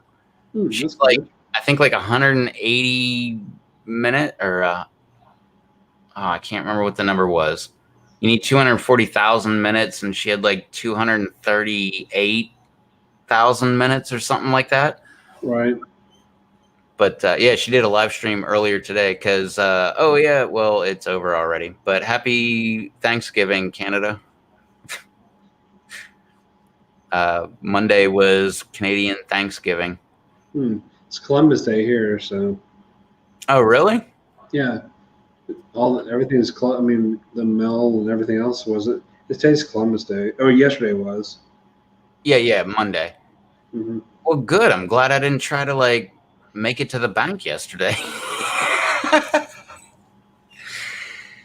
yeah, it was Canadian Thanksgiving. So ours is in like a month plus. But yeah, it'll be here before you know it. That's for sure. It's flying by. Oh yeah, it's my favorite holiday though. Love Thanksgiving. Yeah. You just eat. Like you just show up and eat. I think I might have to work this Thanksgiving probably. I had to work last Thanksgiving, but they gave me a free turkey, which was awesome. Like they were just like, come into work, grab your turkey. And I'm like, what? And they were like, yeah, here you go. Here's a 20-pound turkey. I'm like, damn, this is awesome. Took that sucker home. So Wednesday before Thanksgiving, I had Thanksgiving. I had the day off, but I worked Thanksgiving. So I made all my stuff. I took pictures. I think I put it on, well, it wasn't Instagram, but I put it on, where did I put it? G+, I guess, back then. And yeah, but no, and then Thanksgiving Day, after I was done working, I came home and had leftovers, which is my favorite part about Thanksgiving. Right. I love it. I never eat turkey all year long until Thanksgiving, and then I eat. Yeah, I eat it for like 3 days. Oh yeah, like 3, 4, 5 days. I eat it until I'm sick of turkey, and then I never want to have turkey again until Thanksgiving comes back around. Right. But my family's never done it's Christmas, let's do a turkey. Like I think for a little bit we did like a ham. We did ham. We normally do ham unless like my stepdad or whatever gets a free turkey from work. They do that a lot on all the holidays. So Thanksgiving, Christmas, they'll give them a free turkey. So you have a free turkey, might as well use it. Hell yeah. Unless you're gonna wait from Christmas all the way until Thanksgiving again to thaw that sucker out, and then people don't want to. I mean, they have other, freezers in the garage and everything else too, but you don't want to store a damn turkey all year round. No, we I think we did ham for Easter, which that went away. I don't even remember. Or no, we did do ham. I think the last couple times we did Easter, but that was like 10 years ago. Right. But we always did turkey for Thanksgiving. Of course, you got to do that. The best one was the year, I think we had 3 turkeys. We had a fried turkey, we had a baked turkey, and we had a smoked turkey. That was the absolute best Thanksgiving ever. But for Christmas, we we, as in me and my sister, convinced my parents to. Well, we were like, you can like we were older at this point, but we were like, you can get us less stuff if we can have for Thanksgiving dinner. We want like prime rib and lobster, and that became like our staple for Christmas. Is every Christmas we have prime rib and lobster, and like when we started it, like we didn't really have that much money, so it was a big deal. So like there was like, oh, half the presents you were gonna get, like you don't get, kind of thing, you know. Right. But we got this awesome meal, and me and my sister were like, this is great. And then my parents like came into some money, and then all of a sudden, like my dad had a contact in Maine who would ship them live lobsters and, you know, just different stuff like that. And all of a sudden we were having like awesome freaking meals. Yeah. Well, the prime rib definitely wouldn't work with my family. So that's a definite. None of them, you know, that my immediate family that I'm closest to, neither all three of them would not eat prime rib. Why? They're all hung up on eating cardboard. Gross.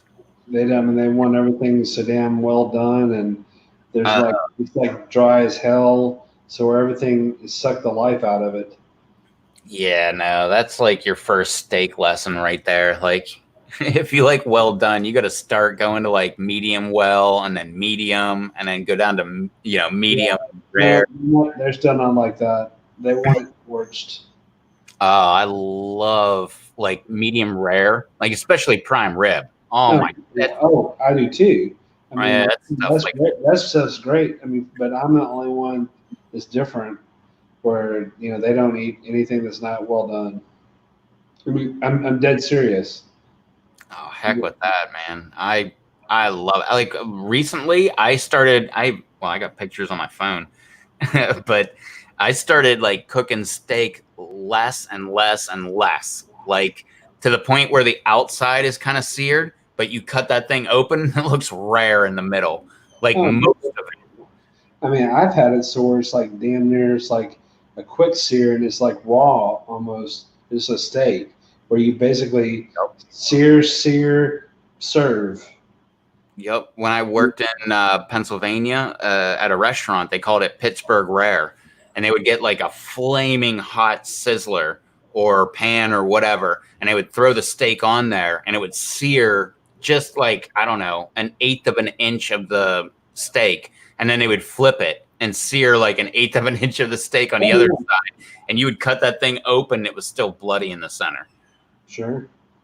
And I never tried one, but now that I'm older and like steak like that, oh my god, I wish they were still in business, because I would go back there just to get one of their steaks. All right.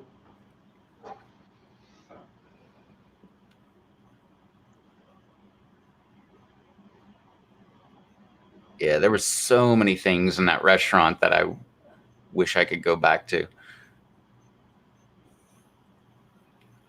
That was pretty much the restaurant that taught me how to, like, I don't want to say like make a recipe, but like put things together.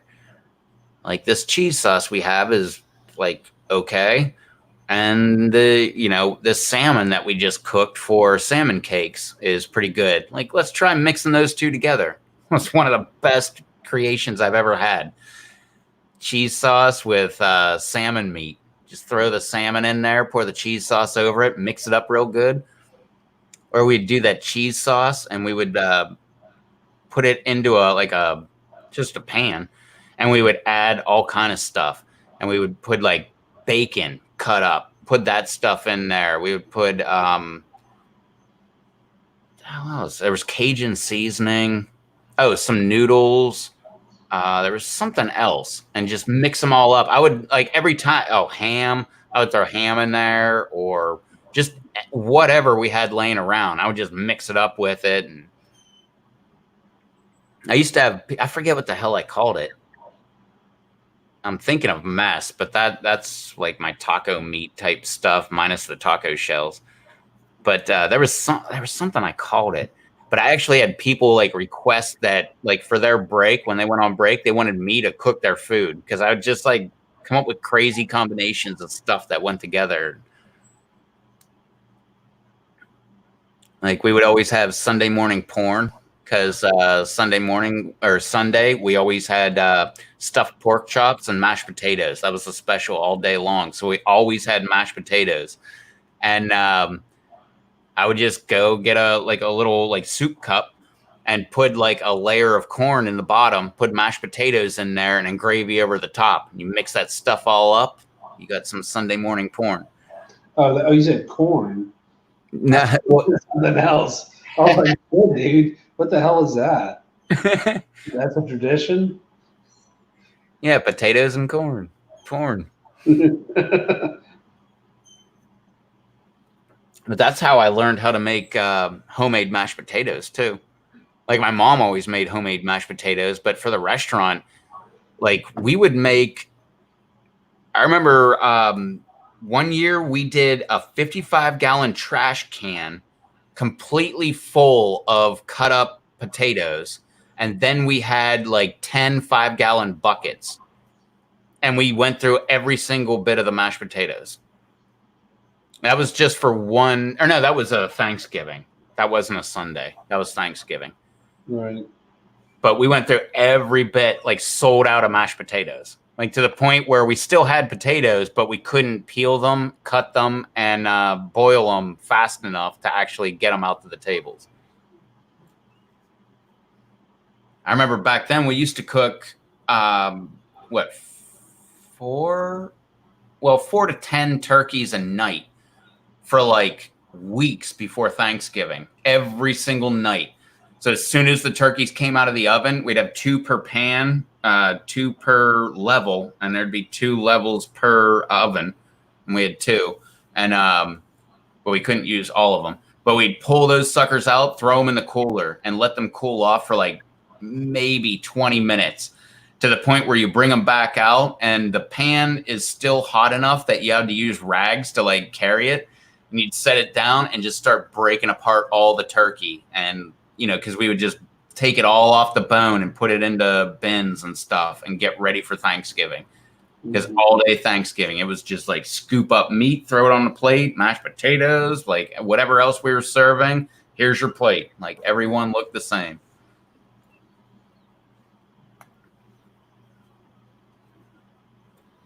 But yeah, I miss those days. I ate so well.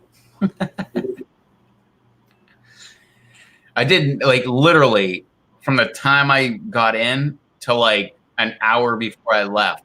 All I did was eat all day long. Like oh, it's so great. Every time you walk into the cooler, it's like, well, there's, you know, sliced turkey over there for, you know, like a turkey Reuben. Grab a, you know, one piece of turkey, throw it in your mouth, maybe wrap it around a pickle. Like we had 5-gallon buckets full of pickle spears, and just wrap it. I'm a big fan of just keep constantly eating dressing and rolls. I love that. Where you have a lot of rolls, and then you have like the dressing. Of course, I like the turkey as well, but I just something about dressing. I really love dressing. One of my absolute favorite things to do while I was there was what we called a palm salad, which like we would make salads. What was it? 6 or 9 per tray, and we do like 8 or 10 trays at a time, something like that. But so we had like tons of salad stuff sitting around. What you'd do is you'd take your hand and put it out, and you would put like lettuce and like fill the palm of your hand. And then you take like 1 tomato slice and throw it in there, and like 1 cucumber and some black olives and whatever. And you wanted some dressing, just kind of like pour it right over top of your hand. And it was just big enough that you could shove it in your mouth. And, we would do that all the time, man. I mean, I must have washed my hands like thousands of times just because I would eat one of those suckers. Like, you can't just keep on making food after you just licked your hand, Like, Right. then again, I've washed my hands so much that in the wintertime, the backs of my hands would start cracking and peeling. Well, mine always do that. Oh, since I didn't have that restaurant job, they haven't done that, but I moved here and it's kind of more humid, so maybe that helps.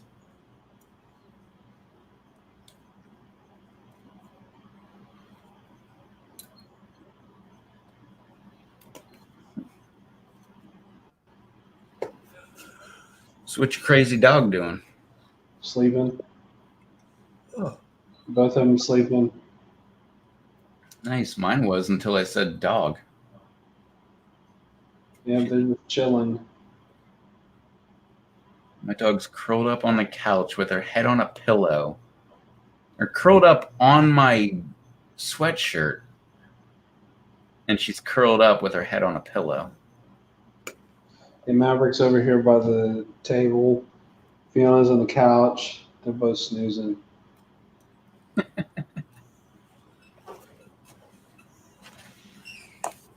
Cute puppies. Oh, he's wagging your tail.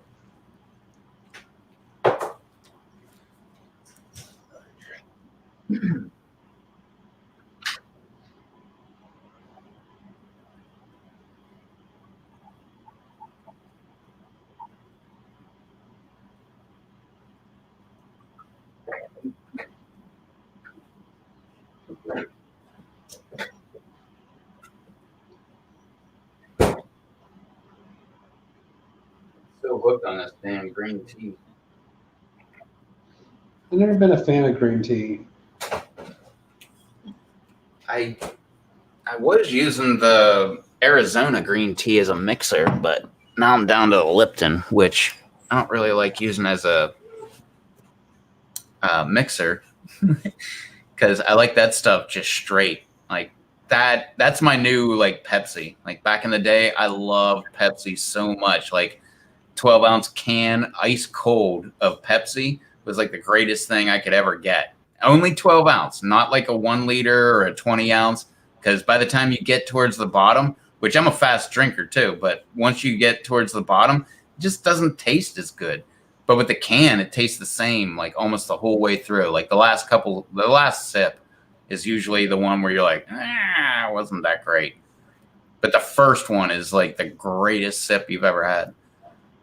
But now that's how I feel about this Lipton green tea stuff. Like every night when I make dinner, like I have to have a glass of that stuff. Like, no alcohol in it, just straight up green tea. Tastes awesome. Mm. Yeah, I love that stuff. But they're also like oddly out of stock at my grocery store sometimes. Like they always have the diet Lipton green tea. But it's not always that they have the regular Lipton green tea with the high fructose corn syrup instead of the aspartame. I guess you can make it yourself. Yeah. I like this stuff just because it's like the candy green tea. Like they put it together, like it's not exactly green tea. There's probably too much sugar in it, stuff like that. But I don't know. Well, you can always make it yourself with too much sugar. Yeah. So I might try that. Maybe give it a whirl. See if I like green tea again. Because I have a tea maker, so it's just like a coffee machine, but it's just for tea. Nice. Just put the bags in there and has a little pitcher that goes in there, and there's your tea. Yeah, I got 2 coffee makers and I haven't used them, I think, since last October. Because like where I was working, they had free like gourmet coffee. And after going there, like working for like a week, I was like, yeah, screw my crappy coffee. Or no, I think I made it for like the first month. But after that, I was just like, heck with that, man. I'd rather just get coffee at work. Because, like, that was my thing. Like, I would show up, go in, punch in, and, like, if there was somebody there to talk to, I would talk to them. And if not, I would go straight for the coffee maker, fill up a cup of coffee, and then, like, roll out. And I wouldn't even do anything until my coffee was done. I'd make it out to, like, because I'd have to walk across the whole parking lot to the maintenance warehouse. Right. And I'd walk all the way over there, usually spilling my coffee on me the entire way because we never had lids. But I'd make it all the way over there, and that's the only place you could smoke. So, like, immediately after punching in, I grab myself a coffee, walk over, and light up a smoke. I didn't do anything until I was done with my smoke and my coffee. Well, I would, like, get my golf cart out and put my tools in there and stuff, but that was it. Right. I'd go through my work orders, like, oh, what do I got to do? Oh, I guess I got to go do this one, but I'll go do this one first. And, oh, I'm going to need some parts. Let me go in here and grab some parts out of the warehouse.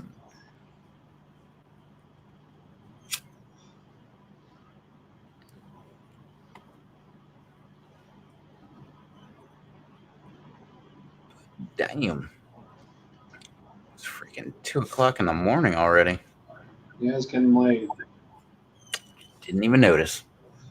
That's the thing with the live streams. You never know how long they go. You just, like, look.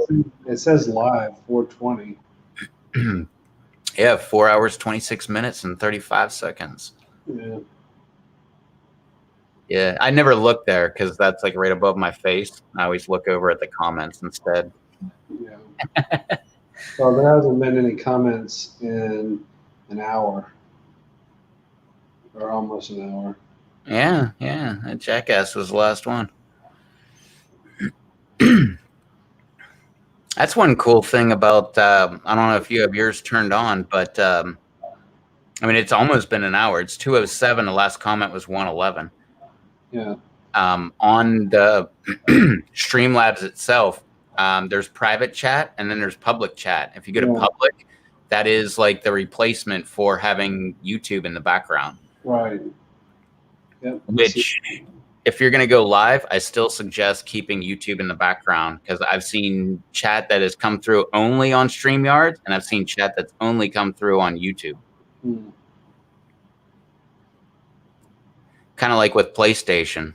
Sometimes PlayStation screws up and no comments come through, but yet people are. My PlayStation, or whatever, I'll be watching something, and then I'll stop after I'm viewing it for an hour or something, and then it, like, starts with another one. It does the weirdest thing for whatever reason with live streams.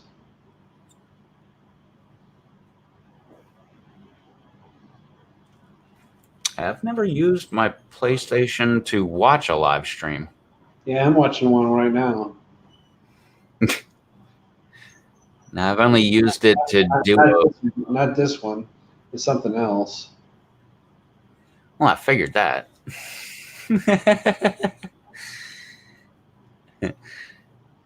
I've never done that at all. I should probably do it just to say I've done it. Well, then there's a way to do the comments, so the comments will come up on the streaming through on the TV too. So it'll just say comments enabled, and then start to spin out the comments also on whatever live stream. All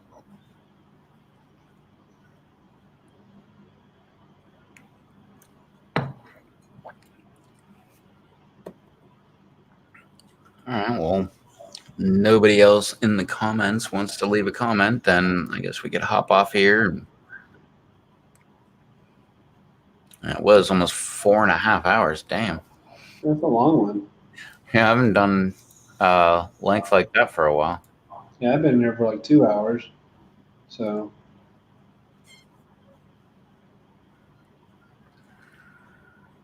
So cool. All right, well, screw it. Let's hop off. And yeah, so if you're watching, hit the thumbs up or whatever. I don't care. Hit thumbs down. I don't give a shit. Hit whatever you feel like hitting, whatever makes you fall asleep at night. makes you feel better about yourself. Exactly. I really don't care because it counts the same for me. It Yeah. only goes against the people who give a thumbs down because YouTube will give them less, like things like this, less in their feed. Yeah, but these people aren't looking for feed. The people that regularly do this, Eh, they seek that person out. So it doesn't matter. They're going to get it no matter what. So it's all good. I Still know. counts the same to me, so I don't really care. Do whatever Right. you feel like. Check out Charles. I'm sure. Well, check him out on Instagram because apparently he's doing videos over there more. I do a few things here and there. Like I said, I'm so busy at work. I don't do much like I used to. What is your Instagram? I follow you, but I don't remember what the name is. My name? So Charles P. No, my actual name. Oh, okay. Well, check out Charles P on Instagram. You can figure out his real name. You are following. Pretty sure I'm following. Aren't I following you? I don't know. I don't look at too much into the details. I don't even know how to find out if I am following you, actually. It'll go. You have to go to the little bottom right screen, then it'll have the little silhouette of a person or outline, and then it tells you post, following, followers. If you're doing it on your phone, which I do most of, I mean, I never even done Instagram on my computer. It's always on my phone. Fuck.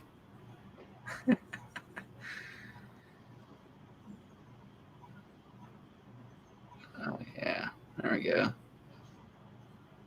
Pretty sure I follow you. Most people that are in my live stream, I follow. Although I don't use Instagram like at all. Mm, Yeah, I follow you. that's cool. Yep. Your name underscore your last name.